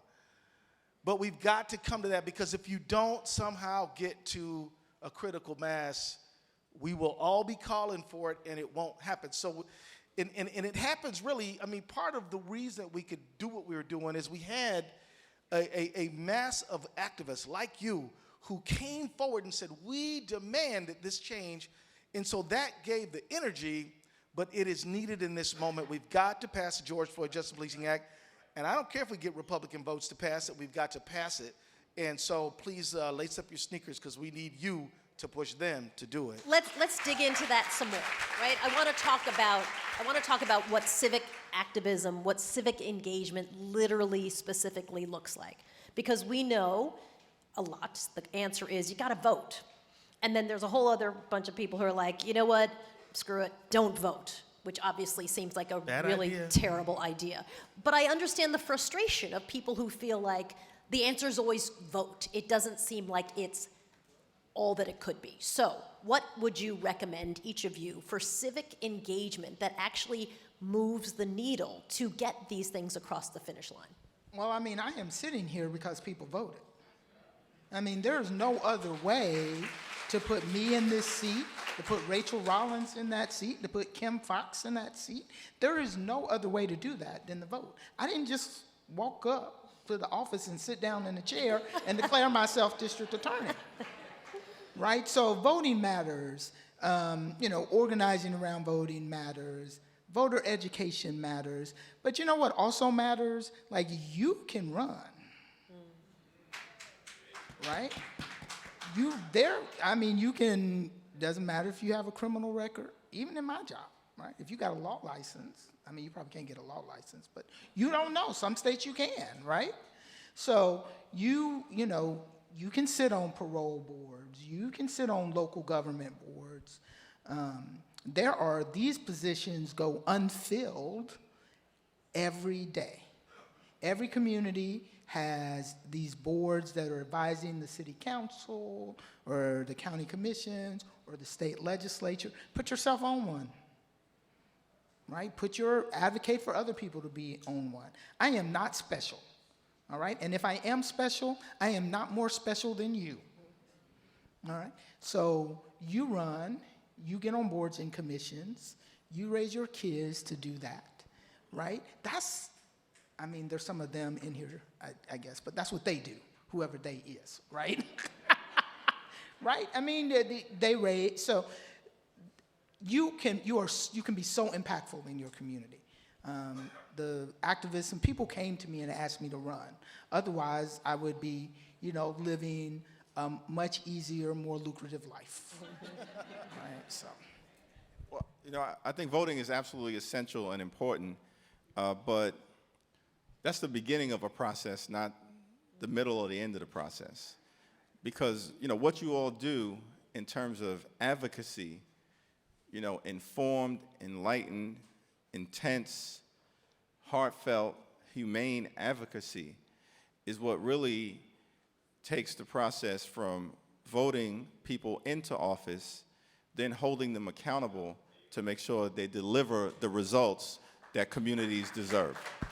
And that advocacy process is embedded in the Constitution in the First Amendment, right? Freedom of speech, freedom of expression, the ability to protest, the right to petition your government. That's at the center of what our democracy, as fragile as it is all about. That's advocacy. And you better believe that if your voices aren't being heard in communicating with legislators, at the local level, at the state level, at the federal level, that the voices, of the wealthy, the well-off, and the well-connected will fill that void. And so it's important to put people in office who share your values and then hold them accountable for bringing those values to life. Absolutely. Have you found ways to get people who are particularly cynical and disengaged, ways that work to get them engaged? Yes. What are they? Direct door knocking, personal contact. Personal contact. If you run an ad, it probably costs you, in New York, I don't know what it costs in New York. In Minnesota, it costs you at least around $400,000 to run your ad so that everybody who watches TV sees it around 7 times. But people still forget it. But if you go, they've proven this statistically, but if you knock a door and actually talk to somebody, they will remember you much longer. So it's really a matter of direct engagement. Here's a question for all of y'all. Before 1965, when only about 1% of us black folks could vote, how did we do political engagement then? We protested. Martin Luther King never held elective office, ever. Neither did Rosa Parks. What's my point? You can be an effective advocate without being in office yourself, but you can make an enormous difference. But the real thing is on the ground organizing, writing letters to the editor, writing books, writing op-eds, doing journalistic stories, extremely important contribution to our black press before that time. And so all these things, I love to work with people to the point where voting is like, of course we're voting. If I got a relationship with Reverend Johnson and we're working on payday lenders and we're working on wage thieves and we're working on bad landlords, and then I come up around October, I say, Rev, y'all gonna vote for me? Like, of course we're gonna vote for you. We've been working together all along. Of course we're gonna vote for you. But if Reverend Joe never see me, and now I'm like, y'all voting for me? He looks at me like, oh yeah, must be election time. So that's the thing, we've got to co-govern. We got to co-govern. And it's not just all on the electeds, folks. Some folks vote for me and they're like, go do a good job, we'll see you when you next time around. No, we need active citizenship, involvement, and checking in, talking a lot. When you elect somebody, you have elected yourself to tell them what to do. It's your job. And of course, you know, they're gonna listen to everybody, not only you, but they're gonna listen to you too. And so this is the thing, grassroots, active involvement, high touch, de-emphasize let me ask you this, do you like watching nasty attack ads on opponents? Does that bring you enjoyment? Nobody likes it. What's better, but it works. So what could work better? High touch, direct, personal engagement, planning what we're gonna do, doing it, and getting some things done. Then you're gonna see voter turnout go way up. Yeah, you can never underestimate the power of community organizing, Yep. right? Like, what did your grandma and your aunties do? They were on the missionary board. They were doing Sunday school. Involved.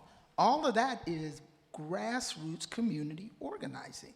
They didn't call it that, but that's what they were doing, and that's what they were teaching other people to do.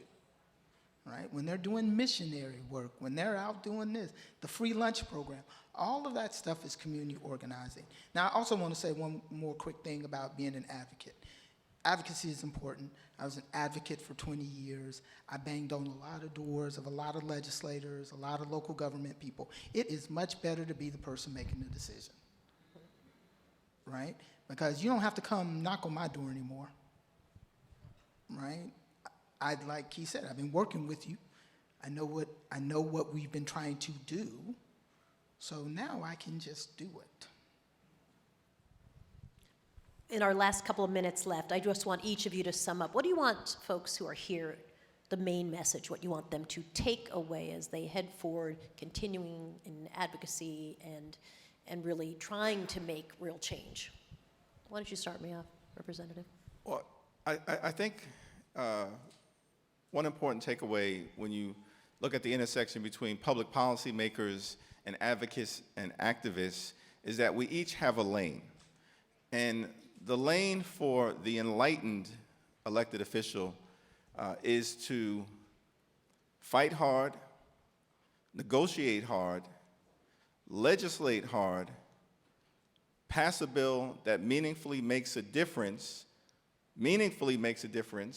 on the issue that you care about, in this space, criminal justice reform, and then live to fight another day.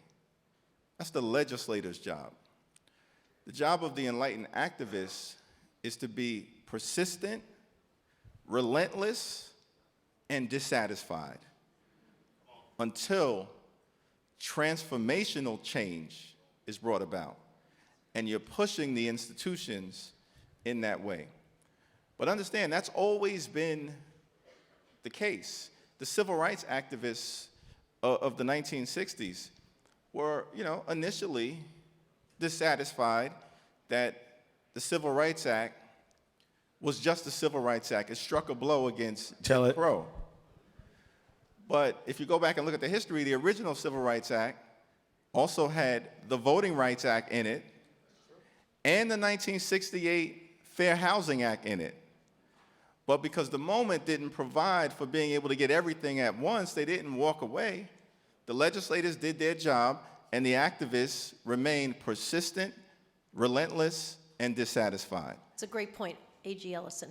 Rock Nation, I'm so glad to be here with you guys because every one of you are seated in this chair or listening to this broadcast. It's evidence how much you care and how passionate you are. All of that is absolutely needed in this moment. You see the January 6th stuff, you see the climate changes. Your passionate involvement is so essential and necessary. What I ask for is that you remain hopeful and optimistic, and counsel people who say voting don't matter, being involved don't matter. Counsel them to say, if it didn't matter, why they try to take your vote away so hard? I mean, counsel them, talk to them, teach them, but stay involved and keep doing what you're doing. It's gonna make a big difference, and we are at an essential moment right now. Satana, you get the final word today. I want to say ditto to all that, but I also, it's a cliche, but we are the ones we've been waiting for. Like, the power already exists inside you, right? If everybody in this room went out and organized, who knows what could come from this conference. The second thing I would say is, it's not just me, and I was really reminded of when Representative Jeffries said, legislate hard. Like, we don't want him to kill himself. So train up somebody behind you. My mentee's sitting in the front row, right? I had the opportunity to bring a +1. I didn't bring my kid or my significant other. I brought the person who picks up after me. And so have somebody to pick up after you. A big round of applause for our panelists, and a big thank you to the United Justice Coalition. Really important conversations, and we're all looking forward to see what comes out of all of this power. Thank you, guys. Appreciate it. Thank you, Soledad O'Brien. Bridging the Divide, Policing in America will begin now. Please stay with us for a surprise presentation after our next panel. You don't want to miss this one. Make sure, before you leave, you visit the exhibit booths of our sponsor organizations downstairs in Exhibition Village.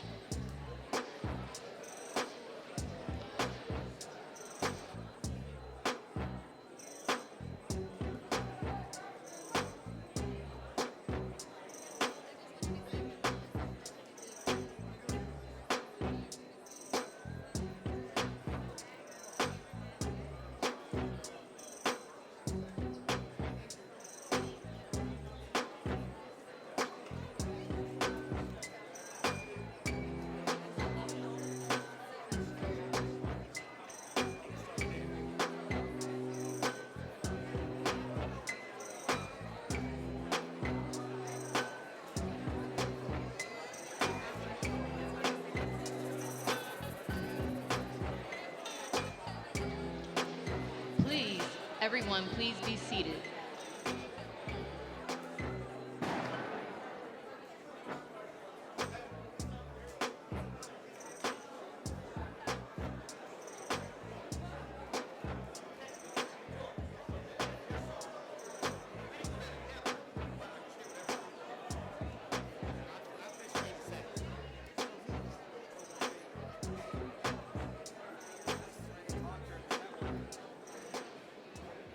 Dan Slepian is an Emmy Award-winning NBC News journalist. Dan's in-depth reporting for Dateline about the criminal justice system and unjust incarceration includes the documentaries Justice for All, Life Inside, Voices from Within, and the podcast 13 Alibis. Please welcome Dan Slepian.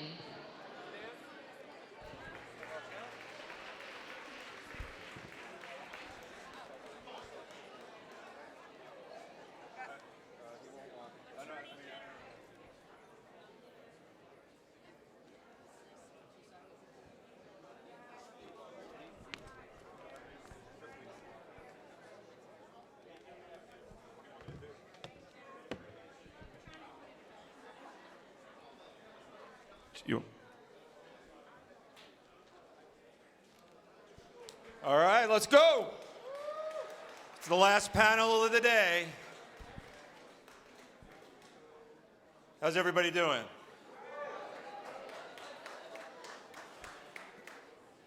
Before we start this last panel, I want to just quickly give a quick shout out. This day did not happen because it just happened.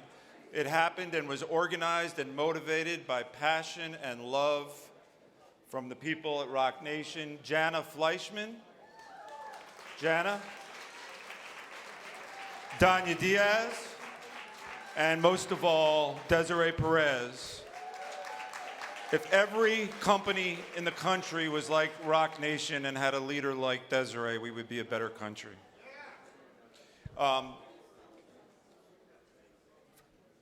Policing. So for the next hour, this is the last panel, I'm going to give you a little framework about what we're going to do. If you think about policing as let's just talk about this as a big apple tree. Think of a big apple tree, right? The first 20 minutes of our conversation, if you see all those big, bright, ripe apples, and then there's like a couple of rotten apples your eye is drawn to, right? The first 20 minutes, we're going to talk about how those rotten apples affect people, human beings and families. The second 20 minutes, we're going to talk about how we identify those apples and track them over time. And then the third 20 minutes, we're going to talk about how we have a tree without any rotten apples.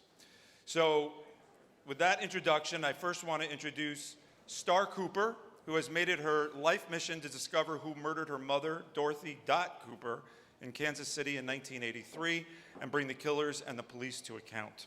She's joined by Tricia Rojo Bushnell. I think this is your, yep, right here. Tricia's the executive director of the Midwest Innocence Project, president of the Innocence Network, and a past president of ACLU of California. Thanks for joining us. So Tricia, we're going to start talking specifically about Kansas City, Kansas, not Kansas City, Missouri. And if people don't know, some of the the depravity there is off the charts. So why don't you just talk a little bit about Kansas City? Yes, so when we talk about Kansas City, Kansas, both now and in the past, we really sort of have to go back to the case of Lamont McIntyre to understand the atrocities that are happening in Wyandotte County, Kansas City, Kansas. Because if I just listed them here, you actually might not believe me. They are so extensive. Why don't you list a couple? So, well, we're talking about extreme sexual abuse of black women, murders of women who are connected with police that have never been investigated, physical assaults on men, essentially a criminal cartel running our police department where every system of accountability has failed. And the way that this has come to light, it's been over 3 decades that this has been happening, really was in the case of Lamont McIntyre. So Lamont McIntyre was convicted of a crime he didn't commit in 1994 when he was just 17 years old. There was a double homicide that happened in broad daylight, a shooting. Someone ran up and committed this crime. It took the police 19 and a half minutes to close the investigation. They essentially went to an eyewitness, and they gave a photo array, and picked up Lamont, and lots more to go to that. But essentially, he gets convicted, even though he has an alibi. 2 of the witnesses to the crime were family members of one of the decedents, and they go to a hearing, and they tell the prosecutor, that's not the guy. That's not the person who killed my relative. The prosecutor at the time was a woman named Tara Moorhead. She sent one of them home, and she told the other one, you're going to say what I tell you to say, or I'm going to take away your children. And so she does. She testifies against Lamont, immediately recants, and tries to tell everyone to make it right. Fast forward, Lamont's case gets opened by an attorney named Cheryl Pilot out of a law firm, Morgan Pilot, and another organization called Centurion Ministries. And over 10 years of investigation, it became clear what had happened. So Lamont eventually gets exonerated in 2017, and it's through what this investigation revealed, which is essentially this. Lamont was framed because a detective named Detective Roger Golubsky, who was on the force for over 30 years, who retired with honors, still draws his pension today, has never had any accountability, raped women, black women, with impunity for those 30 years. And one of the women that he sexually assaulted was Lamont McIntyre's mother. And when that happened, it happened in the police station. Another police officer walked in, saw what was happening, shut the door, and walked out. She reported him, moved, changed her phone number to get away from him. He continued to harass her. And so fast forward in time, when it comes time for him to cover up a murder, because this cartel knows who's committed this murder and they're profiting from it, when it comes time for him to cover up this murder, he makes a photo array of 5 people, 3 of whom are Rosie McIntyre's relatives. He did not care who he got, but he got someone that hurt Rosie. So through this investigation, it takes 10 years because the community understandably doesn't want to talk about what's happening because it's dangerous. But now we've talked to over 100 women who have been sexually assaulted by Detective Golubsky and others. He's not the only one. His partner at the time of all this happening then became the chief of police, right? Tara Moorhead, who was the prosecutor who said, I'm going to take away your children, she's now at the U.S. Attorney's Office. And no amount of accountability has happened. So Roger Golubski's obviously in jail, right? No. No. No. He left there, he went to another police department, and then from there he became the head of security at a hospital where a number of the members of this community go to. He still continues to drive around, people know him and see him. So that is really what launched this into an area where people who were not in the community could see it, right? But it has been openly known in the community for decades that not only Roger Golubski but the police are dangerous, that they rape black women, that there are dead women who were last seen with police officers and whose murders were never investigated, that there are individuals who have been beaten, killed, right, and who, a drug, essentially, organization that's being run. But we can't get anything done about it. Even the community having said all of that, even us now coming in, even with the support of Rock Nation and Team Rock coming in and saying this is not okay, right? The Department of Justice has not launched a pattern and practice investigation when they could take this over and end it. The FBI has twice tried to start an investigation and then always essentially is like, well, there's nothing we can do because the police just come together and hide everything together, right? The blue line. Their internal affairs, who's going to complain, right? What are you going to complain to? The State Bureau of Investigation said, well, we don't have anything we can do. Take it to the feds. And there's a conviction integrity unit now that exists, so a prosecutor saying we're going to look at these old wrongful convictions that came as a result of Lamont McIntyre's investigation, but those officers are still around. And this is not a secret, it's open. It is open. The Kansas City Star, which is our newspaper, writes about this. So just Google it? You could Google it, it would pull right up, and nothing has changed. So how many missing black women, and I know the Star, you know this, let's turn to you. Tell us a story about your mom and how Roger Golubski fits into this story. Well, my mom got killed my mom got murdered in 1983. I was 1 year old.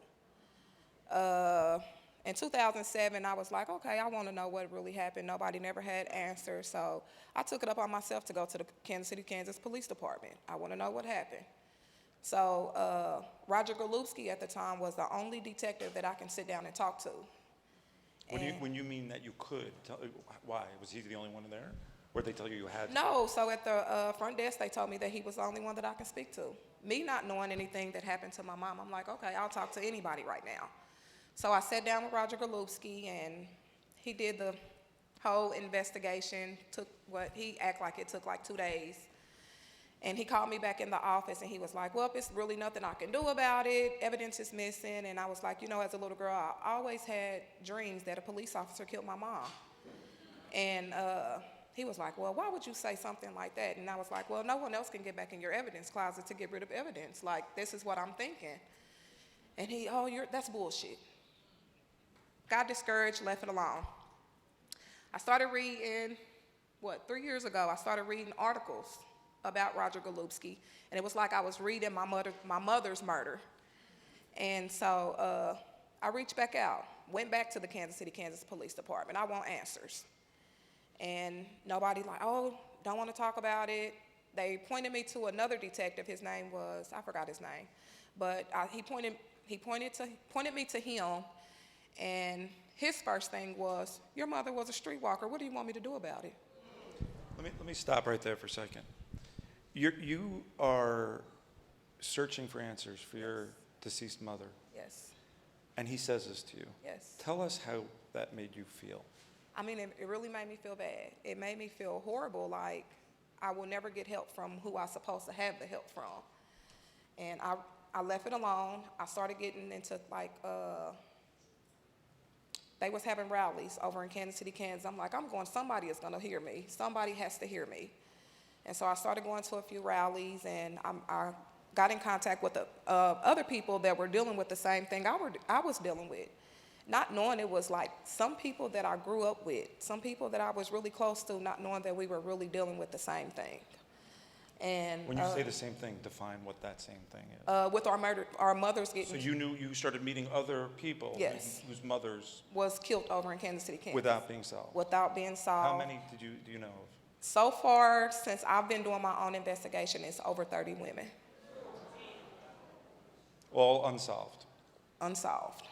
And then they opened up a cold case unit over there and put a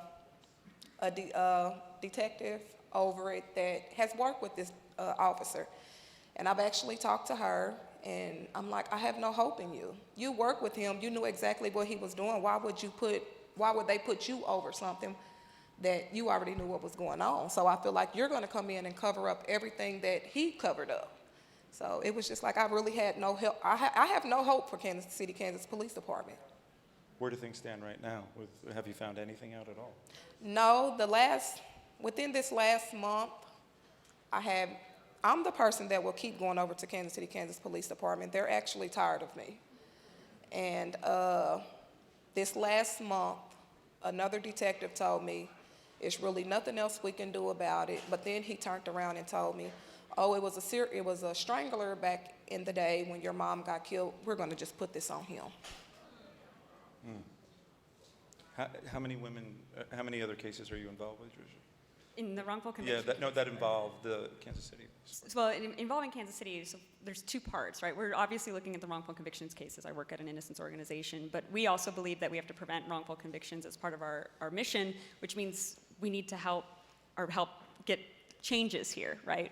So we have the over 30 women that Star is talking about, which include women where the last person they were seen with was a police officer, they were known sex workers, and nobody ran DNA of rape kits. And now they don't exist anymore, right? Or women where no defined cause of death. They just don't even look at it. And the other part of that is for all of these women who were sexually assaulted, right? The statute of limitations has run. So they can't sue to get justice. There's no recompense for them. And that's where we have to sort of think outside the box, where if the system as designed isn't providing it, how are we going to change the system, right? One of the things we're asking legislatures is reopen the statute of limitations. Right. Give people that opportunity to do that, because until anyone is held to account, nothing is going to change. So, Roger Golubski, everyone likes to talk about him. I'm happy to name him. But he didn't do that in a vacuum. Right? You don't get to do that for 30 years and just say everything else is fine. His partner was the chief of police. He then retired, and it goes on and on and on. Right. So Roger Golubski being a very obvious example of what a bad, I won't even say bad, I mean that's different, off the charts, but all across the country there are different levels, obviously, of interactions that officers have that might not be okay. And so the question is how do we track what calls for accountability? How are we going to do that using data?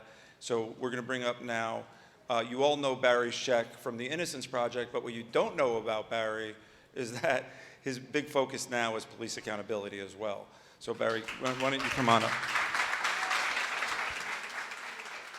And Senator Stephen Bradford, who is from California, come on up, who has He's actually written some bills that we're going to talk about. So, Senator, you hear these stories. Obviously, you're from California, but why don't you talk a little bit about how you perceive this problem of policing and what you're doing to try and address it? I think the overall conversation we've had today, the nexus is police accountability in many ways, with the over-policing, over-incarceration. And I introduced a bill 2 years ago, actually, to deal with it, especially in light of what happened with George Floyd. And once the background information was done and you found out Derek Chauvin had many questionable record of his interaction with the public, which would have led to any of our terminations if we were in any other kind of profession with that kind of record. And we came to realize that California was one of 4 states that didn't have a decertification process, a way of firing and getting rid of bad cops and making sure that they never carry a gun and wear a badge again. And it shouldn't be easier to get rid of a beautician for giving you a bad perm or a barber for giving you a bad fade, and they lose their license and never be able to practice. But a police officer could brutalize you, falsify evidence, and even kill someone, and they simply resign and join another agency, what I call the wash, rinse, and repeat cycle that exists with law enforcement all across the country.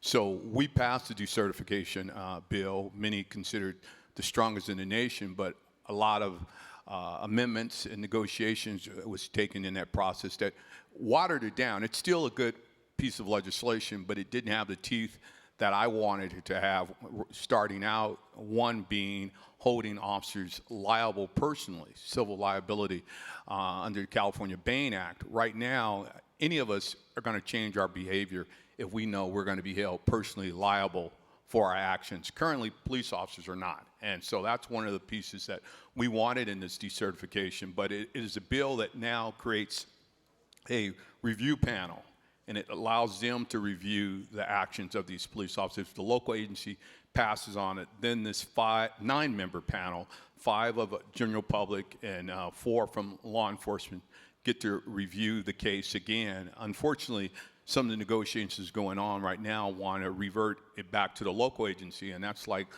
having the fox guard the hen house. We don't want the local agencies to do this. They've clearly shown throughout history that they can't police their own, they cannot govern their own. So SB 2 is a fair, transparent way to help us get rid of these bad cops, because we all have to admit, if they're bad doctors, they're bad lawyers, they're bad elected officials, we have to believe that they're bad police officers too.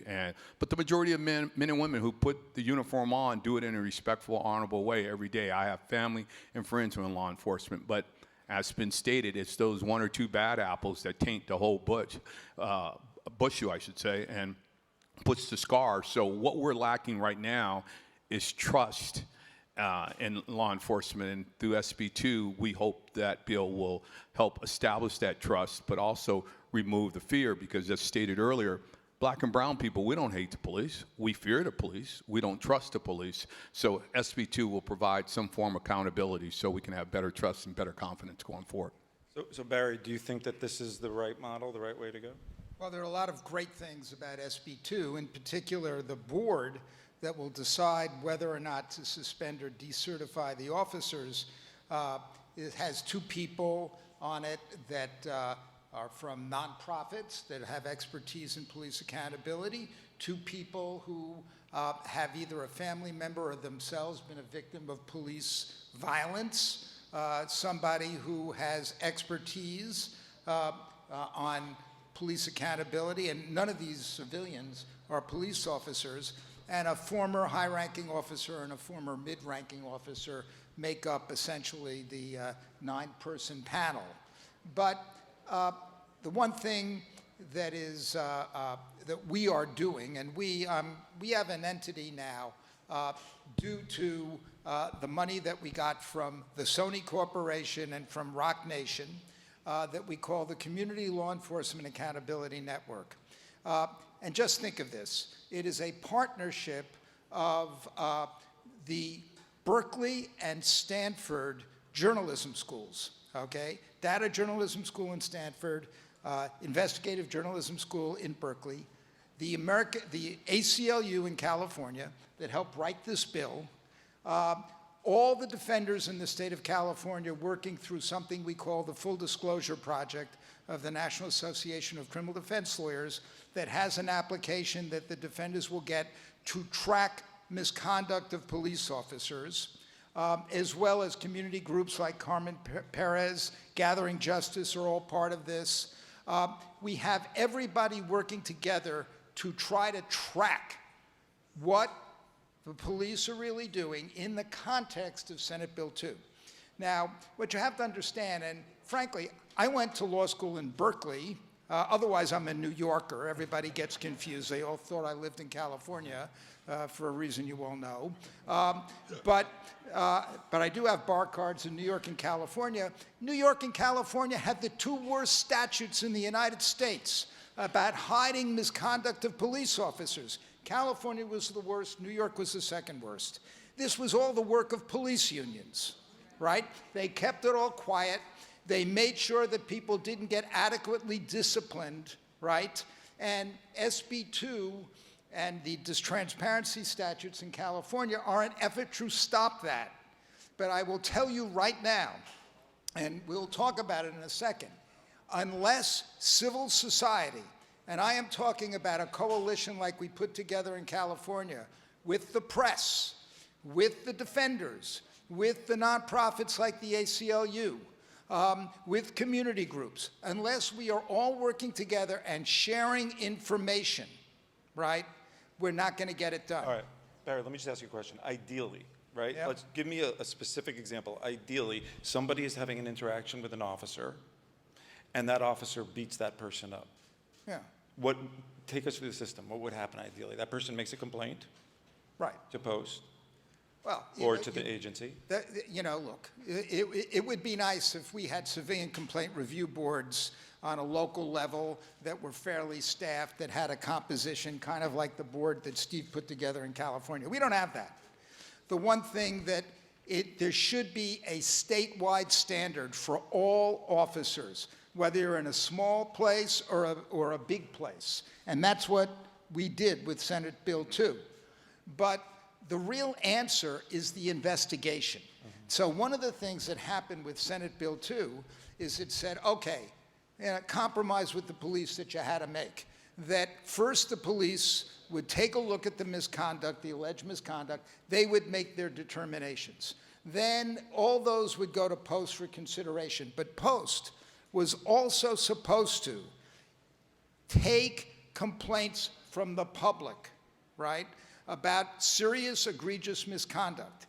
And it was supposed to have a group of people that would investigate it, not just send it back to the agencies, right? Do you have that clip you want to show? Yeah, we will. Yeah, we can, All sure. right. Essentially, basically, what Barry's saying is that there is a system set up where, by statute, where Post, this organization, needs to accept complaints, civilian complaints. So they set it up, but it's like setting up a voicemail and nobody checks it.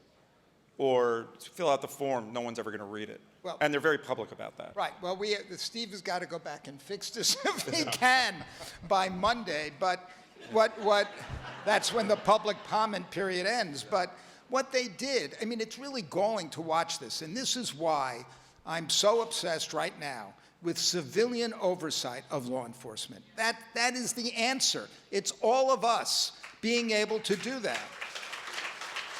So I'm watching the Post regulations, and they say, okay, here's a form you can fill out. You can send it to us. The statute he wrote says that they are authorized, they're required to take the complaints, and they're authorized to investigate them. So this guy says, oh, guess what? We're going to send all of those back to the agencies. Now, this is nuts. If you have a case where somebody has been beaten up, one of the things in California, by the way, this is a big thing you should look at in other places, it's an act of misconduct to be member of a gang, and they have a lot of them. I can think of some other gangs, by the way, Oath Keepers, Proud Boys. I'm a little worried about them being police officers, just me. But the bottom line here is that those kinds of cases where it's clear that you're going to be subject to retaliation, right? Post has to investigate those. And they deliberately took this money and they did not provide for a crack group to investigate those cases. Okay, so, Senator, how are you going to fix it? Well, continue to have dialogue for sure. We're in negotiations right now as we move forward with rolling out, because SB 2 goes into full effect next year. So we're still in negotiations and make sure it doesn't water down the intent of the bill, but also we want to make sure that there's funding there. Our previous Attorney General had problems when they couldn't support the bill because they felt they didn't have the money to stand the program up. We have that money now, so we're going to fight. I, along with my colleague Nancy Skinner, who's been a leader on public safety reform and criminal justice reform, we're going to make sure that that money, or we're going to at least advocate, make sure that money is in the budget. And just continue to work on SB2 because it's still some improvements we can make there. And I think it shows an example so far to the rest of the state country, I should say, on what we can do with real police reform and accountability. And that's what's needed. That's what's needed, not just in California, but all across the nation. And the thing that I should add is that part of our Community Law Enforcement Accountability Network is that we are working with the Berkeley Institute of Data Science. A friend, Saul Perlmutter, who has a Nobel Prize in astrophysics, and they produce all the data scientists for Silicon Valley. And what they are doing, they're working on what we call ingestion tools. Because when all of a sudden you get all this misconduct information, right, that's coming in by law now in California and in New York, which we never had before, how are you going to deal with it? What we're trying to do is commonly code and tag this data. We're going to have one public-facing database that will be housed in Stanford, okay? So they'll see all the public acts of misconduct, but you're a defender, you can get that information, but you can also collect your own. You're a conviction integrity unit, you're a prosecutor, you can get that information and you can also do your own, so you have your own work product. You're a journalist, you start investigating something, you have the public data, and then you have your privileged information to pursue, right? And then eventually we can pull it all together. And the data mining is really the key. What we found when we started doing this in New York, you track overtime. You track the patterns where all the abuse is concerned.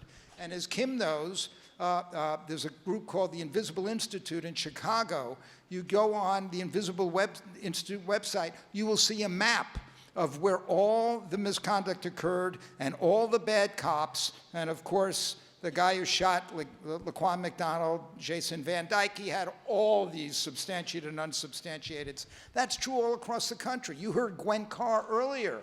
Pantaleo had all these unsolved cases. The key to this in the final analysis, and what we're trying to do here in California, we track the officers, we see their patterns, we get the data using sophisticated tools that every big organization uses. We call this a federated database system. You do that, and then on the issue of accountability, we keep track of that as well. And civil society has to, we have great prosecutors here, right? Attorney generals. But if they didn't have the press and the public behind them in order to stay in office and pursue what has to be done, none of this will work. And frankly, we're in a fight. They're going after a lot of our people. Okay, so this is what we're addressing as policing exists today. So the question is, looking forward, decades from now and the years to come, how do we reimagine police work and the role and nature of what the first responder should be doing for everything? So with that, I want to introduce Sheriff Jerry Clayton of Washita County. He served over law enforcement for 34 years.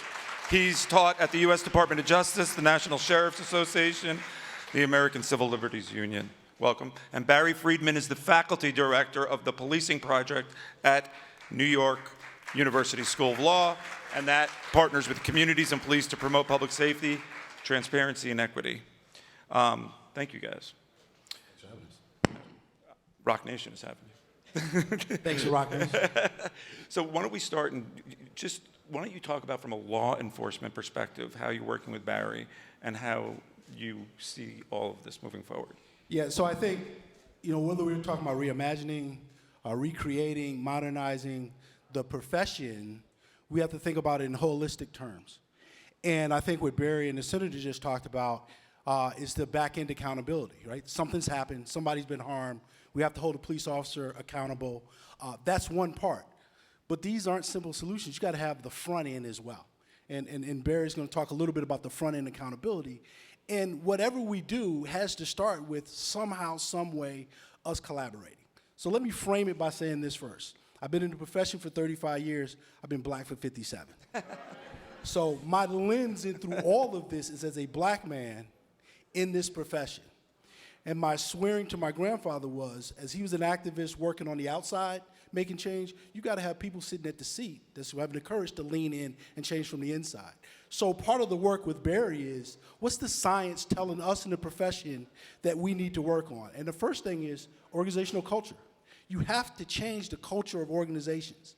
You can use data and information to help inform that cultural change, but it has to start with the leadership committed to, we will not do business as usual as we have for the last 400 years.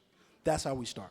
And how have you found the response from your folks? So in our community, it's mixed like anything else because people have an inherent distrust for the police. And it's born out of 400 years of interaction. So what I've said is, don't listen to what I say, watch what we do. So I'll just give an example of one of our programs. It's the 21st Century C3. And it's taken from President Obama's task force. There were a series of recommendations that came from that task force held in 6 pillars. So what we did is we invited community members to join some of our staff, and we created subcommittees for each one of those pillars. And to look at our organization, policy, operational protocol, training, and what about our organization does not meet the requirements of the recommendations. Now let me first say this about the recommendations. At the time, they were great and cutting edge. Right now, I would say those recommendations are the floor for every police agency. At the very least, we should be doing that. And my point is, I just had a meeting with him. We have community members informing us on policy change. That's how you start. Tell us how we should do the job to get the outcomes that we both agree with. And I'll end with this last piece. We pay them. The time is over from asking community members to come be a part of what we do and sit next to my staff who's getting paid and us not compensating them appropriately. Barry, you know, you have done a lot of work thinking about reimagining what police do. Why don't you talk a little bit about that? Sure, and first I want to thank Rock Nation for having me here. So I think there's 2 general things we got to do to fix policing in this country in addition to what you've already heard. One of them is we got to think about removing the police or having them stop being the primary responders to a lot of things to which they respond now. They're just not the right folks, and we talk about that as reimagining public safety. But the other half is we got to think about where we are going to have police officers, thinking about a different kind of accountability than we're used to hearing. So we're used to hearing about what Jerry referred to as back-end accountability. Something's gone wrong and we want to hold somebody responsible. That's been the story that we've heard for most of this panel. It's the bad apples in the apple tree. But we got to address the tree itself because the problems are systemic. It's not just bad apples, it's the tree itself. So in that vein, some examples of what police officers shouldn't, in your mind, be doing that other people can. Sure. You know, we've heard some tough stories here, and I want to tell some tough stories, but I'm going to do it in 10 seconds because you know these stories. All I need to say is Sandra Bland. All I need to say is Dante Wright. So those stories all involve traffic stops that end horrifically. And what we do is we want to hold the officer accountable. But think about them a different way. Think about what all of those traffic stops involve. Let's just take it apart a little bit. First, somebody stopped for something that's pretty low level. There's an air freshener on their rear view mirror. There's a turn signal that never got hit. How many of you never hit a turn signal when you shifted lanes or turned a corner, right? Lots of you. I do it all the time. There's all kinds of low-level stuff like that. So I don't know whether we need to enforce that at all. Second, a lot of that enforcement is fines and fees enforcement. It's not really about traffic safety. It's about getting money out of people's pockets to sustain municipalities. So we got to stop doing that. Then even if you think we need to have that enforcement, why does it have to be a traffic stop by the officer? I mean, you got a license plate there. We got the technology to capture those license plates because we're using that for enforcement. So take a picture and send somebody a ticket if you're worried about the air freshener. Then, in some of those cases, we're going to pass a lot of legislation with all this clapping. So in some of those cases, there is a stop, and then somebody starts to run. That's what happens with Dante Wright. Let him run. I mean, so what? We know where they are. We know who they are. We just go up and deal with it later, right? Why do it right then? Why are we using deadly force for minor issues? So I'm going to give you an answer, but I actually want to ask everybody to do me a favor since y'all are so engaged. So I'm going to give you a phrase, and I just want you to say it back, okay? Front-end accountability. Thank you. So instead of just looking for the bad apples, we got to fix things on the front end. We got to keep bad things from happening in the first place. And we can do it. It's all about legislation. It's all about setting rules for the police. And it's startling to me. In most states in this country, there is not a comprehensive statute that tells police how to use force. In most states of this country, there is not a law that says when traffic stops are appropriate and when they're not. In most states in this country, there's not legislation that says when fines and fees are appropriate. In most states in this country, there is not a law that says when it's appropriate to use force for a minor offense. Some states are just starting to do this, but that's what we got to do. And then the last piece is, traffic enforcement's a good example of what Jerry and I talk about a lot, which is, do we have cops where they don't need to be? So you're hearing a lot about this for mental health and behavioral issues. People are unhoused. But do we need cops for traffic offenses? It's not clear that we do. And then think about noise complaints and animal control and so many other issues. Do we need police? And even if we need police, because Jerry and I agree on this, should they be out front? Should they be the first responder? How about mediators? So I think, and Jerry can actually speak to this way better than I do, but I actually think a cop on the street answering 911 calls, what they do the most, tell me if I'm right, is mediate disputes that people are having. Is that right? He's right. Most of our responses to call for services are lower level. And I don't disagree with Barry and the other folks that say we need to look at alternative responders. I say we need to do it in a very thoughtful way. Here's what scares me, that folks are in such a rush to go alternative responder, they don't do it strategically. They're not looking at the outcomes that they want. And the same people we're saying we're trying to protect, and let me just be frank, people that look like me and you often get harmed. So I'm a proponent of alternative responses, but let's do it in a strategic and deliberate way. Let's make sure, and here's the other people that are getting off the hook, elected officials. So let's just be really, really clear. We were talking about police contracts, about holding officers accountable. Police chiefs don't sign those contracts. Elected officials sign those contracts. Here's the other thing. When we're talking about alternative responders, we better make sure that we've made structural investment in all the different programs and the different responders that we want to respond 24/7, 365. So we can't partially do it and say, well, we want alternative responders, but we only want it 9 to 5, Monday through Friday. And every time else it's okay for the police to respond. That makes no sense, but I don't hear people talking about that. So the sound bite sounds good, but let's talk to the elected officials, all the governmental folks, and let's make sure that when we're talking about doing this, we're doing it the right way. And I'll end with this. We've got a co-responder unit that we just rolled out. We've established the criteria for using that unit. We're training our dispatchers to use the unit. We're starting slow in a pilot. We're assessing the impact, and we're willing to make the change that's required if it's not working the way we want. And the last thing I'll say is, our ultimate outcomes that we developed in conjunction with the community. We didn't tell them this is what you want or you need, or what you need. We asked them, what do you want, and how are we going to put it together that way? Wow. It's a very nuanced issue, and there's a lot to it. But we need to move on, and we have a great person to bring this all together for us. There's all of these challenges to bridge the divide. We're very lucky to have Professor Paul Butler from Georgetown with us. Georgetown Law, MSNBC legal analyst, former federal prosecutor, author of Chokehold Policing Black Men, and a brilliant, brilliant professor. Professor Butler, you and I were speaking a little bit before, and I had watched some of your work. I actually think the backstory of your childhood is kind of interesting. Why don't you just start telling about your experience? Great. Thank you, Dan. Thank you for that introduction. And now, in the words of Jay-Z, allow me to reintroduce myself. My name is Paul Butler, and I represent the people. That's how I used to start my opening statements to juries. I was a prosecutor. I represented the government in criminal court in the District of Columbia, and I used that power to put black men in prison, and black women, and poor people, Latinx people. Like a lot of prosecutors, that was pretty much all I did. During the time that I did that work, I learned some things, and my work as a scholar and activist has been about what I learned. And there are bad apple cops, and that's the story that Dan wants me to tell, and I'm happy to talk about being a 10-year-old kid in Chicago, growing up, riding my bike from my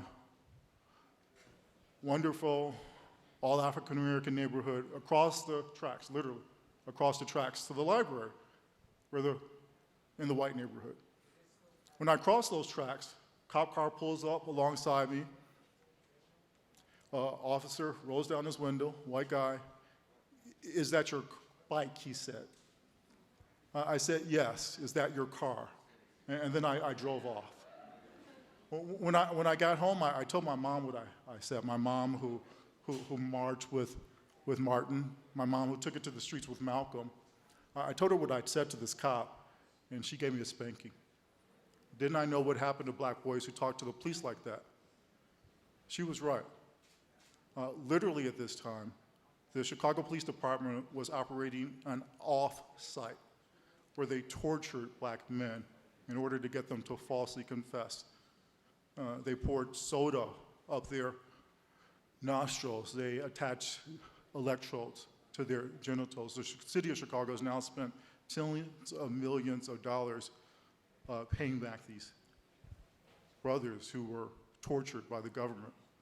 So there are bad apple cops, but one of the things I've learned at my work as a scholar is that the problem isn't mainly bad apple cops.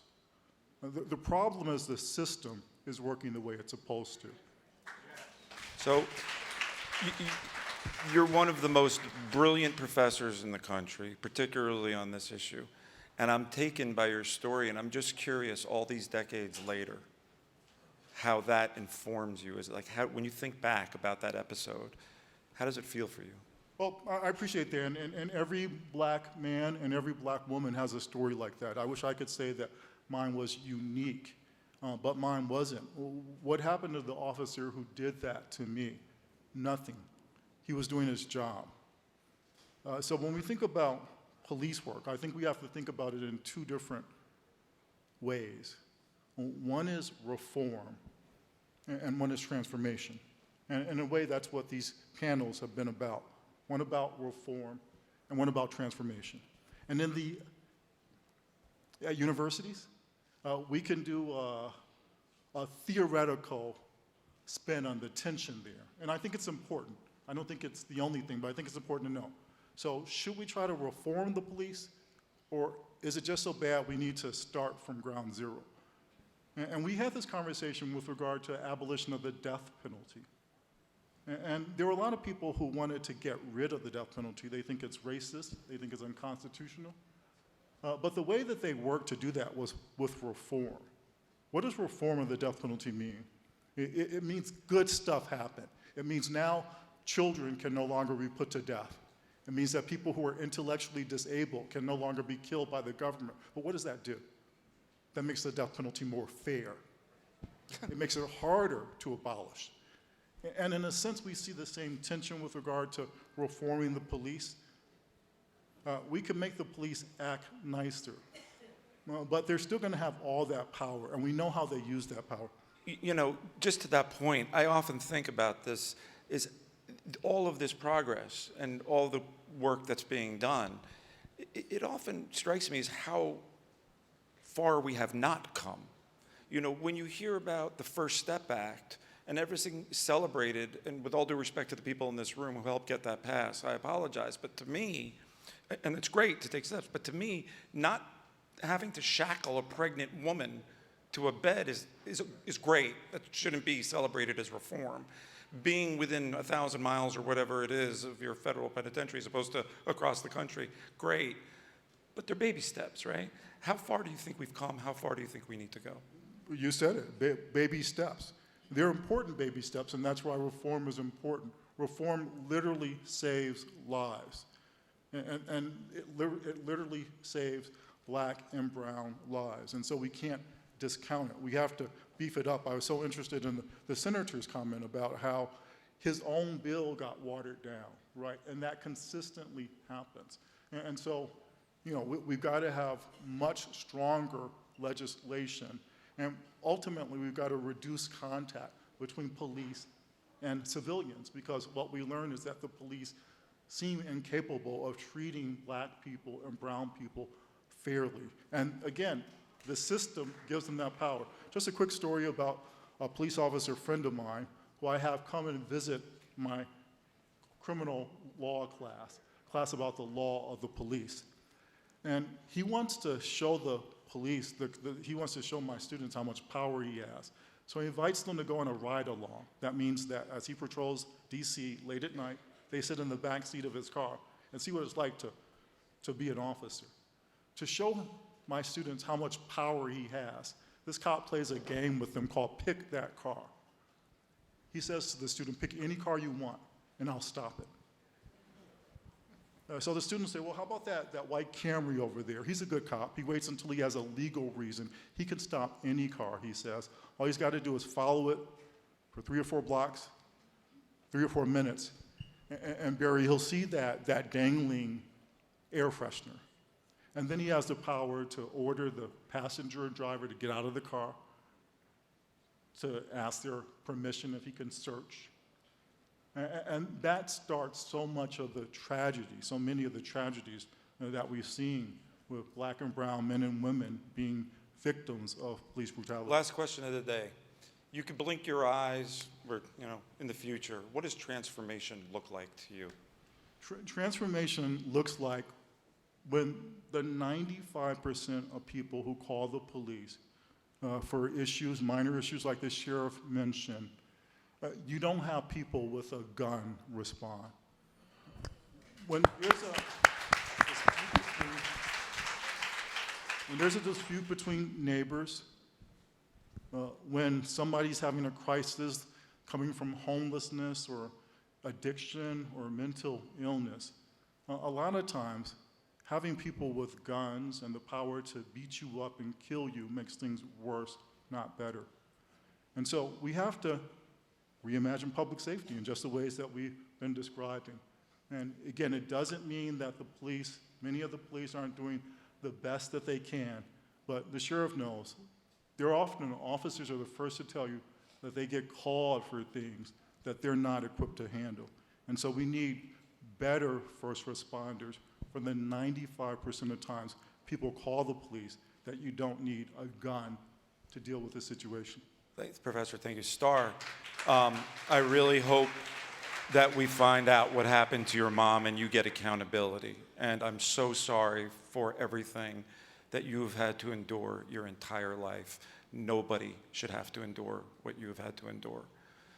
Thank you all for coming. I think this wraps the day. I'm told we have a special thing happening. Yeah? Yeah?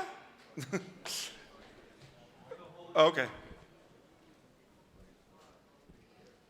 Please, everyone, remain seated for a very special honor.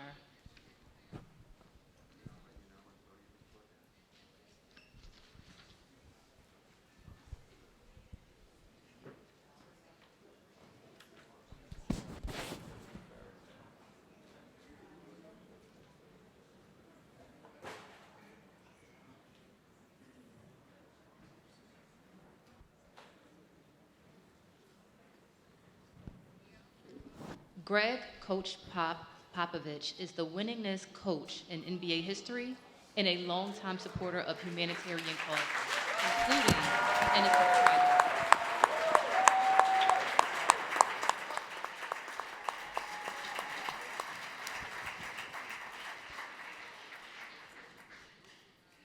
I didn't do it. Good Lord.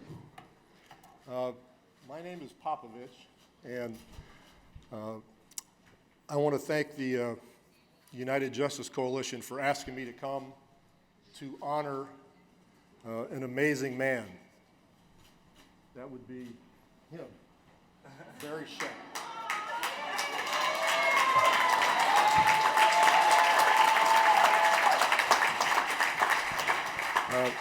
I'll be relatively brief, but I just want to tell you about this guy. I got a few notes here so I don't screw it up. But Barry here is a law professor at the Benjamin J. N. Cardozo School of Law.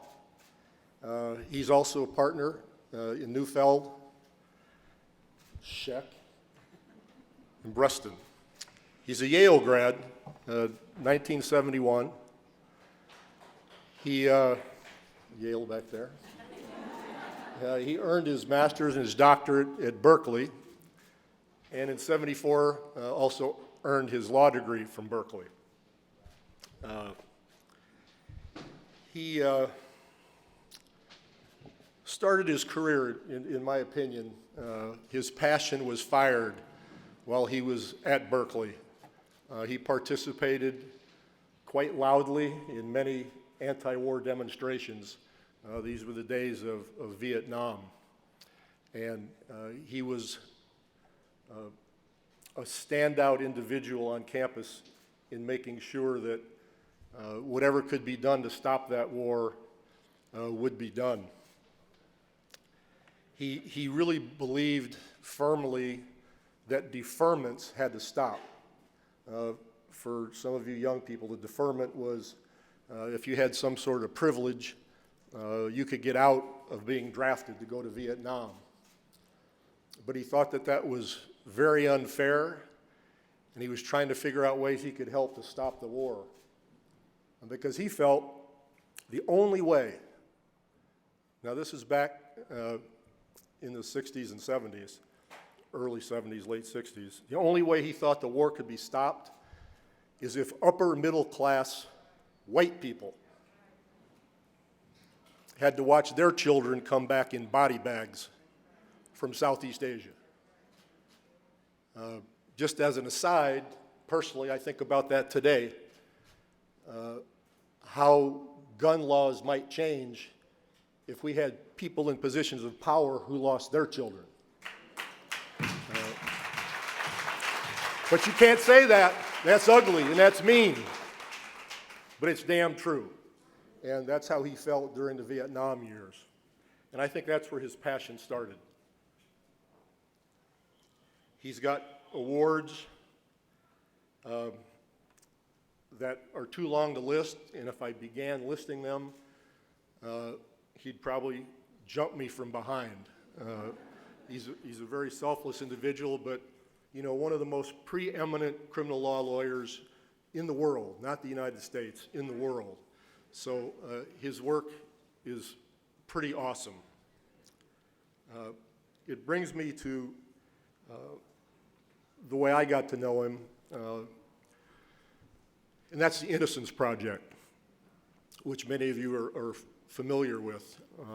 That was founded in 1992 with he and his very good friend Peter Neufeld. And it was dedicated to the utilization of DNA to exculpate people who were wrongly convicted. Pretty simple idea, but pretty difficult to do. And he found that there were many. His goal was always pretty much threefold. He wanted to free people. That's pretty easy to think about. He wanted to free these people who had been wrongly convicted and incarcerated. But he also wanted to prohibit it from the start. If there was any way to get programs together to not even have this happen. You know, all of your speakers today have talked a lot about judges and cops and lawyers and this sort of thing, false witnesses. What could be done to preclude that conviction? And also, what can we do to establish systems across the country that are more equitable so we could actually make changes in states? I live in Texas. It's a shit show. I can say that because I'm a coach. I'm in the locker room a lot. You know, Barry probably wouldn't say that. Probably nobody up here would say that. There you go. Right on. So it's a situation where this organization, the Innocence Project, has spread itself throughout our country.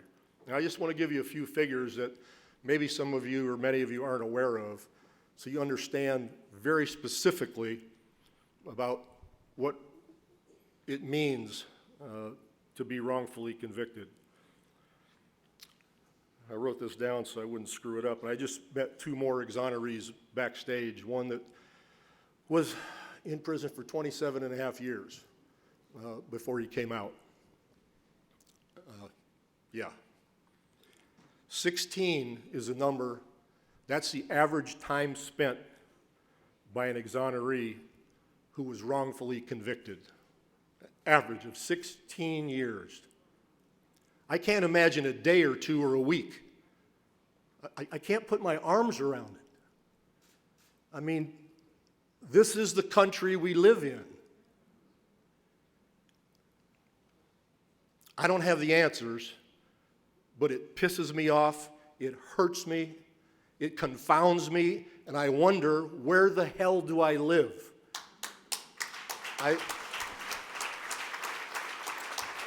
I live in a country I did not know exists. I knew there were racists, I understand that, but I had no idea it was to this level, and that the injustice and the seeking of power was so rampant that we are in the position we're in now.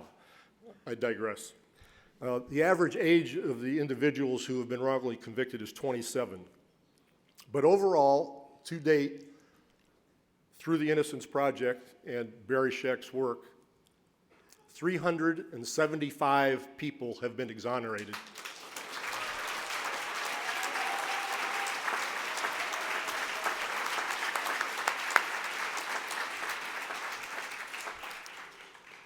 Now, you take those 375 people and understand they all have families. They didn't just bring cookies on the weekends. They suffered. So you're talking about thousands of people who are affected by this. And we can't get crap done. But there are people working on it. And the Innocence Project is one of the best. The last figure I want to give you is 3,690. If you add up the years that those 375 men and women spent in jail, it's 3,690 years in frickin' prison. 58% are black.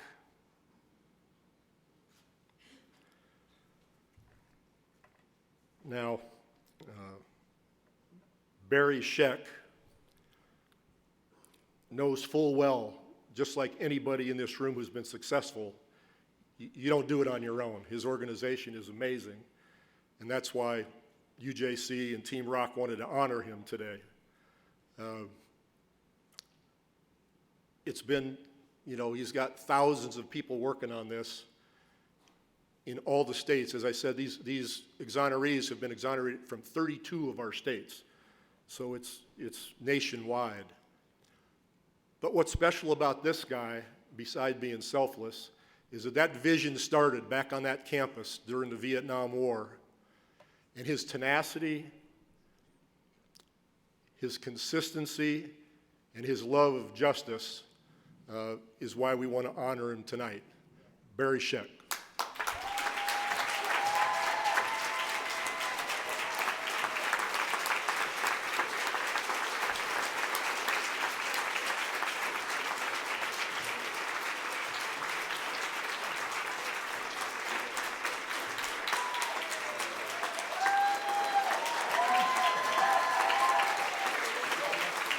You got to make him speak a little bit.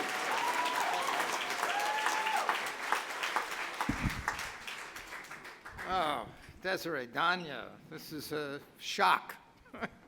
This is a real surprise. Coach Popovich? Yes.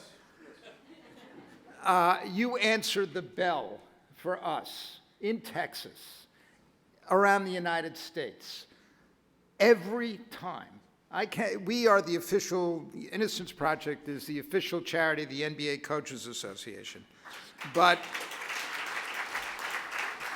the way that happened is that we had our Innocence Network conference, and Trish is the current president of the Innocence Network. She can tell you what they're like.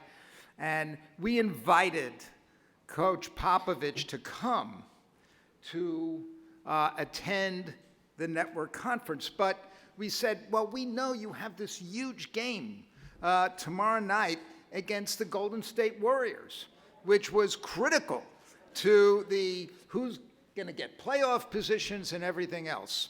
And we had you know, the other people in San Antonio that came, the prosecutor, a friend of ours who was like a big-time federal judge, and everybody came. And we just said, you know, just do a little video for us. And he said, no, I'm coming. And don't tell anybody I'm coming, right? So he shows up, and he just walks around, he watches everything. He sits with us at lunch when exonerees get up and they do this thing where they were trained by the moth to tell stories for 8-10 minutes.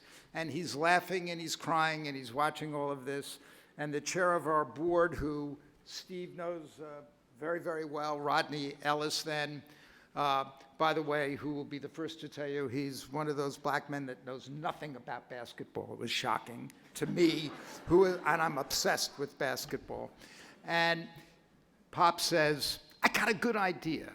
You know, come, let's talk in this room. He said, I want you to be the official charity of the NBA Coaches Association. Come to our meeting in September in Chicago. They're all great guys. There's just 2 assholes. See, this I couldn't tell at our Gallus. I can tell it here. They wouldn't let me tell it. I said, who are they? He said, I'm not telling you, right? But of course, it turns out that the NBA, the coaches of the NBA have just been unbelievable. You know, and they're all from Pop's tree, right? Whether it's Steve Kerr or all the others, you know, they just are. We're here to honor you. Yeah, yeah. Screw Pop. Say something about your stuff. Now,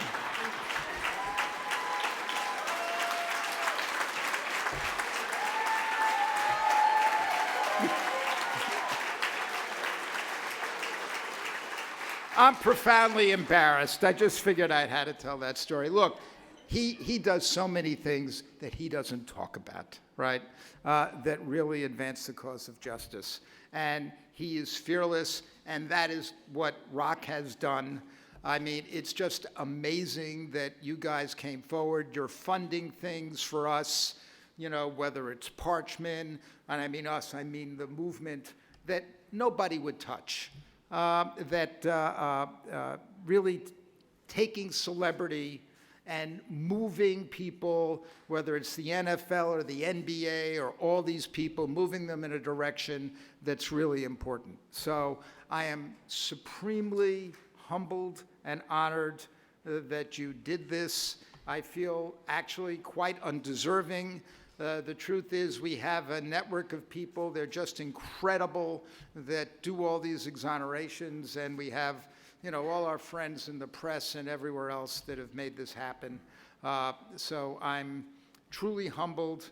I feel undeserving, but I'll take it anyway.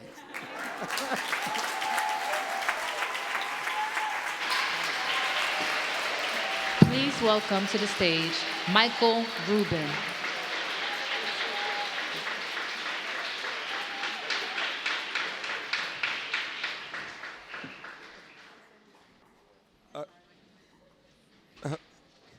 Michael,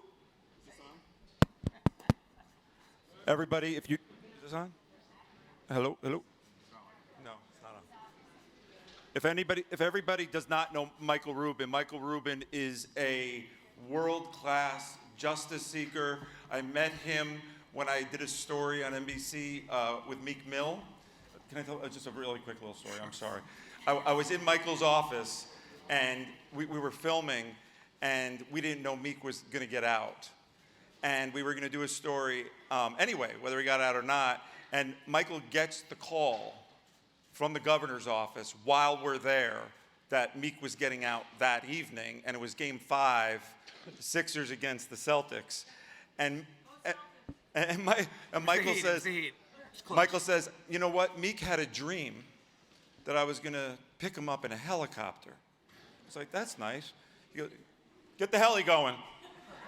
He has a helicopter in the back of his building, and he takes the helicopter. He's the nicest, most humble, unbelievable man, Michael Rubin.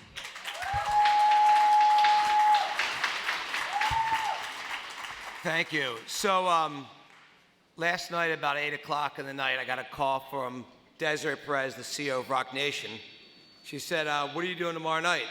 I said, I'm going to be in New York. And she goes, and you're going to be coming to this incredible group I brought together to tell a little bit about why we started the Reform Alliance and how everyone can work together. So when Desiree tells me to go somewhere, she's probably the only person in the world other than my 16-year-old daughter that I actually listen to. And Desiree said I should be here, so here we are. So Des, first and foremost,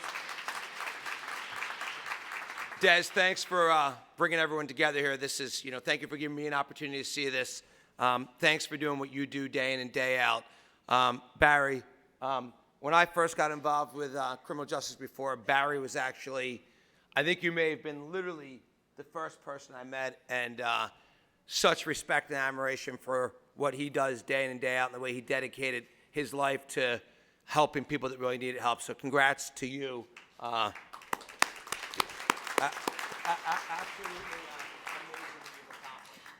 amazing.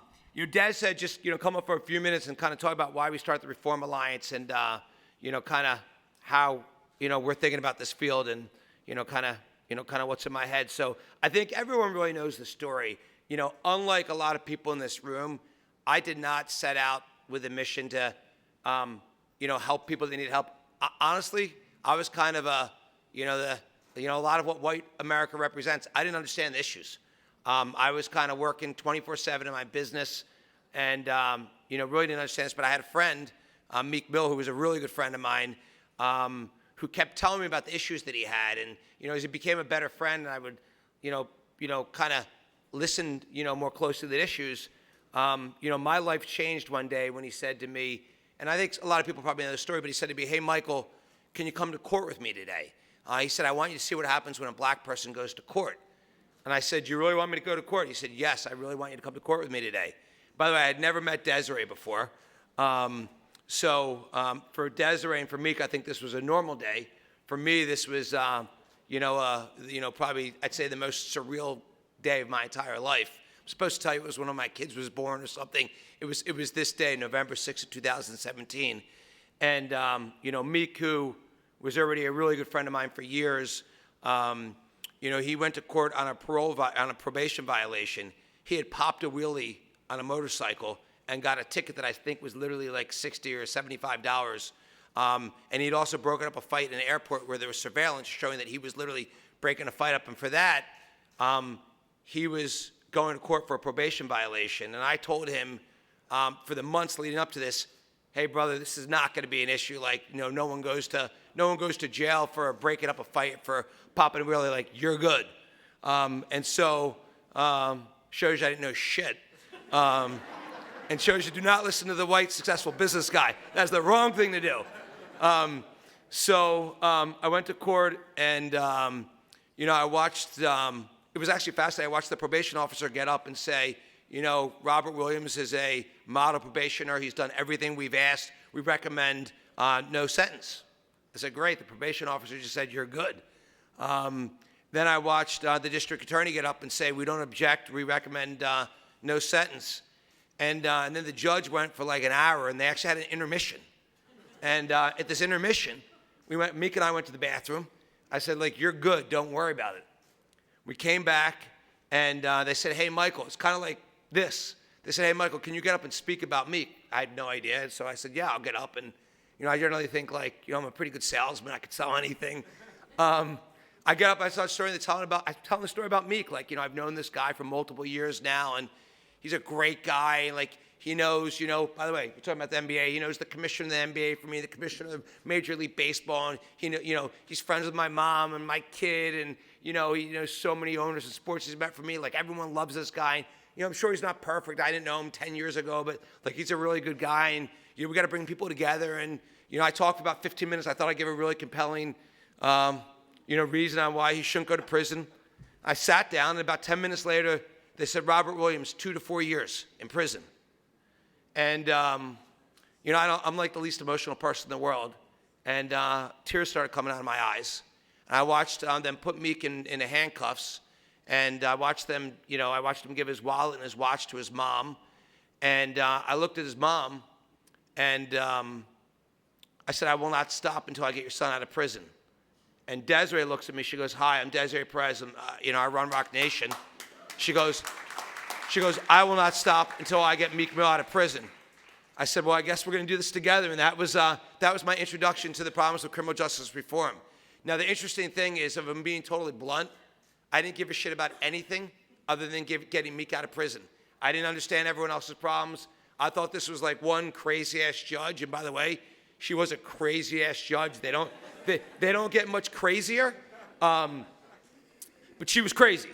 And I said, okay, so like we're going to work to get him out of prison. And Desiree and I, she's there's not a better fighter in the world than Desiree Perez, literally. And she does everything to bring everyone together, just like all of you in a room, and just like she ordered me here today and I'm here.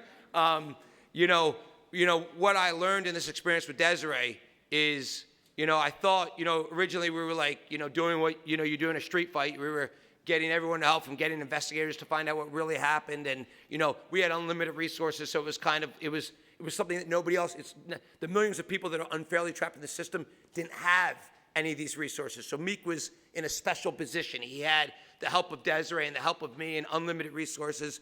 But what happened during that process is I realized was, holy shit, this isn't about Meek.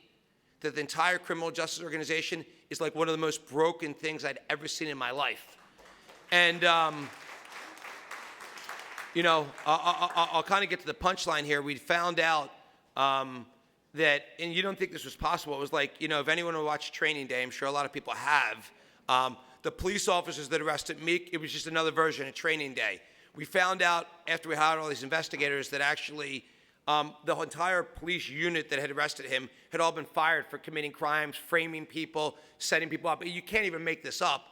And so we found a police officer. We started interviewing the cops, and they said, oh, no, the whole thing about Meek, he didn't actually point a gun at a police officer. The whole thing's a lie. We said, will you sign an affidavit saying this? They said, sure. I called Meek. I said, I got great news. You're getting out of prison like in the next couple of days. This was actually, the Patriots were playing the Eagles in the Super Bowl. And I was rooting for the Patriots against my team, by the way. I shouldn't say that, but they didn't win that time. But they normally win. So I told Meek he'd get out of prison the next couple of days, and that was February 1st, and he didn't get out of prison for another 3 months. And that's when I realized how broken the system was. So, at that point, myself and Desiree and Jay-Z and Robert Kraft start saying, like, when Meek gets out of prison, we need to do something about this. And that's really why we started the Reform Alliance. Because, I think, for Meek, for Des, for Jay, this was a normal day in their lives. But for me, I'd never seen anything like this. And I think for Robert Kraft, who I pulled into this, who owns the Patriots, he'd never seen anything like this. And look, we started the Reform Alliance, 3 years ago with the goal. And, sometimes you just got to come up with bold goals like you do in business. I had someone really smart say you should have a goal to get 10,000 people out of the system. And we said, fuck that. We want to get 1 million people out of the system. Because we said, hey, by the way, it was pretty easy math. We said there's over 6 million people in the system, 4.5 million people on probation and parole. And by just what I had learned, we said, there's got to be at least 1 million, probably millions, at least 1 million that shouldn't be in the system. And so we started the Reform Alliance to actually fix the underlying problem. How do we change, fix the probation laws, the parole laws that actually put people in prison for not committing crimes? So when we learned that 25% of people that go to prison each year actually don't commit crimes. And by the way, Kim Fox, she's one of the first people I met. I love her because she's doing the same thing. And I know one of her great friends sitting right next to her, who I met through Robert Kraft, who is, I think, the Attorney General or District Attorney of Boston, or whatever we call the whatever. She's running shit in Massachusetts. She's doing the same thing. And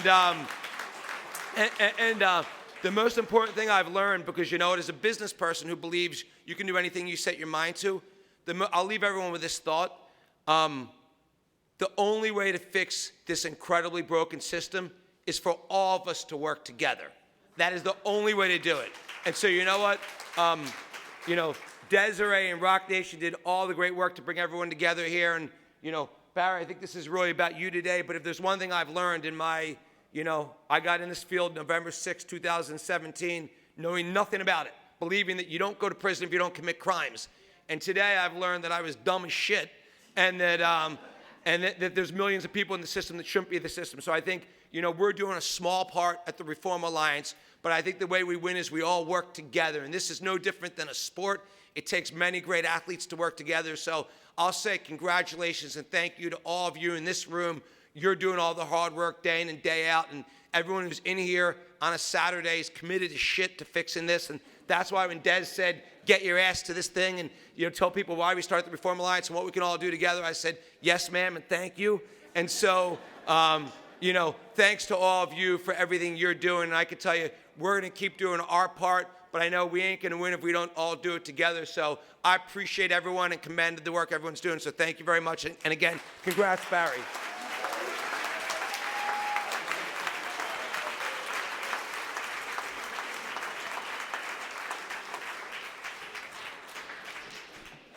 Thank you to all of today's guests and panelists, and thanks to all participants for joining us for the inaugural United Justice Coalition Summit.